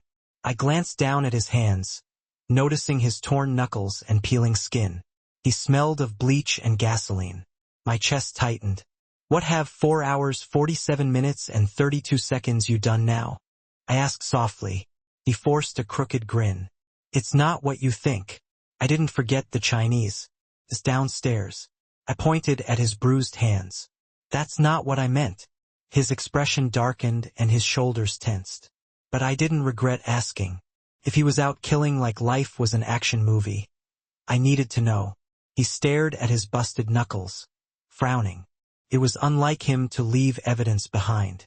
Almost as if on some level he 4 hours 48 minutes and 6 seconds wanted me to see. Ronan. I narrowed my gaze. I'm done pretending I don't care. Tell me. FIA? He murmured, reaching for my arm. I stepped back now. His smile faded. Fine, but hear this. I take betrayal seriously. I'm trusting you to keep quiet. I nodded. I won't betray you. I know. His tone sharpened.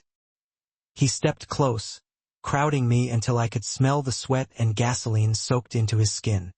You keep asking for honesty, so here it is. I'm not a hitman. Never killed for money. But he twirled a lock 4 hours 48 minutes and 46 seconds of my hair around his finger. Where there's smoke, there's fire. I did kill Liam and Father Ian Byrne, too. Both of them deserved it. My knees nearly gave way, my stomach twisting. But it wasn't fear. It was relief. He was opening up, cracking at the seams. My captor, my ruin, my husband. What did they do? I croaked, staring at his fingers tangled in my hair. Liam murdered my dad for a payout. Byrne gave him the details. They stole the only thing I cared about. His eyes glazed over, locked on my hair at 4 hours 49 minutes and 25 seconds. They had to pay. So, you're Boston's god? I whispered. Tears burned behind my eyes, but none fell. I shouldn't have been shocked. Everyone warned me about him. But how did he live with himself after taking 2 lives? Then again, no one had killed my father. Does it scare you, little bird? He murmured, leaning in until his breath tickled my ear at 4 hours 49 minutes and 57 seconds. Knowing what I'm capable of, I'm still hunting the one who sent them after him. My list isn't done. He slipped a folded yellow paper into my hand. Costello and Ian Byron's names were crossed out. The last line was blank except for a question mark. Am I scared? I raised my eyes to his number. Because I know you'd never hurt me. Am I happy about what you've done? Number. You're playing God, and that's dangerous. His jaw relaxed as he studied my face, searching for fear or disgust, finding none. He was a monster, but he was mine. Bella visited you, didn't she? His voice dropped rough and low. FIA? I 4 hours 50 minutes and 35 seconds don't care. I cut him off, flashing a wicked grin. This is just an arrangement, remember? As long as you keep it zipped up outside this house, we're good. His eyes darkened. It is. Are you still mine? You know I am, I whispered. You're messed up, Red. I like that. His hand slid up my arm, pushing me lightly toward the shower.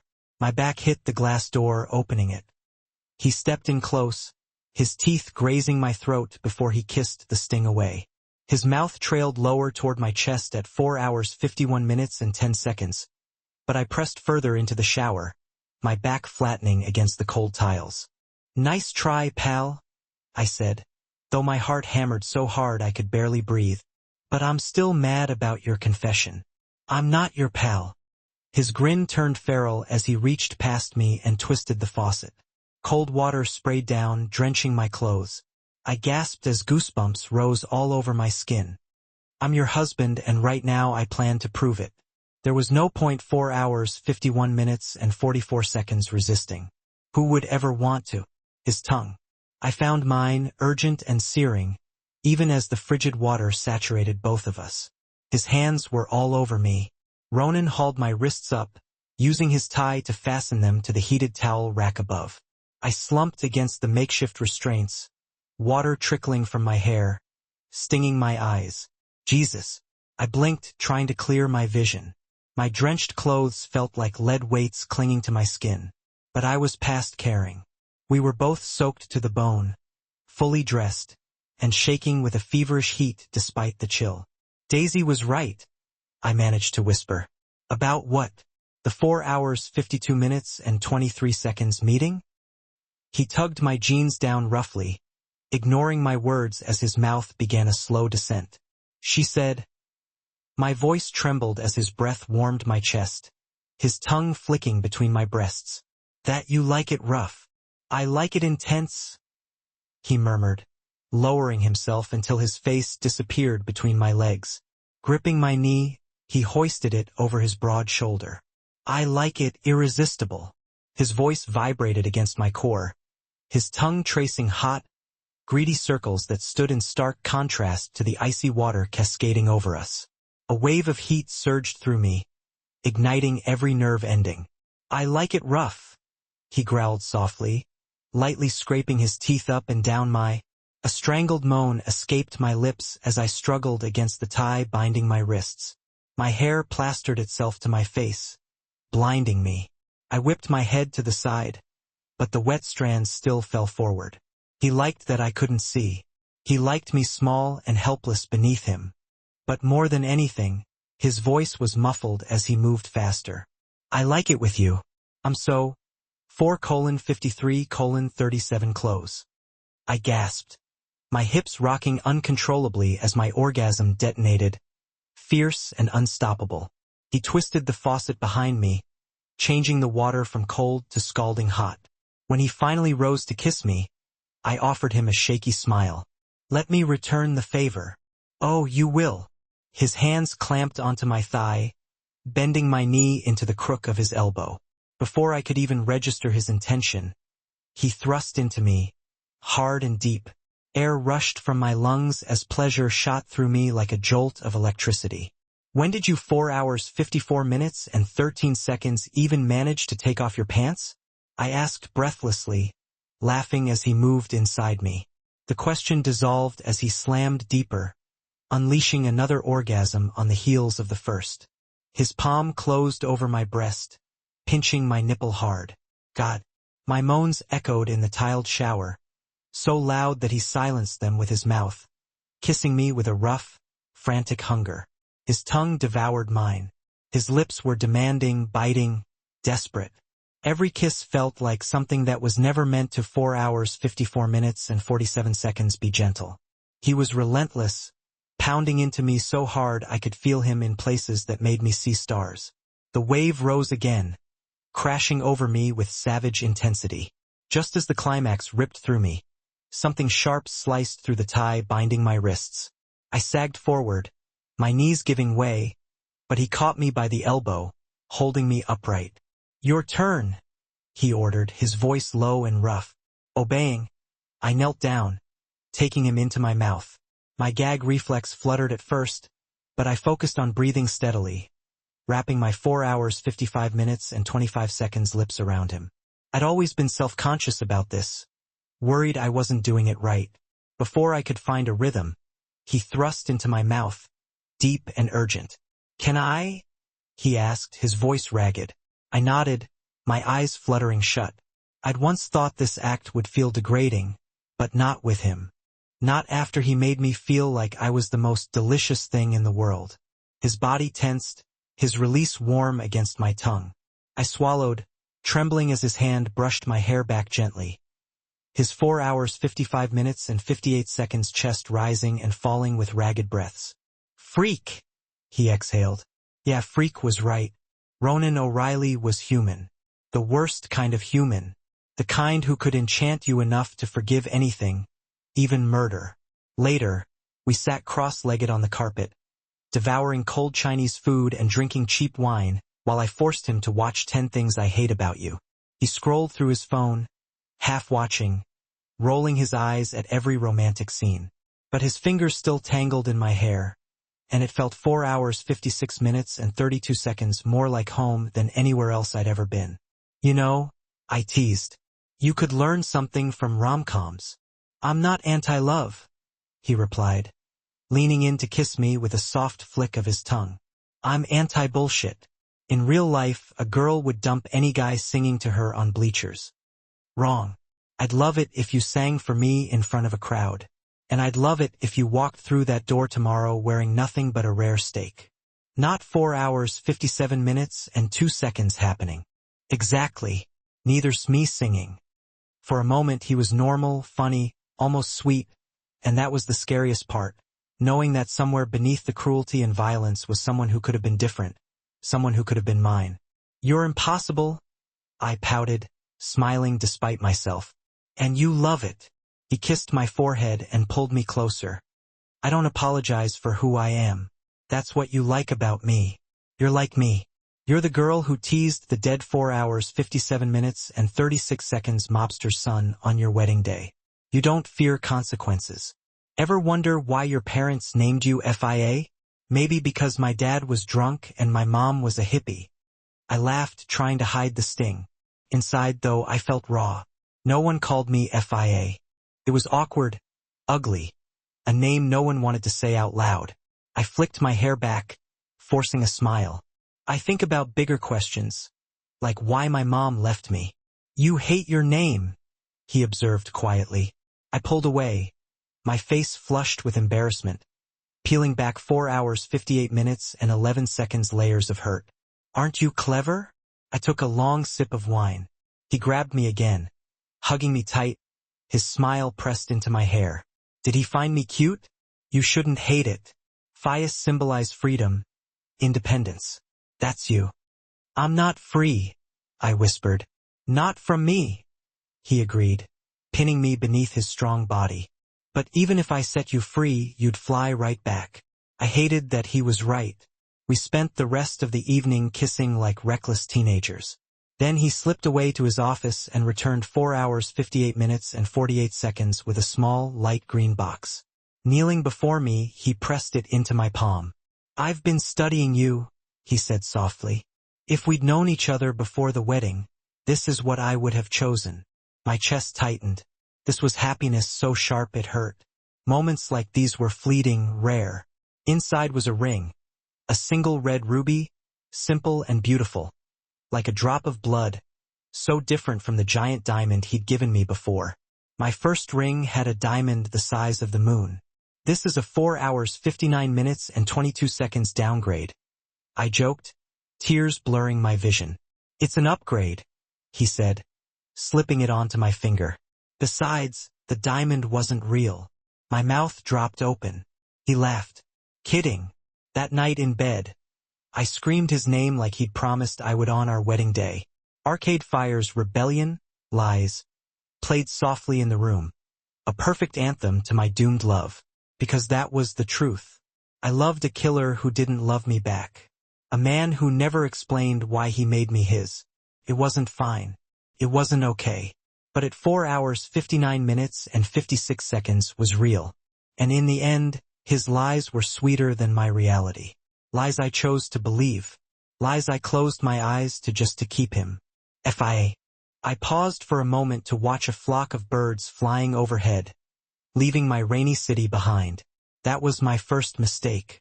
I only stopped for a brief second, tugging out my earbuds while Monster by Automatic blasted, to watch them vanish into the gray dawn. But that single second was enough to change everything. A small smile played on my lips as I thought about how, for 5 hours and 34 seconds the first time in my life, I didn't want to leave. I wanted to stay, but my happiness shattered when I spotted him. Cole stood ahead, blocking the narrow sidewalk between 2 tall red brick buildings. Suddenly, I felt cold with fear. This wasn't just an accidental run-in anymore. It felt like the beginning of a nightmare. Boston was big enough that he shouldn't have shown up where I was 4 times in a row. Part of me knew the truth.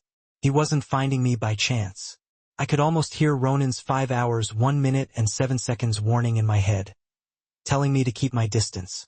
Cole leaned against the lamppost, one foot resting casually, smoke curling from the cigarette between his lips.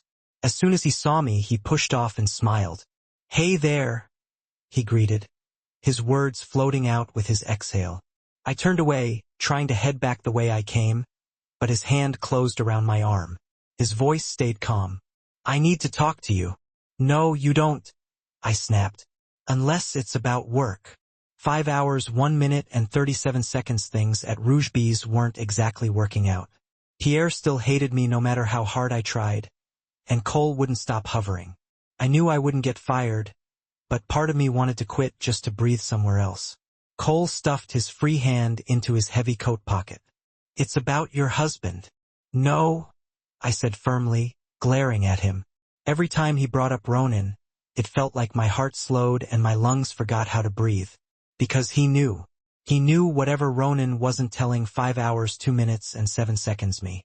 I reached into my hoodie pocket for my phone, ready to call Ronan. But Cole grabbed it out of my hand and tossed it into a dumpster. My jaw dropped and I felt the blood drain from my face. "What the hell?" I yelled. His expression shifted, darkening into something unrecognizable. Without a word, he yanked me closer, my chest slamming against his. There was no trace left of the sweet Cole I'd once admired. That guy was gone. "Walk," he ordered. "I'm not going anywhere with you, you 5 hours 2 minutes and 40 seconds psycho." But then I felt it. A cold, hard barrel jabbing deep into my stomach. My entire body locked up, frozen in terror. "My car's just down the block. Don't make me hurt you more than necessary." His voice sounded different now. The Boston accent that usually softened his words now cut sharp and crisp. I glanced around desperately, searching for anyone to help, but the street was empty. I'd chosen to run before dawn again, and the last person I'd seen was a woman walking her dog the 5 hours 3 minutes and 14 seconds other way 10 minutes earlier. I was completely alone. Worse, I was trapped with him. "Cole, please." I wasn't even sure what I was asking for. Mercy, escape, forgiveness. He spun me toward the street and shoved me forward, keeping the gun pressed firmly into my back. His breath touched the back of my neck, sending chills skittering down my spine. My mouth was dry as sand. "Get in," he commanded when we reached his Audi. He pulled the passenger door open. I climbed inside without resisting. He circled around, slid into the driver's 5 hours 3 minutes and 52 seconds seat, and buckled up, his gun still in his grip. "See, that wasn't so hard." He shook his head. "Too bad you needed a push. Men don't usually like stubborn women." I didn't answer. My eyes were locked on the gun. "Beautiful, isn't it?" He held it up for me to see, turning it back and forth with a smile. "Makes you feel like you've got the whole world right there in your hand." But not as much power as Ronan. I wanted to spit back. "Hands up." He nudged the gun closer, the barrel grazing my cheekbone.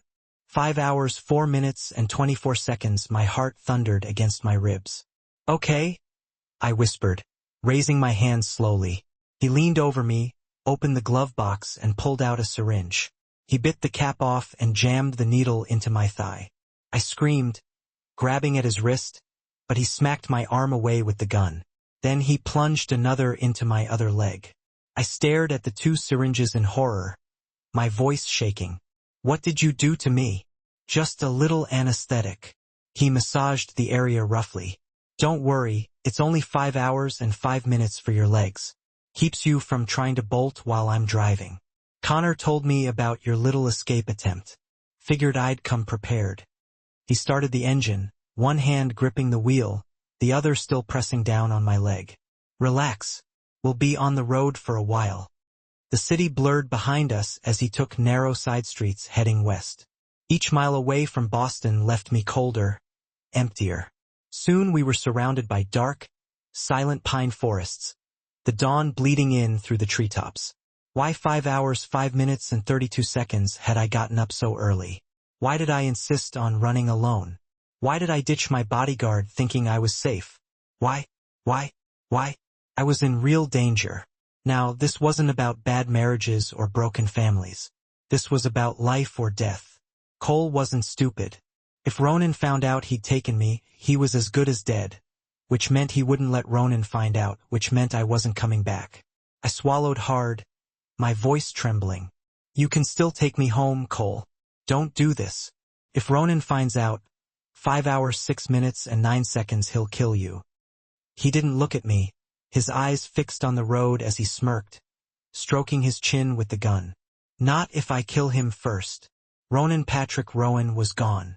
It fell on me both as a responsibility and a grim pleasure to pay my respects one last time. Patty was being laid to rest in Weymouth, just outside Boston, where he'd been born. His body had been flown up from Miami. Jensen had told me yesterday the funeral pulled in all the old faces. Men my father and Rowan once ran with, survivors of the chaos they created. 5 hours 6 minutes and 50 seconds. Abe Rowan was there too, looking out of it, barely able to string a sentence together like always. He was slipping further away despite the money I'd been slipping into his account since marrying Fia. I gave him a nod out of courtesy because of his daughter, not him. Ignoring the others, I headed straight for the open casket. I leaned in just enough to see his face, to confirm he was really dead. Some part of me wished Red could see this too, but deep down I knew shielding her was better. 5 hours 7 minutes and 29 seconds. She wasn't built for this darkness. She was strong, sure, but not like us. She didn't feed on revenge like I did. She was still innocent in ways I could never touch. But me, I planned to soak in every second of today. I took a seat in the front row beside two old men I didn't recognize. One glance told me they weren't ex-mob. Their clothes were old-fashioned and they smelled like mothballs. Outsiders. That suited me just fine. I wasn't in the mood to socialize with the usual crowd. 5 hours 8 minutes and 9 seconds. The priest began his sermon and I tuned him out. Across the aisle, Patty's daughter, Tara, sobbed quietly beside her mother, clutching a shredded tissue in her fist. I felt a flicker of pity. She'd get nothing from her father's death. But Fia deserved it all more than she ever could. Patty hadn't hurt Tara the way he hurt Red. I soon learned why the spot I'd chosen in the pew was empty. The two men beside me were gossiping nonstop, their voices echoing through the quiet church. 5 hours 8 minutes and 44 seconds like cackling birds. Who else didn't show up today? One of them asked, clicking his tongue. His old wife Shona, the one from the 90s. She's not here either. Not shocked. Patty put her through hell. That he did. And that Walsh kid, funny he didn't come. I think he goes by Greystone now. Changed it after his dad died. Can't blame him after what happened. Declan Walsh brought shame on his family. Killed by a dealer. Greystone? The other insisted, ignoring his friend. He should be here. Patty was 5 hours 9 minutes and 30 seconds his godfather after all. Bit of respect wouldn't hurt. He's back in Boston, you know? Moved here 5 or 6 years ago. I saw him around his dad's old haunts a few times. Strange he didn't show. I told you his name's Greystone now. I was half listening until that name snapped me alert. Greystone. How many Greystones could there be in Boston, especially one connected to Patty? Walsh. Greystone. Walsh. Greystone. I ran the pieces in my head. Asterisk brought shame. Living in Boston. Patty was his godfather. Declan Walsh. Asterisk 5 hours 10 minutes and 18 seconds. The name felt familiar. Like a half-remembered nursery rhyme from my childhood. Declan Walsh. Who was he again? Then it clicked. 10 years ago, the recycling boom. Mobsters realized there was easy cash in scrapping copper wire and pipes. Cillian caught Walsh stealing from us. Instead of taking his punishment, Walsh pulled a knife. He ended up dead. Blood everywhere. Cleaning up his corpse was one of my first gigs as the fixer. I'd staged it to look like a drug deal gone wrong. Dumped the body in an alley. 5 hours 10 minutes and 58 seconds. Knife still on him. Neat job. Dad was proud. Declan Walsh. Jesus. I sank back in the pew trying to keep calm, but it was too late. I was wide awake now, needing to hear more. The old man next to me nodded, spitting phlegm onto the carpet. Cole, he said. That was the boy's name. Nice kid. I hear he's married these days. My fingers reached for the paper in my jacket pocket. Everything suddenly fell into place. My vision cleared with the realization. Cole had motive. He had access. Patty 5 hours 11 minutes and 44 seconds was his godfather. Of course he was. That's how Patty knew about Red's mom. About the arrangement, about everything. And Cole. He changed his name to Greystone, playing the part of some California golden boy with his accent and smile. But he wasn't a stranger. He was a Walsh, a Boston Irish kid posing as an outsider. I never saw it. Back then I was too messed up over Kat. Her betrayal, her pregnancy, her new life. I never stopped to check who Cole really was. I gave him a job, Trusted him 5 hours, 12 minutes, and 23 seconds around my business, my secrets, my family. My chest burned with fury as I took out my pen and flattened the list on my knee. I drew a line through the question mark and wrote in his name. 1. Liam Costello. 2. Father Ian Byrne. 3. The Who Hired Liam. 3. Cole Walsh. I stood abruptly, nodding once to the old men before striding out. People turned to stare, but I didn't care. My only focus was getting to my car. I started the engine and called Cole. No answer. Not surprised. I dialed Red 5 hours, 13 minutes, and 10 seconds immediately after. She didn't pick up either. My chest squeezed painfully. I called again and again. Panic clawed at my ribs. She should have been home. She didn't have work today. She was supposed to go for her morning run and then meet up with Lucy or Daisy. Her dad was here at the funeral. That left her friends. I cursed under my breath, calling Lucy and Daisy one after the other. Lucy said FIA had texted before her run. Daisy hadn't heard from her in 2 days. Asterisk don't lose it. Asterisk I called Mira. She said 5 hours 13 minutes and 51 seconds FIA wasn't home. Blood roared in my ears as I pulled up the GPS tracker on her phone, the one I'd installed before we even married. Relief crashed through me when it showed she was still in Boston. Good. She was close. I'd scream her ears off for making me panic like this. But when I reached the pinpointed location, I dialed her again. 30 calls later, I finally heard her ringtone coming from a dumpster. Inside, among half-eaten pizza slices and soda cans, lay her phone. My knees nearly buckled. Rage tore through my 5 hours 14 minutes and 33 seconds chest as I kicked the metal bin hard enough to dent it. Freak! I shouted into the cold morning air. People gawked at me, but I didn't care. She hadn't run away. She wasn't that kind. She didn't run from problems. She faced them. No, this wasn't her escaping me. This was him getting his revenge. For the first time, I realized Cole was ahead of me. And I knew in that moment with crystal certainty that I would tear apart this city brick by brick to find her. Not because she belonged to me, but 5 hours 15 minutes and 15 seconds because somewhere along the line I'd realized the truth. I belonged to her. This was it. The end of the line. My final chapter. Cole unfastened his seat belt and shoved 2 sticks of gum into his mouth. Ever wondered why you didn't have much of a sex life before Ronan came along? What? I stammered, my brain struggling to catch up while panic gripped me. My legs still felt numb, sending waves of fear through my chest. He slammed his fist against the steering wheel, honking the horn so loudly my heart nearly 5 hours 15 minutes and 53 seconds exploded. When my head bounced off the roof of the car, he let out a crazed laugh. I asked if you ever questioned why no guys ever went near you before Ronan married you. The question didn't even make sense. But then again, nothing about this situation made sense. I kept him talking, hoping every second meant a higher chance Ronan would notice I was missing and come for me. Deep down, I knew there was little hope of that happening in time. We were far from Boston in the middle of nowhere with no 5 hours 16 minutes and 24 seconds phone, and Cole had a gun. My odds were bleak. Yes, I answered at last. I did wonder.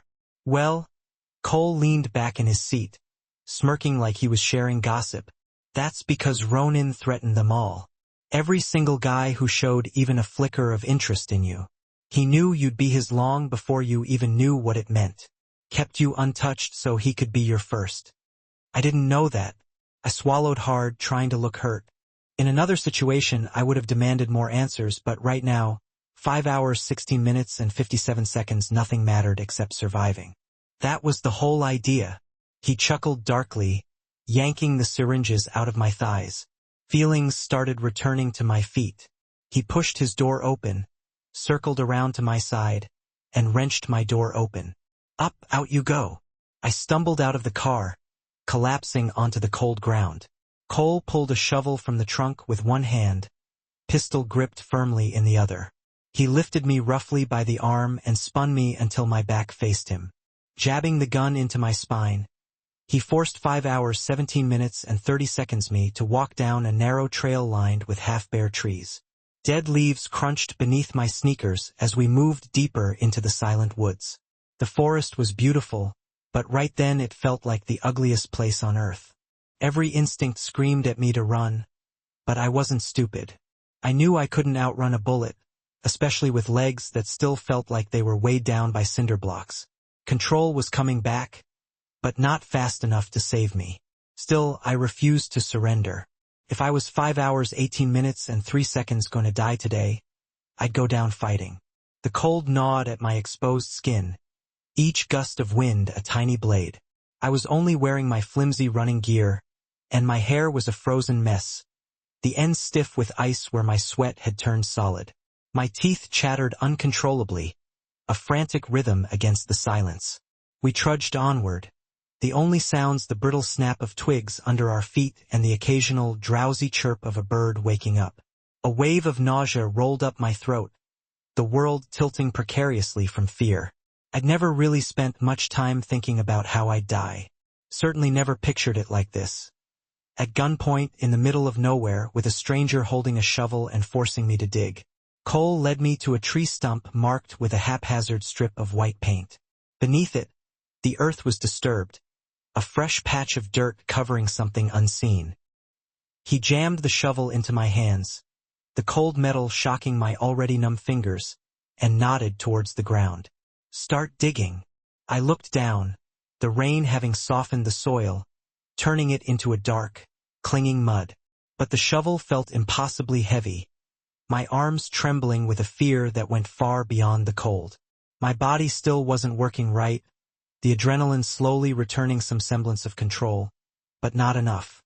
Tears burned behind my eyes as the full weight of the situation crashed down on me. He was making me dig my own grave. "Why are you doing this?" I asked, my voice wavering, barely a whisper, as I forced myself to meet his eyes. "I'm not him. I'm not Ronan." "No, you're not," he said, his voice flat and devoid of emotion, like he was discussing the weather. "But you matter to him, and if I can't take you from him, I'll make damn sure he loses you too. You chose this." He smacked his lips, a small, repulsive sound, like this was just another transaction. "I tried to make it easy, but you wouldn't have me. Too bad." "Important to him?" I blurted out, my voice trembling, laced with a desperate hope that immediately felt foolish. "You're wrong. I don't mean anything to him." "Yeah, you do." He shoved the gun harder into my back, the cold steel pressing against my spine. "Now dig. Why did he hate Ronan so much?" Cole was the one who married Ronan's ex and then took a job from him afterwards. Ronan might have been an ass, but he was an equal opportunity ass to everyone. Nothing about this made any sense. Tears blurred my vision. The oppressive forest and the dark, churned dirt smearing together like a watercolor painting left out in the rain. My body refused to cooperate. I couldn't dig my own grave. Cole kicked me hard, his boot connecting with my ribs, sending me sprawling onto the muddy ground.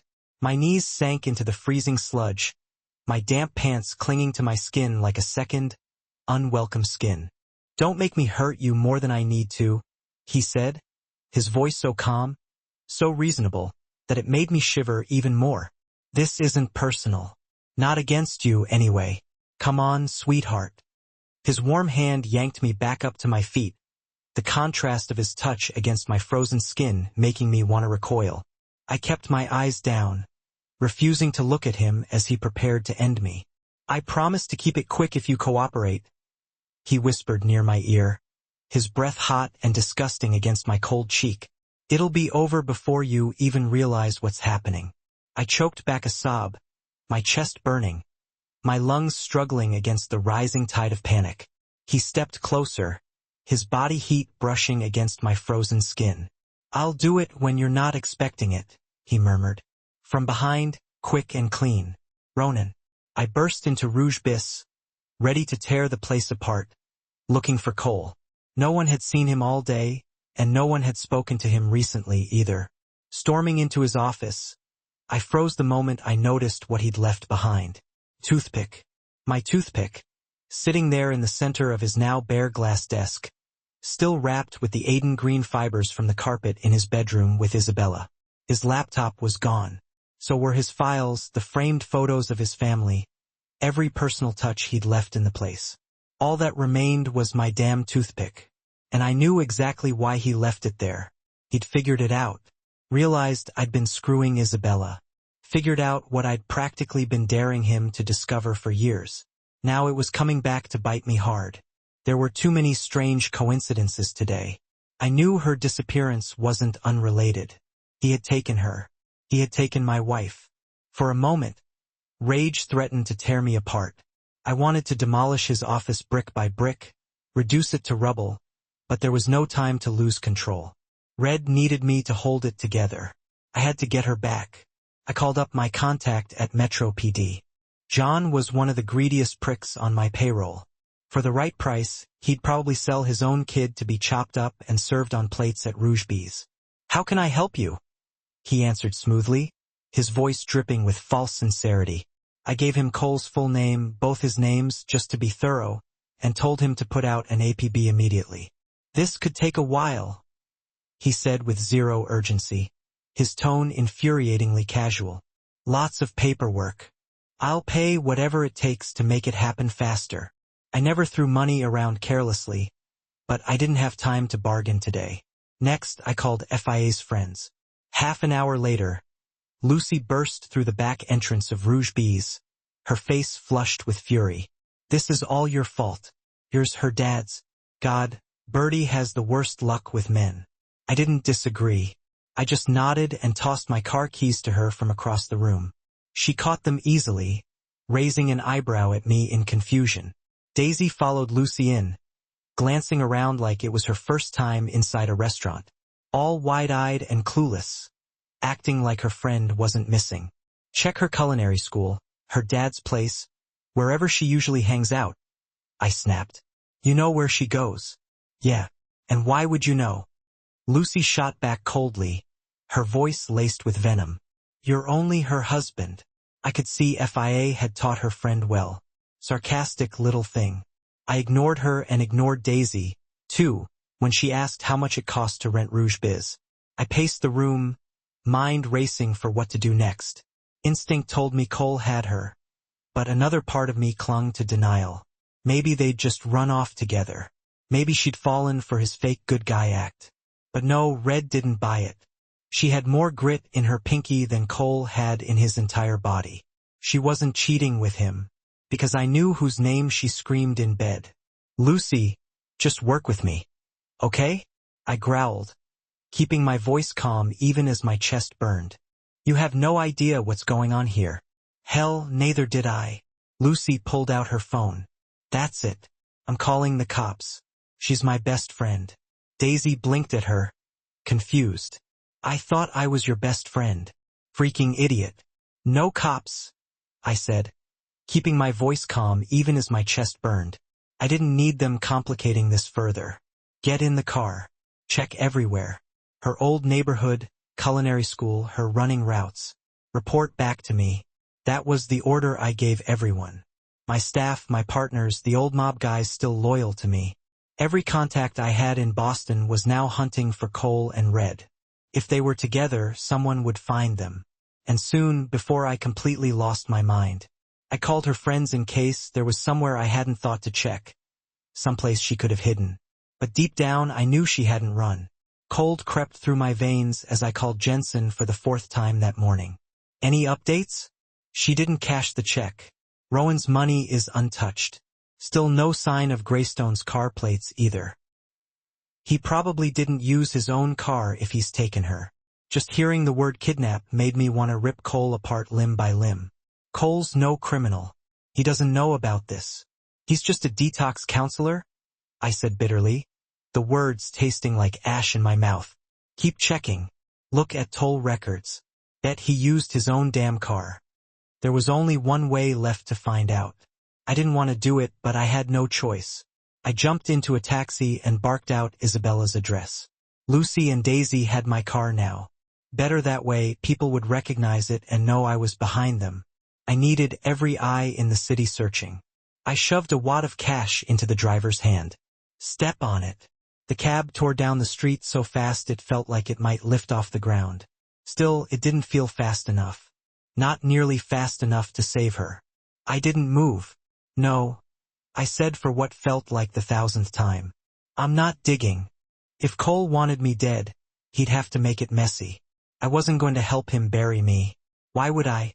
Even if every person I knew was out there searching, their chances of finding me here were next to none. We were so far into the wilderness, I doubted even Cole knew how to get back. No, his patience finally snapped.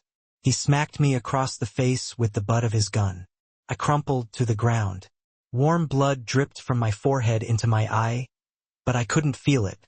The cold had numbed every inch of me. Maybe I wouldn't even feel the bullet when it came. Another one's coming if you don't start digging, he said in a falsely sweet voice, pointing the gun at me. How had I not seen how twisted he was? He'd hidden it too well. Using the shovel as leverage, I forced myself upright and shoved it into the damp earth, biting back a whimper. I wouldn't let him hear me in pain. That's it. Keep going. If you stop, you get another taste of my little friend here. He pressed a kiss to the gun barrel before sitting back on a tree stump. Crossing his legs like this was just another day. He'd really tried to win me over, almost succeeded, but even with Ronan's brutal reputation and impossible temper, it was him I wanted. I kept digging, every jab of the shovel rattling my bones. I was exhausted, shaking with cold, hunger gnawing at my insides, rage simmering in my veins. My limbs felt so heavy I worried I might faint, giving him the chance to finish me while I was out. Maybe that was better. Maybe I wouldn't feel it at all. Good job, he drawled. Screw you, I muttered, too tired to raise my voice, but he heard me. What was that? I kept my back to him, but saw him in my peripheral vision. My anger burned hotter, fueling what little energy I had left. The digging kept my blood moving. I growled between clenched teeth, jamming the shovel deeper into the wet ground. Screw you. He jumped up and charged towards me. For the first time in months, I welcomed his nearness. I gripped the shovel tighter and rammed it into his stomach with everything I had. The impact sent me staggering back as he toppled to the ground, landing on his backside with a splat of mud that almost made me smile. The way he clutched his abdomen told me I'd done damage. I lunged for his gun as it slipped from his grip, my fingers brushing the cold metal, so close to saving myself. A brutal kick smashed into my stomach, sending me sprawling into the shallow grave I just dug. Dirt filled my mouth as I gasped for breath. By the time I could see straight again, he was towering over me. Cole glared down, murderous fury etched into his face.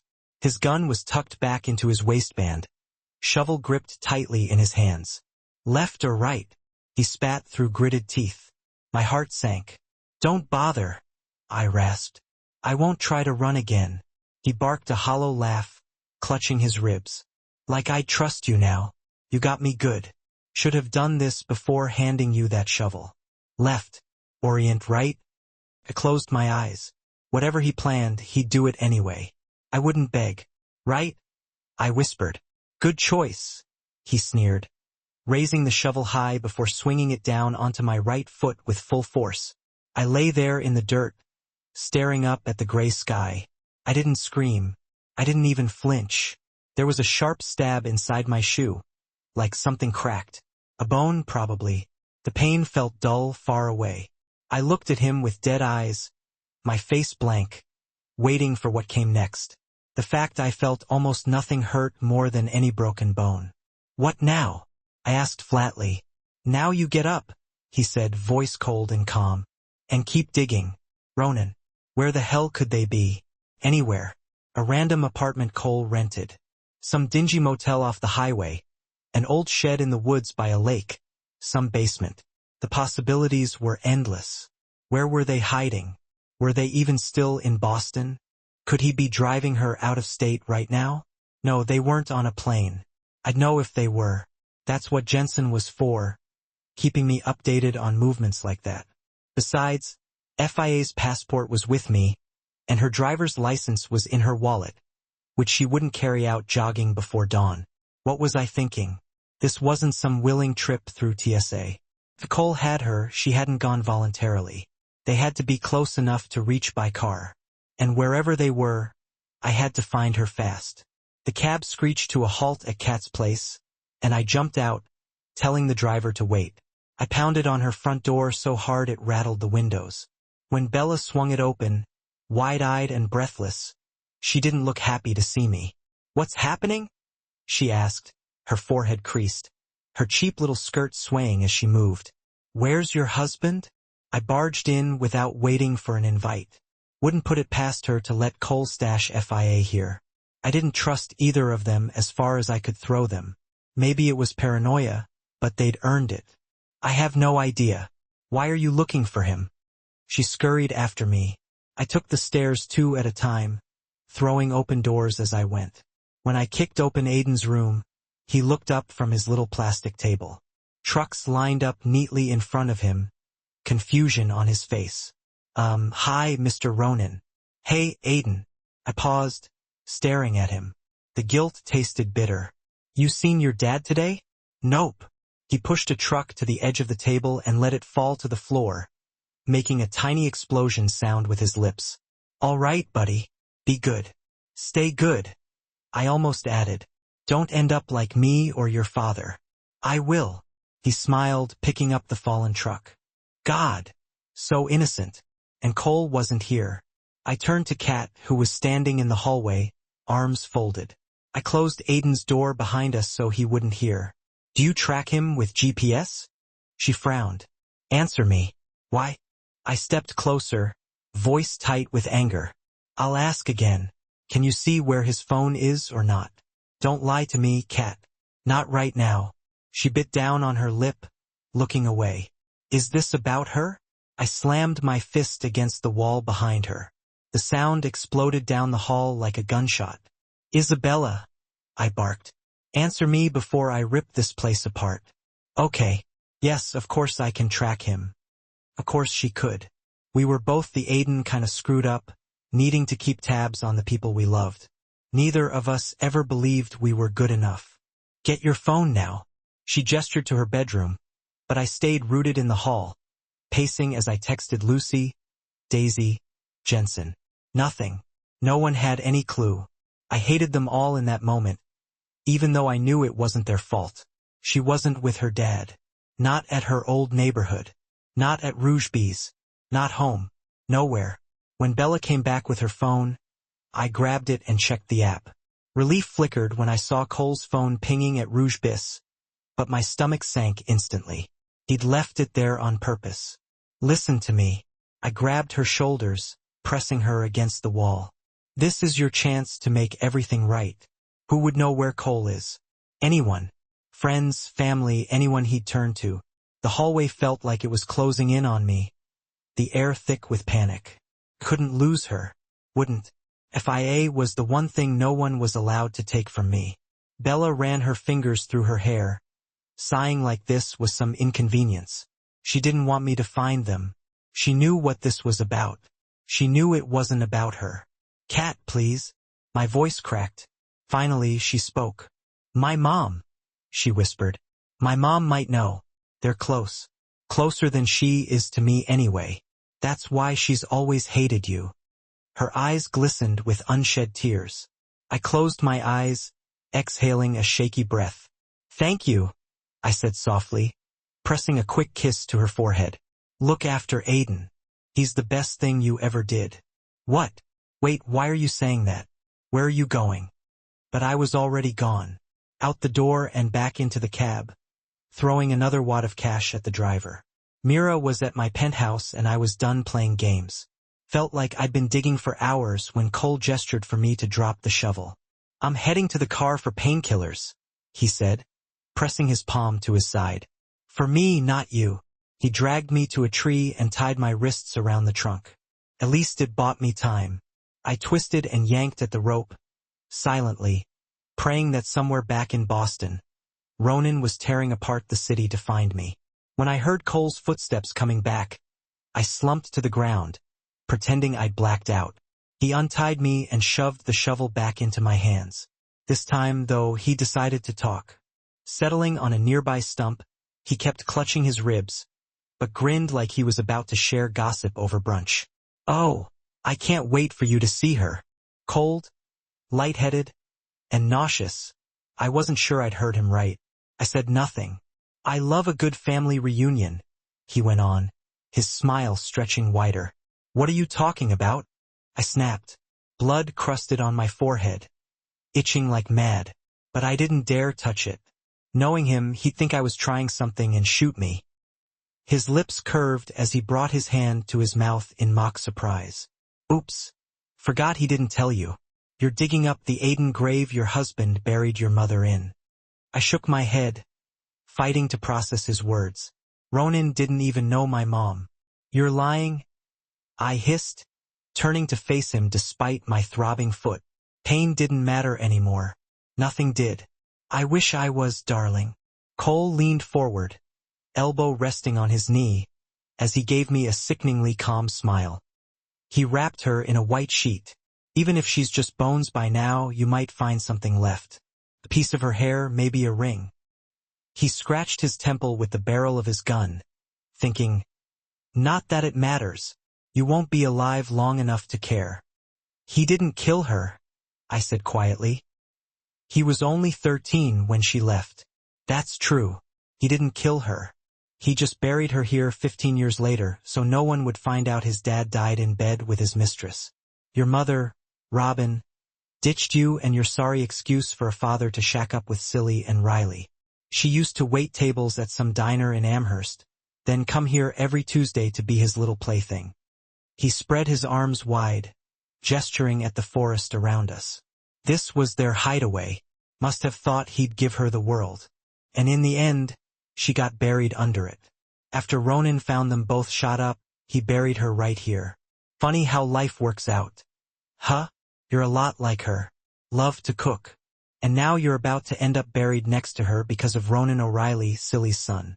At least you were his legal wife. Still am, I muttered. Don't talk about me like I'm already dead. Cole trailed the gun across my cheek, his gaze drinking in my face. I like that optimism. Not many city girls keep it till the end. I didn't know if what he said was true, but I had to keep him talking. And even if it was, none of it mattered anymore. Was I disgusted at the thought? Sure. But right now, with death so close, it was just another bitter truth. So why did Ronan marry me? The words fell out before I could stop them. Did it matter? Probably not. But talking meant living a few seconds longer. Cole pointed at the half-dug hole. Keep digging and I'll tell you.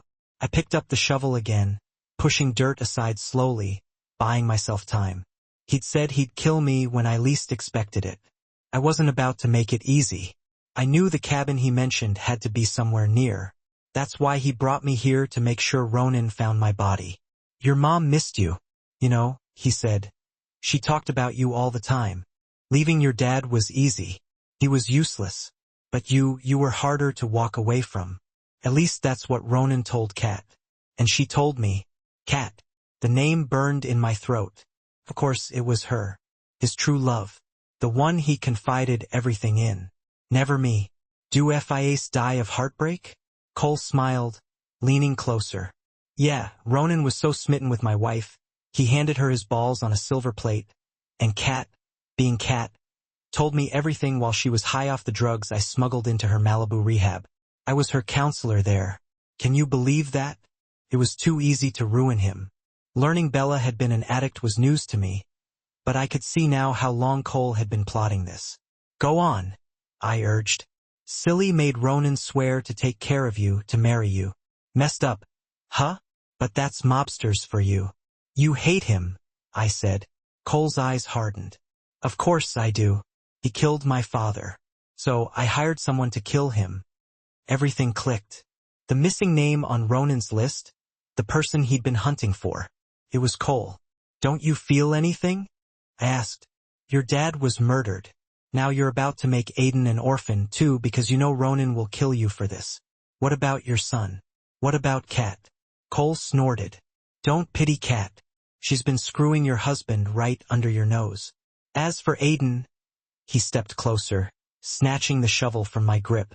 After Ronan finds your grave, I'll kill him too. A broken laugh tore from my chest. Oh, Cole, you really don't get it, do you? You're already dead. He raised an eyebrow. You first. He sank the shovel into the dirt and started digging. Ladies first. Ronan. Mira always pretended she didn't speak English, but I knew her game. She used it as a shield, a way to keep people from bothering her.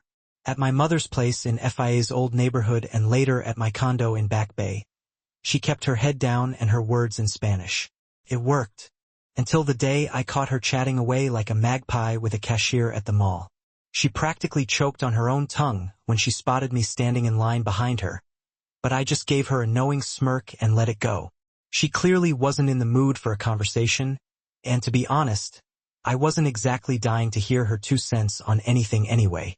The moment I stepped into my penthouse and saw the clock flashing 5 hours 44 minutes and 50 seconds, I knew she wasn't alone. A wave of pure, unadulterated rage surged up my throat so fast I almost choked on it. I clenched my teeth so hard on my toothpick that it snapped like a twig in the dead of winter.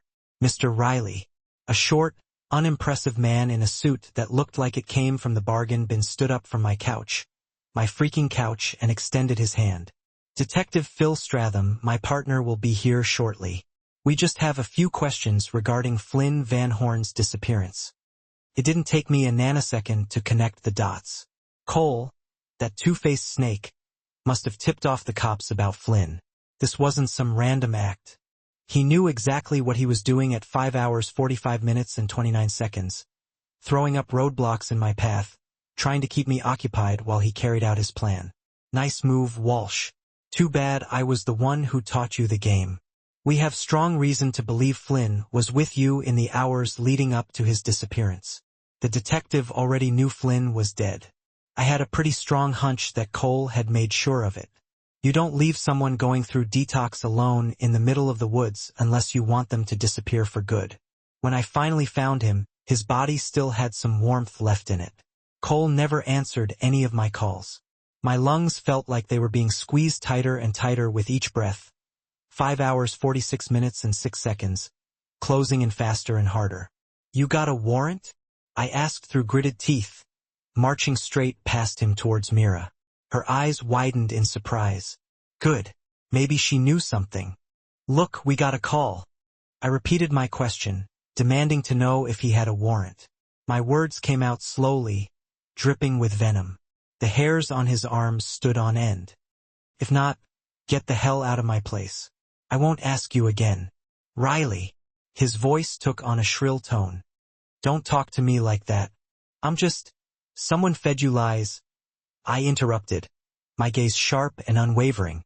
Maybe it was Cole Greystone himself, 5 hours 46 minutes and 52 seconds, or someone he sent. Either way, I didn't do anything to Flynn Van Horn except drop him off with Greystone. He was the one putting him through detox. That much was the unvarnished truth. Sure, I buried Flynn, but that wasn't exactly information I was planning on volunteering. I have things to take care of. This conversation is over. I grabbed Mira by the arm and dragged her into the guest room, completely ignoring the detective's protests. I shoved her up against the closet, leaned in close, and stared her down, letting her see every dark and twisted corner of my rage. Where is your son-in-law? Kay. Her voice trembled, barely a whisper. Cut the act. I know you understand me. You only pretend you don't when it benefits you. But right now, you better feel like talking if you want to leave here with your tongue still attached. Where is he? She stammered, a jumbled mess of Spanish and English, her eyes darting nervously past me, desperately hoping the detective would come barging in to rescue her. My chest heaved with desperation. Where the hell did he take her? I don't know, she finally shouted, tears welling up in her eyes. I don't know. He never tell me anything. Liar. I roared right in her face, feeling the last shred of my self-control snap like a dry twig. Time was slipping away, and I was running out of it fast. No one was on my side. You're lying? And Fia's life is hanging in the balance because of that piece of... Answer me. I slammed my palms against the wall on either side of her head, trapping her. Answer me now. I wasn't proud of myself. Cornering an old woman like this wasn't exactly my style, but I was way past caring about that. I was drowning in a sea of panic. You don't see my Isabella anymore? Her voice trembled, her eyes flicking up at me from under her lashes. Was she seriously trying to strike a bargain with 5 hours 48 minutes and 55 seconds me at a moment like this? I haven't seen her in months. Sober, done. Mira, please. I softened my voice, pressing my hands together as if I were praying. Hell, I would have gotten down on my knees if I thought it would do any good. Tell me anything, please. I need to know where he is. She glanced away, her breathing ragged and uneven. Finally, she spoke. A wave of relief washed over me, easing the tension in my veins. He comes Saturday to my house. Took the thing. She mimed digging with her hands, then leaving. What thing? A shovel? Did he take a shovel? She just blinked at me, looking utterly helpless. My 5 hours 49 minutes and 46 seconds phone battery flashed a warning as I frantically searched for an image. When I finally found it, I shoved the screen right in her face. This? Did he take this? She nodded slowly. Yes. My chest tightened. The woods. He took her there. And I knew exactly which woods she was talking about. The Aiden place, the one place I never wanted her to know existed. The one place that would completely shatter her if she ever found out about it. I stalked back into the living room, desperately hoping to God that the detective hadn't left yet. He hadn't. He was still perched on my couch, arms crossed, glaring at me like a spoiled child. Can I get 5 minutes of 5 hours 50 minutes and 30 seconds your time? He asked, standing up as I approached. I didn't even break my stride. I'll give you more than 5, but first, I need your car. All done. Cole stood up straight, wiping sweat from his brow. He had taken over the digging duties hours ago, finally realizing that I couldn't do it myself, especially if he wanted the grave to be deep enough before the sun went down. At some point, he had unearthed the white sheet buried beneath layers of dirt. He tossed it at me, a twisted expression of triumph plastered across his face. It wasn't 5 hours 51 minutes and 4 seconds white anymore. It was just a stained mess of brown and gray. I held the sheet to my nose, desperately trying to catch a whiff of her scent, to feel some lingering trace of her essence. But there was nothing, just disappointment. Disappointment in her, in Ronan, in everything. Why are you doing this? I screamed at him, my voice raw with anguish. He leaned back against a tree trunk, running his fingers roughly through his hair, his breathing heavy and labored. He looked down at me, bound and helpless against another tree. My forehead had stopped bleeding, the blood now dried and matted in my hair like glue. My foot felt like it was 5 hours 51 minutes and 41 seconds being slowly sawed off with each painful throb. I was a complete mess, broken in every way imaginable. I get that you hate Ronan. I understand your vendetta against the Rileys, but why hurt me? He actually paused for a moment to consider my question, pinching the bridge of his nose in thought. Maybe it's just my ego. I'm better looking than Ronan. Kinder too. But he always wins. He always gets the girl. He let out a humorless chuckle, devoid of any genuine amusement. Yeah, that's it. Maybe I'm just bitter that you couldn't see the difference between him and me. You're both Aidens. I spat, glaring 5 hours 52 minutes and 19 seconds up at him with pure hatred. Both monsters. But deep down, even as the words left my mouth, I didn't truly believe it. Because no matter what Ronan had done, all the secrets, the lies, the unforgivable truths, I couldn't bring myself to hate him the way I hated Cole. Ronan wasn't malicious. Not to me anyway. Cole, he could have stopped all of this. Instead, he fueled it. He reveled in it. Ah! He pressed a hand dramatically to his chest, feigning injury. That's harsh. Any last words, Mrs. Riley? Yeah. I let the sheet slip from my hands, allowing it to fall to the dirty ground. There's someone behind you. Cole whirled around sharply, his 5 hours 52 minutes and 59 seconds eyes widening in stark horror as Ronan charged through the trees like an unstoppable force of nature. Don't shoot her, Ronan roared, his gun raised and aimed directly at Cole. Cole dropped his own weapon in shock, his mouth falling open as the full realization of his predicament sank in. He knew it was over. Don't do this. Ronan yelled again, his voice strained with desperation. I blinked in confusion, trying to make sense of what was happening. Cole didn't even have his gun anymore. You devil! Cole hissed at Ronan, his voice dripping with pure, unadulterated hatred. I'll save you a seat in hell. Don't hold your breath, Ronan muttered, his voice low and menacing. Then, Ronan screamed, panic now lacing his words. I said drop the gun now. A deafening bang ripped through the quiet stillness of the forest. Cole crumpled to the ground, the gun slipping from his slack fingers, his body thudding heavily against the earth. His face frozen in a mask of shock and disbelief. A dark stain bloomed across his jacket, spreading like oil on water. I stared at him, my chest rising and falling in ragged, uneven breaths. I was too weak to move, too numb to cry. The world was 5 hours 54 minutes and 14 seconds silent, save for the frantic pounding of my own heart. Then, I saw Ronan's boots step into my blurry line of sight.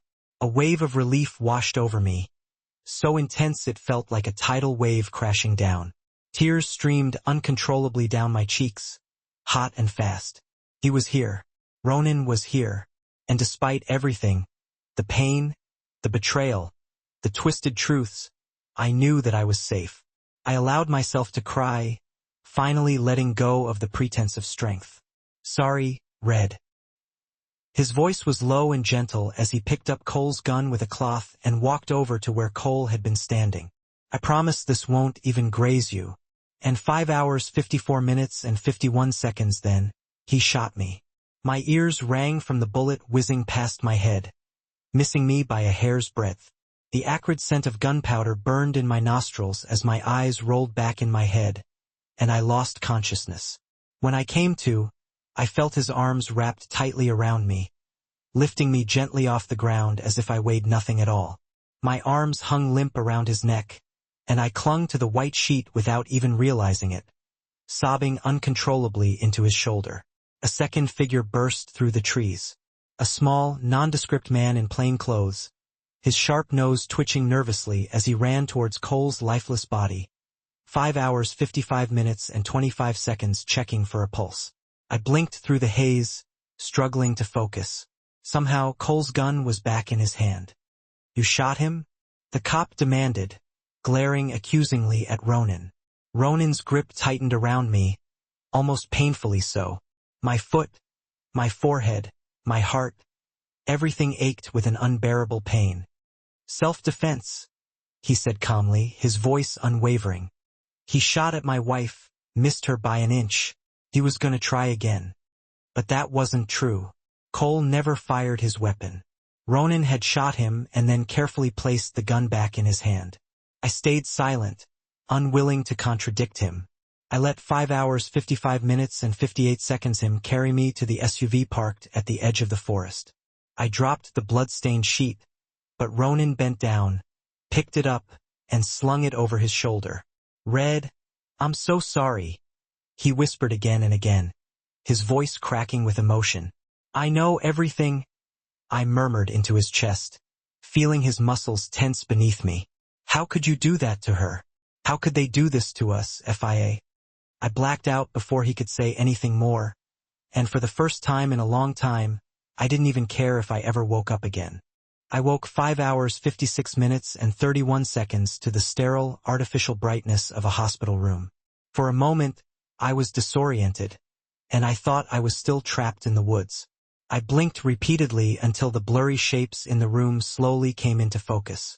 Pops sat hunched over in a chair, his shoulders shaking with silent sobs.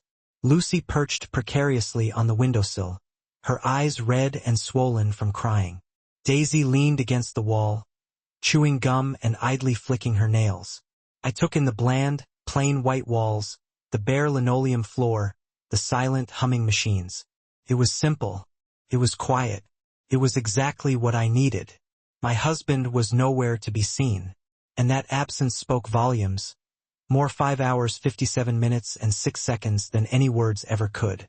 Lucy noticed me stirring. Hey, you're awake. She moved closer to my bed, her expression filled with concern. I'm so sorry, honey. Your foot's broken. Actually, I said with a grimace.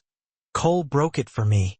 They both fell silent, staring at me with a mixture of shock and unspoken questions in their eyes.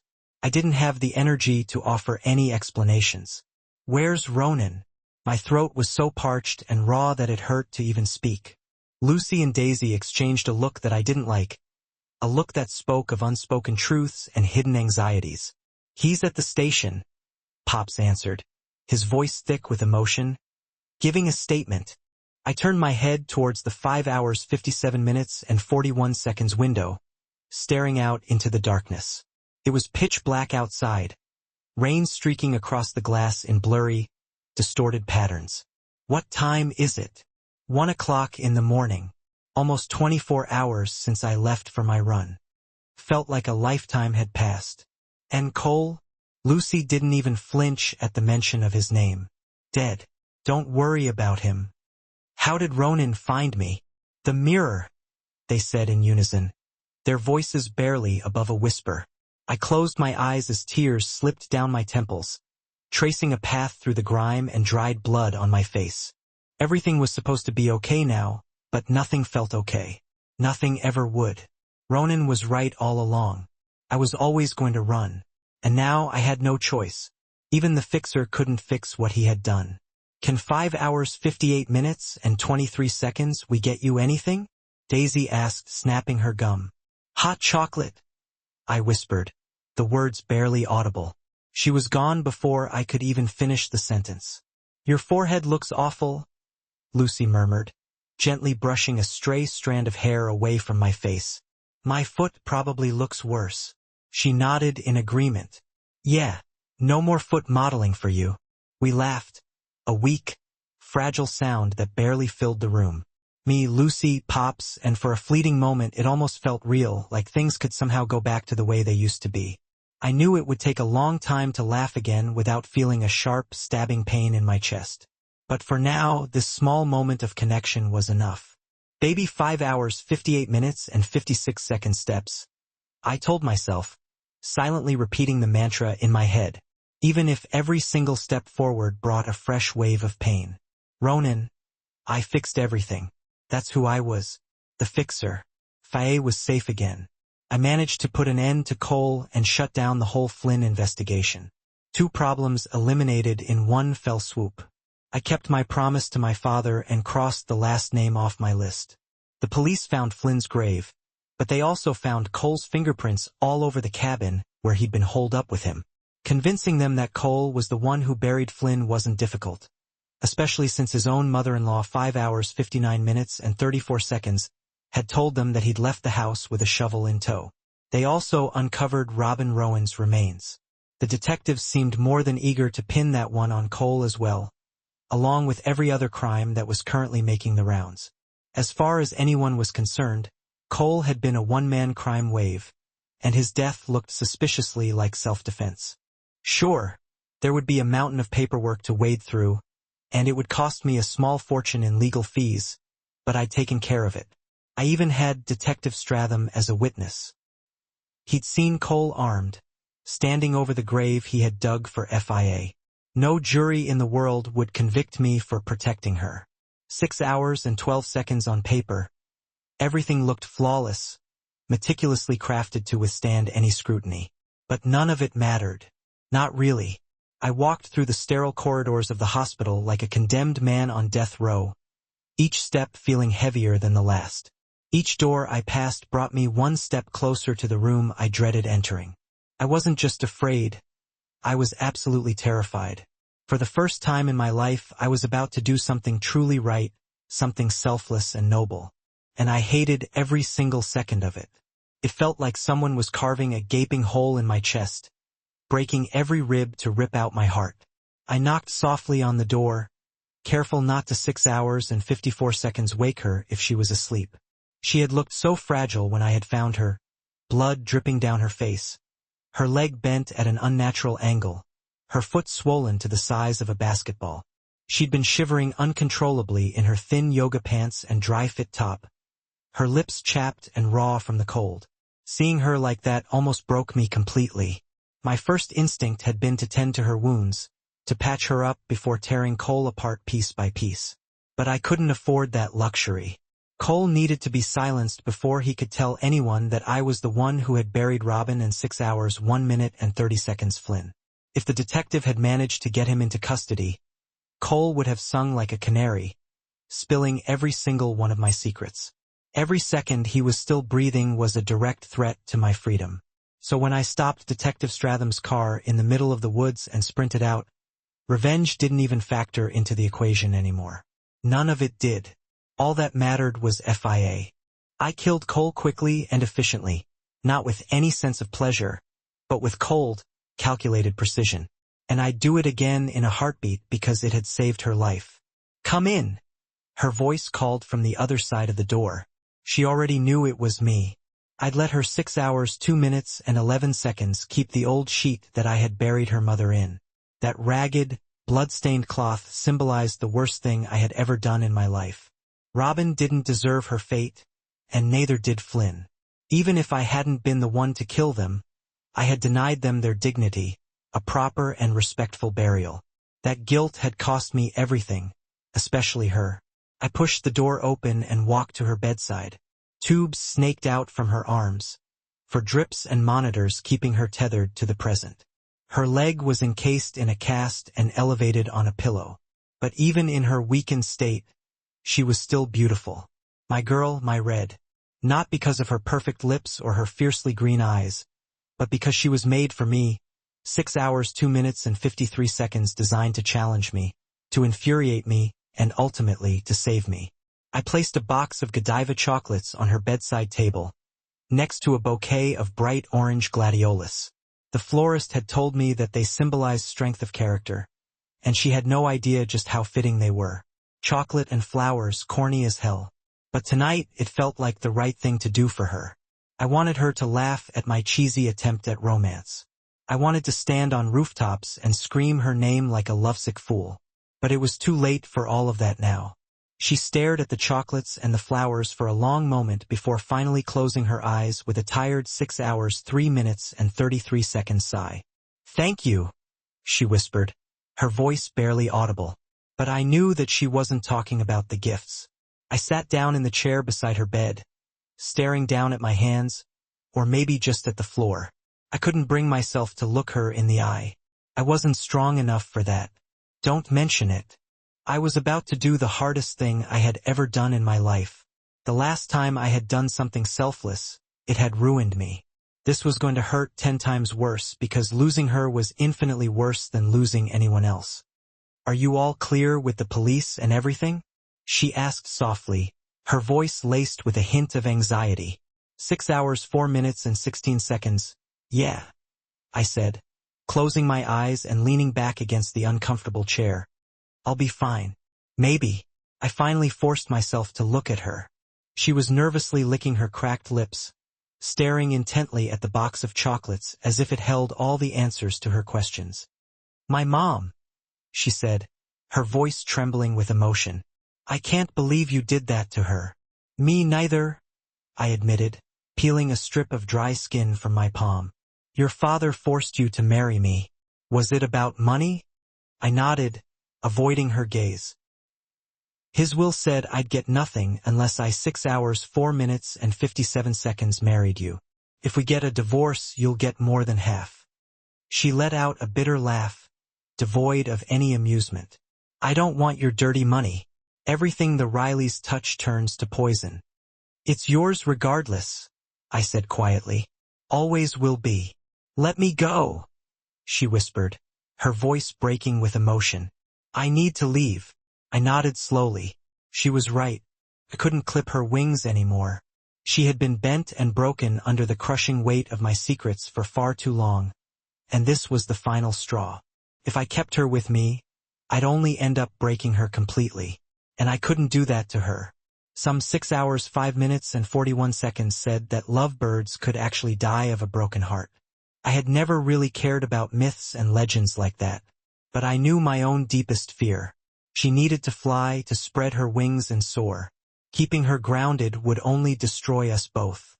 She was my beauty, and I was her beast. But this wasn't some fairy tale.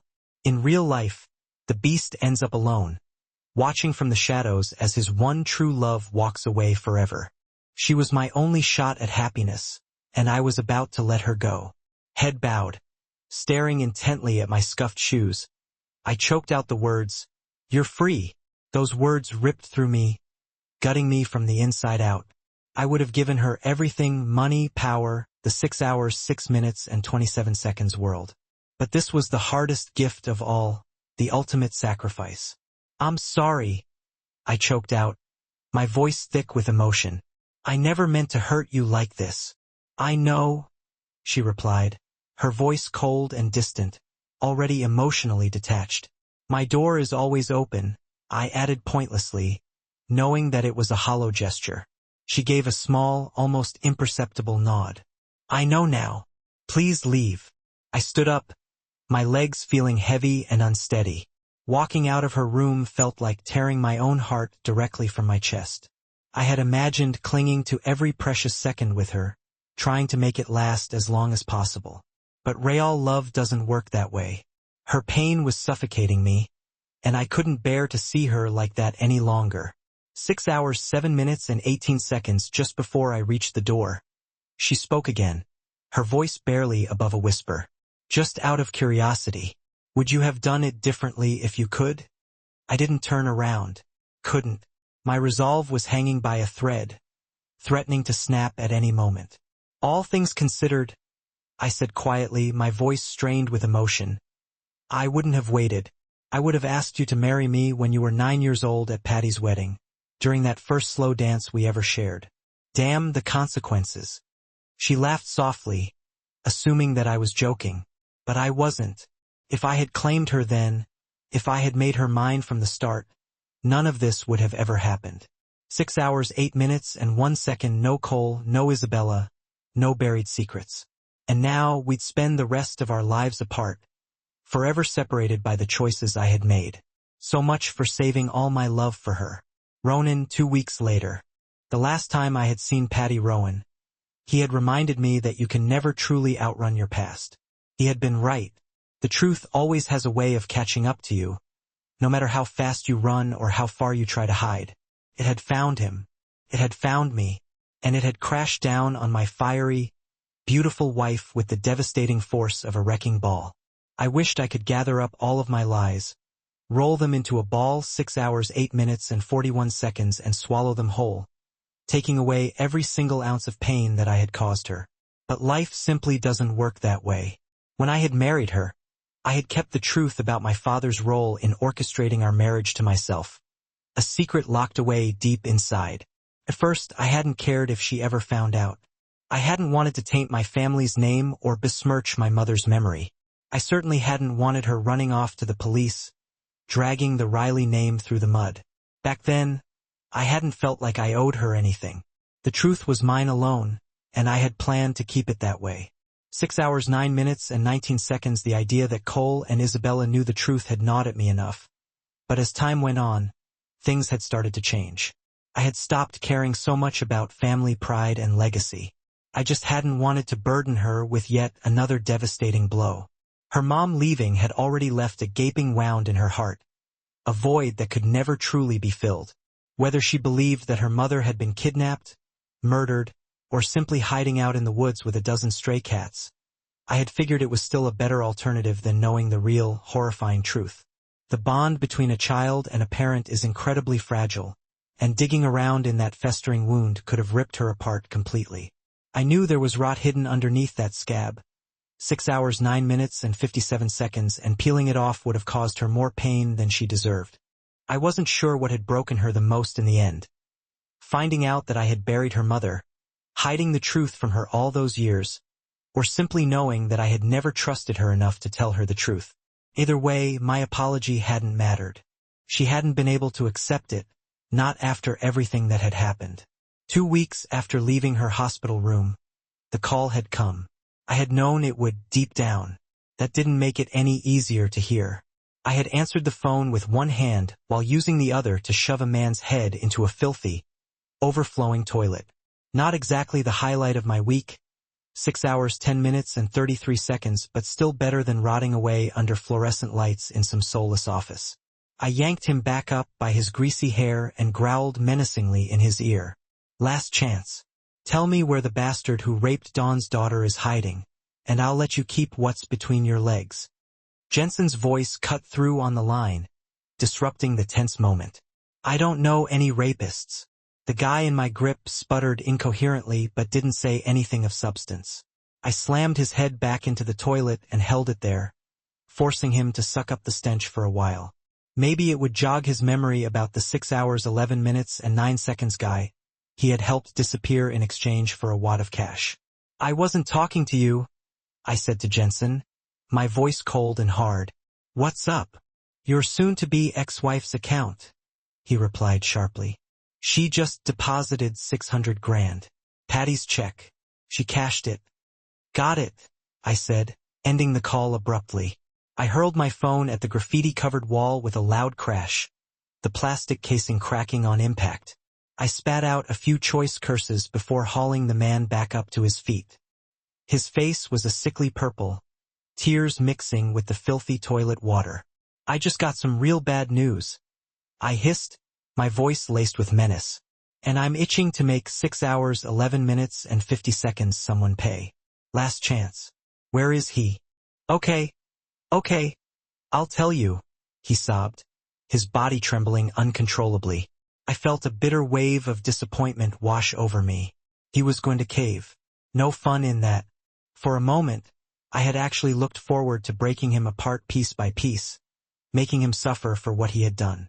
But then again, nothing was fun anymore. Nothing felt worth it without her around. The only thing I truly wanted to do, the only thing I couldn't do anymore, was have her. Weeks went by. This is the one. It's perfect. Can we please get it? Just look how pretty it is. It's exactly what we need. 6 hours 12 minutes and 37 seconds. Lucy. Tell her this is the one. Faye, we have to buy it. Leaning against Lucy's rental car, arms crossed, I took a sip of my hot drink, amused by Daisy, who was practically glued to the pink and white food truck like it was the world's biggest candy bar. Honestly, it was cute, perfect for pancakes. All pastel colors, sweet, and happy. I wouldn't have been surprised if Daisy had started licking it. You don't need to decide right this second. Lucy bumped her shoulder against mine, chuckling as Daisy spun around the truck like some flower-crowned hippie at a music festival. We were standing in the middle of a gravel lot, looking at potential trucks for our business. I had a decent amount of money now, more than I'd ever imagined having at any point in my life. But I was also emptier than I'd been before Ronan came crashing into my world. True to his word, he hadn't reached out since that day in the hospital. Not directly, anyway. He hadn't filed for divorce either, but I knew this wasn't about money. 6 hours 13 minutes and 39 seconds, neither of us cared about the cash. It was everything else that had broken us. After I quit Rouge Bis, my final paycheck arrived at my dad's place. Ronan probably knew I'd moved in with Lucy by then. He could track anything if he wanted to. I appreciated that he didn't let me know he was still watching. Or was he? It was pathetic, but I craved the idea that he was keeping tabs on me. Sometimes I even hoped I'd bump into one of his men just to feel a trace of him nearby. I still wanted him, but I couldn't ignore the gaping chasm between us. 6 hours 14 minutes and 12 seconds, how deep it ran. How heavy the lies weighed. He buried my mom in the woods without telling me. He knew where she was all these years and kept it to himself. He married me to unlock his father's fortune. He was a monster, and yet, I would have given anything to feel those monster hands on me again, to see those cold eyes studying my face. I missed him. The conversations, the teasing, the way he made me feel alive, even when he made me feel like screaming. Ronan was darkness, but he lit up something in me no one else ever had. Hello? Earth to Birdie. Daisy snapped her fingers in front of my face. 6 hours 14 minutes and 48 seconds, her red nails flashing like stop signs. They reminded me of the ruby ring I'd taken off, too heavy to wear now. Yeah, we'll take it. I waved my hand dismissively, and both girls squealed, high-fiving like a couple of kids. Group hug, Daisy shouted, and suddenly I was sandwiched between them. Their warmth, their laughter, their hope surrounded me. I closed my eyes and breathed it in, praying some of it would stick to my tired bones. This was the dream, after all. 6 hours, 15 minutes, and 21 seconds owning a little food truck, flipping pancakes in the morning light. Even with the money to start fresh and donate to causes I cared about, everything felt muted, like food with no flavor, rain with no scent. Nothing tasted the way it used to. Nothing felt like blueberry pancakes and cocoa in the rain. Nothing. I'm running in to seal the deal. Daisy darted toward the trailer office, leaving Lucy and me under the weak spring sun. The salesman hadn't stepped out once. 6 hours, 15 minutes, and 52 seconds, they probably thought we were nuts. Who else would fall in love with a truck that looked like it belonged in an abandoned carnival? Lucy turned to me. "How's the leg doing today? Any better?" I glanced down at my cast. Every step reminded me of Cole. I should have been haunted by his death. He died right in front of me, but honestly, he got what was coming to him. What still gnawed at me was why my mom left and how Ronan could keep something like that buried for so long. "It's healing," I murmured. Lucy gave me a look that told me she knew exactly what wasn't healing. 6 hours, 16 minutes, and 25 seconds, the part inside my chest that beat only for him. It's okay to miss him, you know? Stockholm Syndrome fades. Number 1, this wasn't Stockholm Syndrome. It never would be. Number 2. Yeah, I lied, forcing a smile. She offered her hand to steady me, and I let her guide me toward the office to sign the papers. We were about to build something. Our dream finally within reach. Our little pancake empire. So why did it all feel so dull and empty? What if it's not Stockholm Syndrome, Lucy? What if it's real love? She didn't 6 hours and 17 minutes flinch, just squeezed my hand. Then, my darling, if it's real, life will find a way to bring you back together. Real love never disappears. Can turn to hate, sure, but it never turns to nothing. She was right. Real love was like cancer. Silent, spreading, incurable. And unlike cancer, it never dies. And somehow that gave me hope. 36th FIA. 6 months later. 3, 4, 5 blueberry pancakes. Lucy counted out, passing me paper plates one by one. I leaned forward to hand them to Jenna and Barbara, who stood at the front of our 6 hours, 17 minutes, and 40 seconds busy line. They were legal secretaries and came by twice a week without fail. They always claimed they brought extra pancakes for their colleagues, but I suspected their coworkers never saw those. "Thanks, Bertie. You know it's truly worth it when you don't regret the calories even after eating." Barbara laughed, snorting. "Now I just need to gather the courage to step on the scale. I've been avoiding it since your truck rolled into town." "Oh, don't even start." Jenna giggled, swatting 6 hours, 18 minutes, and 10 seconds Barbara's backside playfully. "These girls need a health warning. At this rate, I'll be diabetic by next month." They moved along, letting the next couple approach, a man and woman, eyes locked with that soft glow of people newly in love. I tried not to hate them for it. "Go help Lucy." Daisy nudged me aside suddenly. I frowned. We each had our roles. I prepped the batter and took orders. Lucy flipped pancakes, and Daisy floated wherever she was needed. I didn't need help. "No, I've got it," I protested. But 6 hours, 18 minutes, and 44 seconds Daisy tugged my sleeve toward the kitchen area. "You can't stand here right now." Pulled away. "What are you?" But the question died in my throat before I could finish. My heart plunged so deep, I felt it pulse in my toes. Everything inside me went still and cold. My skin prickled with goosebumps. It felt like a steel hand closed around my neck, squeezing until I couldn't breathe. But at the same time, it woke something alive in me. I couldn't move, blink, or even inhale. I just stood there staring 6 hours, 19 minutes, and 21 seconds at him with parted lips and wide eyes. "My monster, are you still serving?" A woman in line snapped impatiently, and Daisy quickly stepped in to take her order.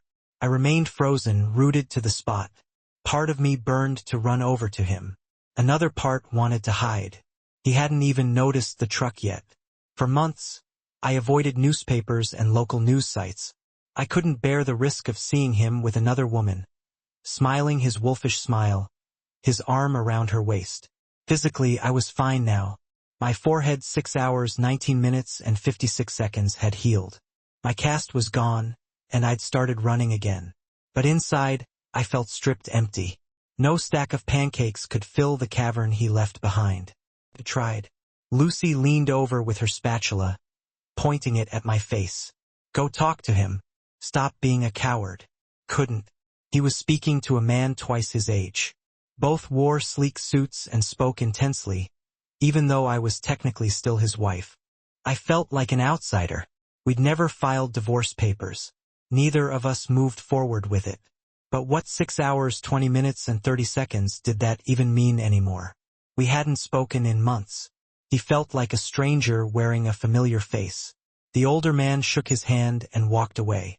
Ronan turned and headed straight toward the food truck. My chest tightened painfully. No way he'd notice me in this crowd. But his steps were deliberate. He joined the end of the line, pulling out his phone and scrolling with a small smile. Jesus, I whispered. He knows, Daisy said softly, still serving the next person. He didn't glance up from 6 hours 21 minutes and 2 seconds his phone. Thumbs flying across the screen. Was this real? Did he come here on purpose? Closer, closer. Each step he took made the world blur. He was all I could see. Maybe you're not ready for this. A voice whispered in my mind. Asterisk, maybe you should turn away. Breathe, Lucy said from behind the griddle. Eyes focused on the batter. Couldn't. He was quicksand, and I was sinking deeper, unable and unwilling to escape. Want to take his order? Daisy asked when only one customer remained 6 hours 21 minutes and 40 seconds before him. I nodded, swallowing hard. Couldn't hide. That wasn't me. When challenged, I faced it head-on.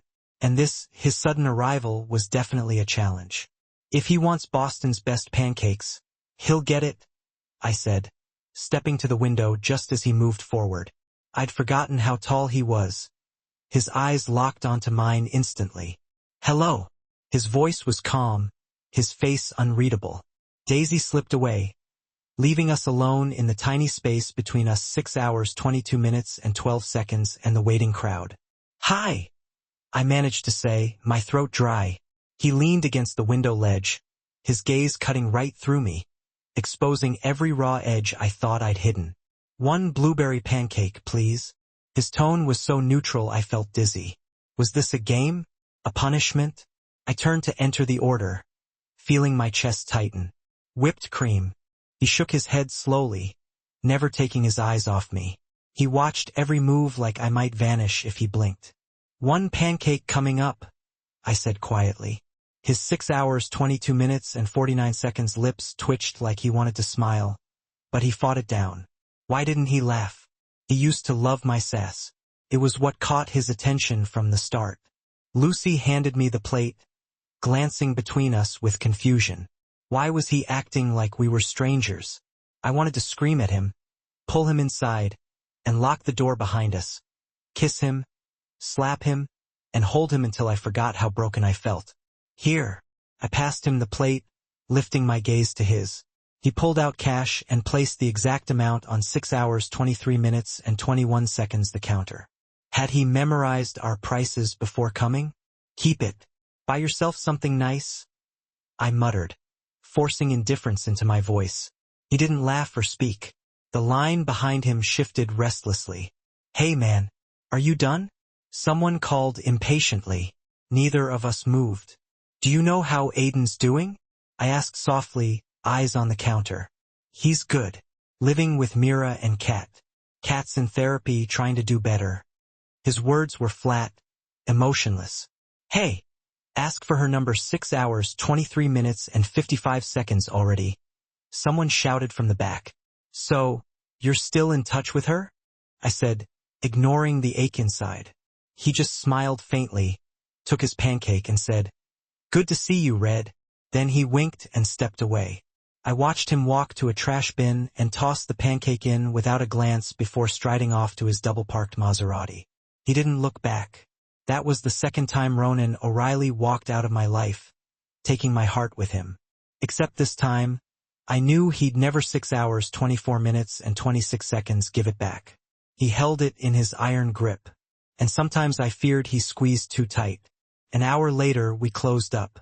Lucy and Daisy tried to cheer me up, suggesting beers at the bar, but I just wanted to go home. I changed into running clothes and headed out. Cole hadn't ruined running for me. I still jogged, but only on busy streets now, surrounded by lights, people and life. Anything to feel less alone. When I stepped into our apartment that evening, I pressed my back against the door and 6 hours 24 minutes and 57 seconds closed my eyes. I never imagined falling in love with a man like Ronan O'Reilly. But love doesn't care about your plans or preferences. I pulled out my phone from my back pocket and tossed it onto the couch. A green text notification flashed on the screen. Sent around noon. Blinking in disbelief, I leaned closer to check the contact name. My stomach twisted with excitement as I opened the message with trembling fingers. Ronan. I tried to do the right thing. God knows I tried. But then I realized to do good, 6 hours 25 minutes and 29 seconds you have to be good. And we both know that's not me. I've been watching you these past months. Told myself it was just to keep you safe, to make sure you were okay. I knew you'd be fine the second Cole was gone. I watched because I wanted you, because you belong with me. My pulse thudded faster, harder, wilder. I sank onto a chair, struggling to catch my breath. Another message followed. I clicked it open instantly. Ronan. I changed my mind. You're not free. Not when you're flying 6 hours 26 minutes and 2 seconds off with nowhere to land and for all the wrong reasons. What do you really want? Don't answer that. I'm about to find out. I'm waiting in line, watching you, waiting to see your face when you spot me. Because if you really wanted rid of me, Red, you'd have filed for divorce and taken the money by now. You wouldn't be keeping my secrets. So what'll it be? Fear and hate in those eyes, or want and need? Are you going to fight me, push me away, or finally face the truth? That was it. Just those 2 6 hours 26 minutes and 36 seconds messages. Didn't he see how badly I wanted him? How just his presence stole my words and twisted my thoughts? I jumped up, desperate for movement, for anything to shake off the confusion. I changed into my running gear, shoved my phone into my waistband, and bolted out the door. Sympathy for the devil pounded in my ears as I ran, each stride trying to burn off the storm inside me.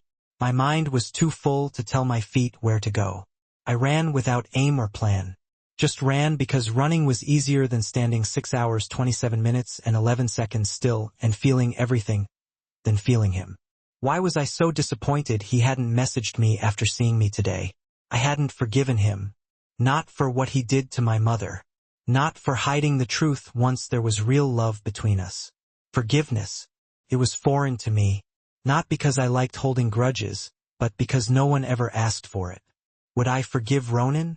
I paused at a street corner, leaning against an industrial wall to catch my breath. I yanked my phone out and typed before 6 hours 27 minutes and 45 seconds. Fear and pride could stop me. Me. You could have told me why you married me, about my mother. You never even tried to confess or say sorry. I tucked the phone away and kept running. No point waiting for his reply. I didn't even know if he'd bother. Blocks blurred by, the city turning into shadows and lights around me. Then my phone buzzed. I swiped quickly, needing his words more than oxygen. Ronan. I didn't want you knowing my family does Ronan yours. By the time we became something real, I didn't want 6 hours 28 minutes and 17 seconds the past to poison what we had. Hurting you was the last thing I wanted. Keeping you was the first. And you know what I saw today in your eyes? You still want me. I grimaced, typing back fast. Me. We can't be together. I picked up my pace, legs pumping, lungs burning. Where was I running? Didn't matter. Maybe if I ran fast enough, I'd outrun the mess in my chest. 6 months apart, yet the divorce papers remained untouched. Sure, I needed time. After Cole, after Ronan killed him, after he fired a bullet past 6 hours 28 minutes and 52 seconds my ear just to stage a scene. He was a good shot, but that didn't make it okay. Me. Asterisk, we can and we should. Do you really think your mom cared where she was buried? She loved my father. She wanted you to have Aiden. It's their legacy. Me? This is insane. My mother left me. Your dad forced us to marry. They were selfish. Running reckless made my old injury flare up. A sharp pain biting my foot. But my mind was racing too fast to notice. Me? Asterisk, my dad loved her. She loved him, and you 6 hours 29 minutes and 30 seconds loved me. I stopped, looked up. I was standing in front of his building, staring at the sleek, revolving doors. My heart thudded so loudly, I felt it in my throat. And then, like he'd been summoned by my thoughts, Ronan walked out, phone in hand, typing. How did he know I'd come? He glanced up, lips curling into that devastating smile, then looked down to type again. Ronan, asterisk, and so do I. He came closer, every step sending sparks down my spine. Black pea coat, fitted jeans, polished shoes, 6 hours 30 minutes and 6 seconds is thick, dark hair pushed back carelessly. God, he always looked like sin and salvation rolled into one. My knees weakened, my heart beat too fast. This was it. He was all I'd ever wanted. Always him. Ronan stopped in front of me, close enough for his breath to mix with mine. I tilted my head, searching those piercing ocean blue eyes. I love you, Red. I love how fierce and stubborn you are, how innocent and strong. I love you when you're broken and angry and scared. His fingers brushed my cheek, rough and 6 hours 30 minutes and 45 seconds warm. I love everything about you, the dark and the light. You're not just my love, you're my cure. My eyes fluttered shut. A tear slipped down my cheek. We're not ordinary. You always challenge me. Every word out of your mouth makes my blood boil. Even your silences make me feel something. And I'm done letting you go. His hands cradled my face. I pressed my palms over his, clinging on like I'd drown if he pulled away. His forehead dropped to mine, our breaths mingling. I knew it. I'd forgiven him 6 hours 31 minutes and 24 seconds long ago, probably before I ever knew his sins. Maybe even when I was 9, spinning in my little dress, dancing with him at Patty's wedding. My monster, my home. I'm Red. Always will be. But I want to be yours. For you, I'll be better.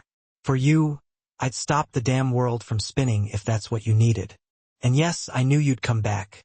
You always do because you love me, even when you hate me. My tears fell freely now. His touch was life itself, filling cracks I didn't know I 6 hours 31 minutes and 58 seconds had. It was wrong to hide his crimes, to carry his secrets, but it was ours. He waited for my reply, eyes locked on mine, blazing with that fierce, unbreakable love. You're still an asshole, I whispered.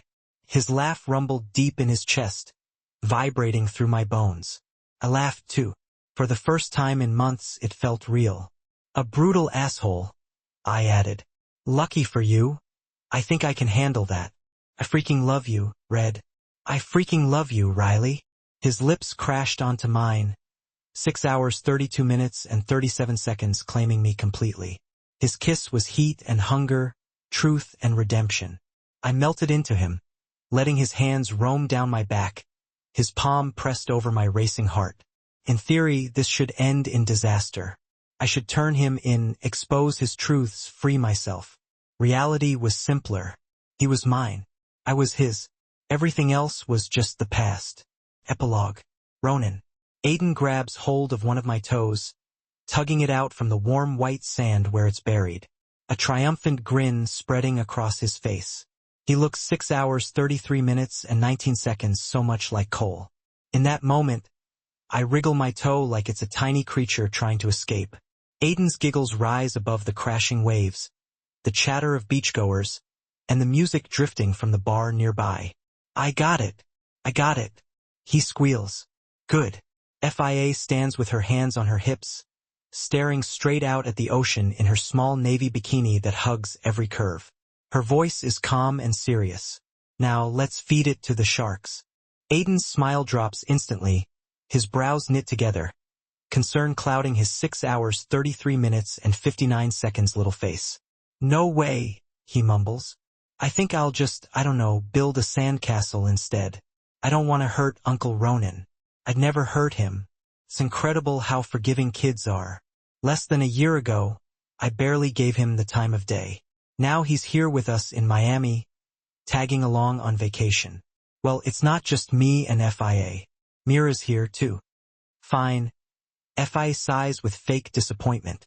But one day, I'm feeding his toes to the sharks. Aiden beams up at her. Eyes full of 6 hours 34 minutes and 37 seconds love.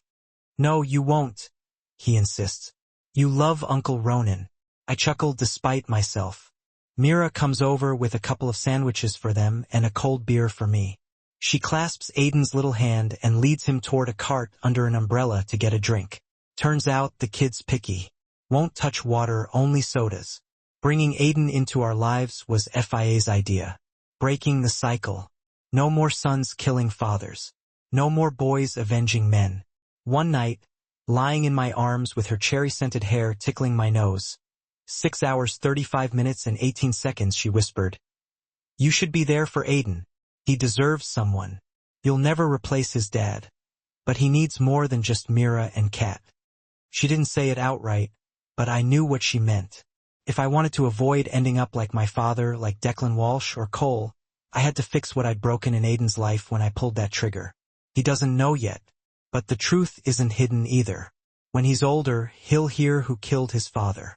And I don't want him to carry the 6 hours 35 minutes and 56 seconds hatred that poisoned me. The kind that devours you from within until revenge is all that's left. He doesn't deserve that burden. One day he'll be a man, and that man deserves peace. When the time comes, I'll tell him the truth, that I didn't kill his dad to avenge anyone. I did it to save the woman who flips him pancakes and fills the world with light when she laughs. Even on Boston's coldest days, she stayed warm. Now I see Aiden every other weekend. We hit fast food joints. All Red's fault. 6 hours 36 minutes and 36 seconds catch Patriots games. And this Miami trip was just another way to build memories while Bella stays in Boston apartment hunting for her and Aiden. Faye rolls over in the sand until her shoulder brushes mine. Her laughter rings out bright and free. And though my face stays composed, inside I'm a goner. God, I love this woman. So, she curls closer, pressing her nose into my neck and draping her arm over my chest. You taking me back to that fancy restaurant you booked last time we were here? Hell no. I scoff. That was 6 hours 37 minutes and 16 seconds before I learned you're a McMeal girl. I'll take you out for a hot date at Wendy's instead. Make it IHOP and I'm yours. Pancakes and hot chocolate. Classy lady, I tease. Bet you'll still put out afterward. You know it. I'm only here for your, all right, Mr. Riley. And the cash too, I guess. She just shrugs it off. Nah, I'm good. I've got my own now. She gives me a kiss on the jaw, and I can't help but grin like a total idiot, because it's the truth. Red's doing great. Her pancake gig isn't going to make us filthy rich, but she's damn proud of it, and that's what matters. I prop myself up on one elbow and lean in to give her a real kiss, deep and lingering, and I slide my hand down to her stomach, still pale even after all that Miami sun. How's my little man doing in there? She raises an eyebrow at me, playful. Might be a girl, you know? Honestly, I kind of hope it is. Boys are nothing but trouble, trust me on that. I grin at her. But the truth is, I don't care either way. I definitely wasn't ready to be a dad before all this. Now, I can't freaking wait. Even the bad guys get their happy ever after sometimes. Right? FIA Rowan. I'll take absolutely anything you're willing to give me. I know I sound like some lovesick fool, but sometimes love just gets too big to hold in. You just gotta let it spill out so you can make room for even more. Ours is coming this fall. October 11th, to be exact. I'm FIA Riley now. She corrects me, soft and gentle. Rowan was just when I was your personal nightmare. You were never a nightmare, I say, smirking as my fingers spread across her belly. First, yeah, it was just business. Then you became my guilty pleasure. And what am I now? She asks, covering my hand with hers and giving it a good, firm squeeze. Now, my lovebird. I whisper, brushing her lips with mine. You're my home.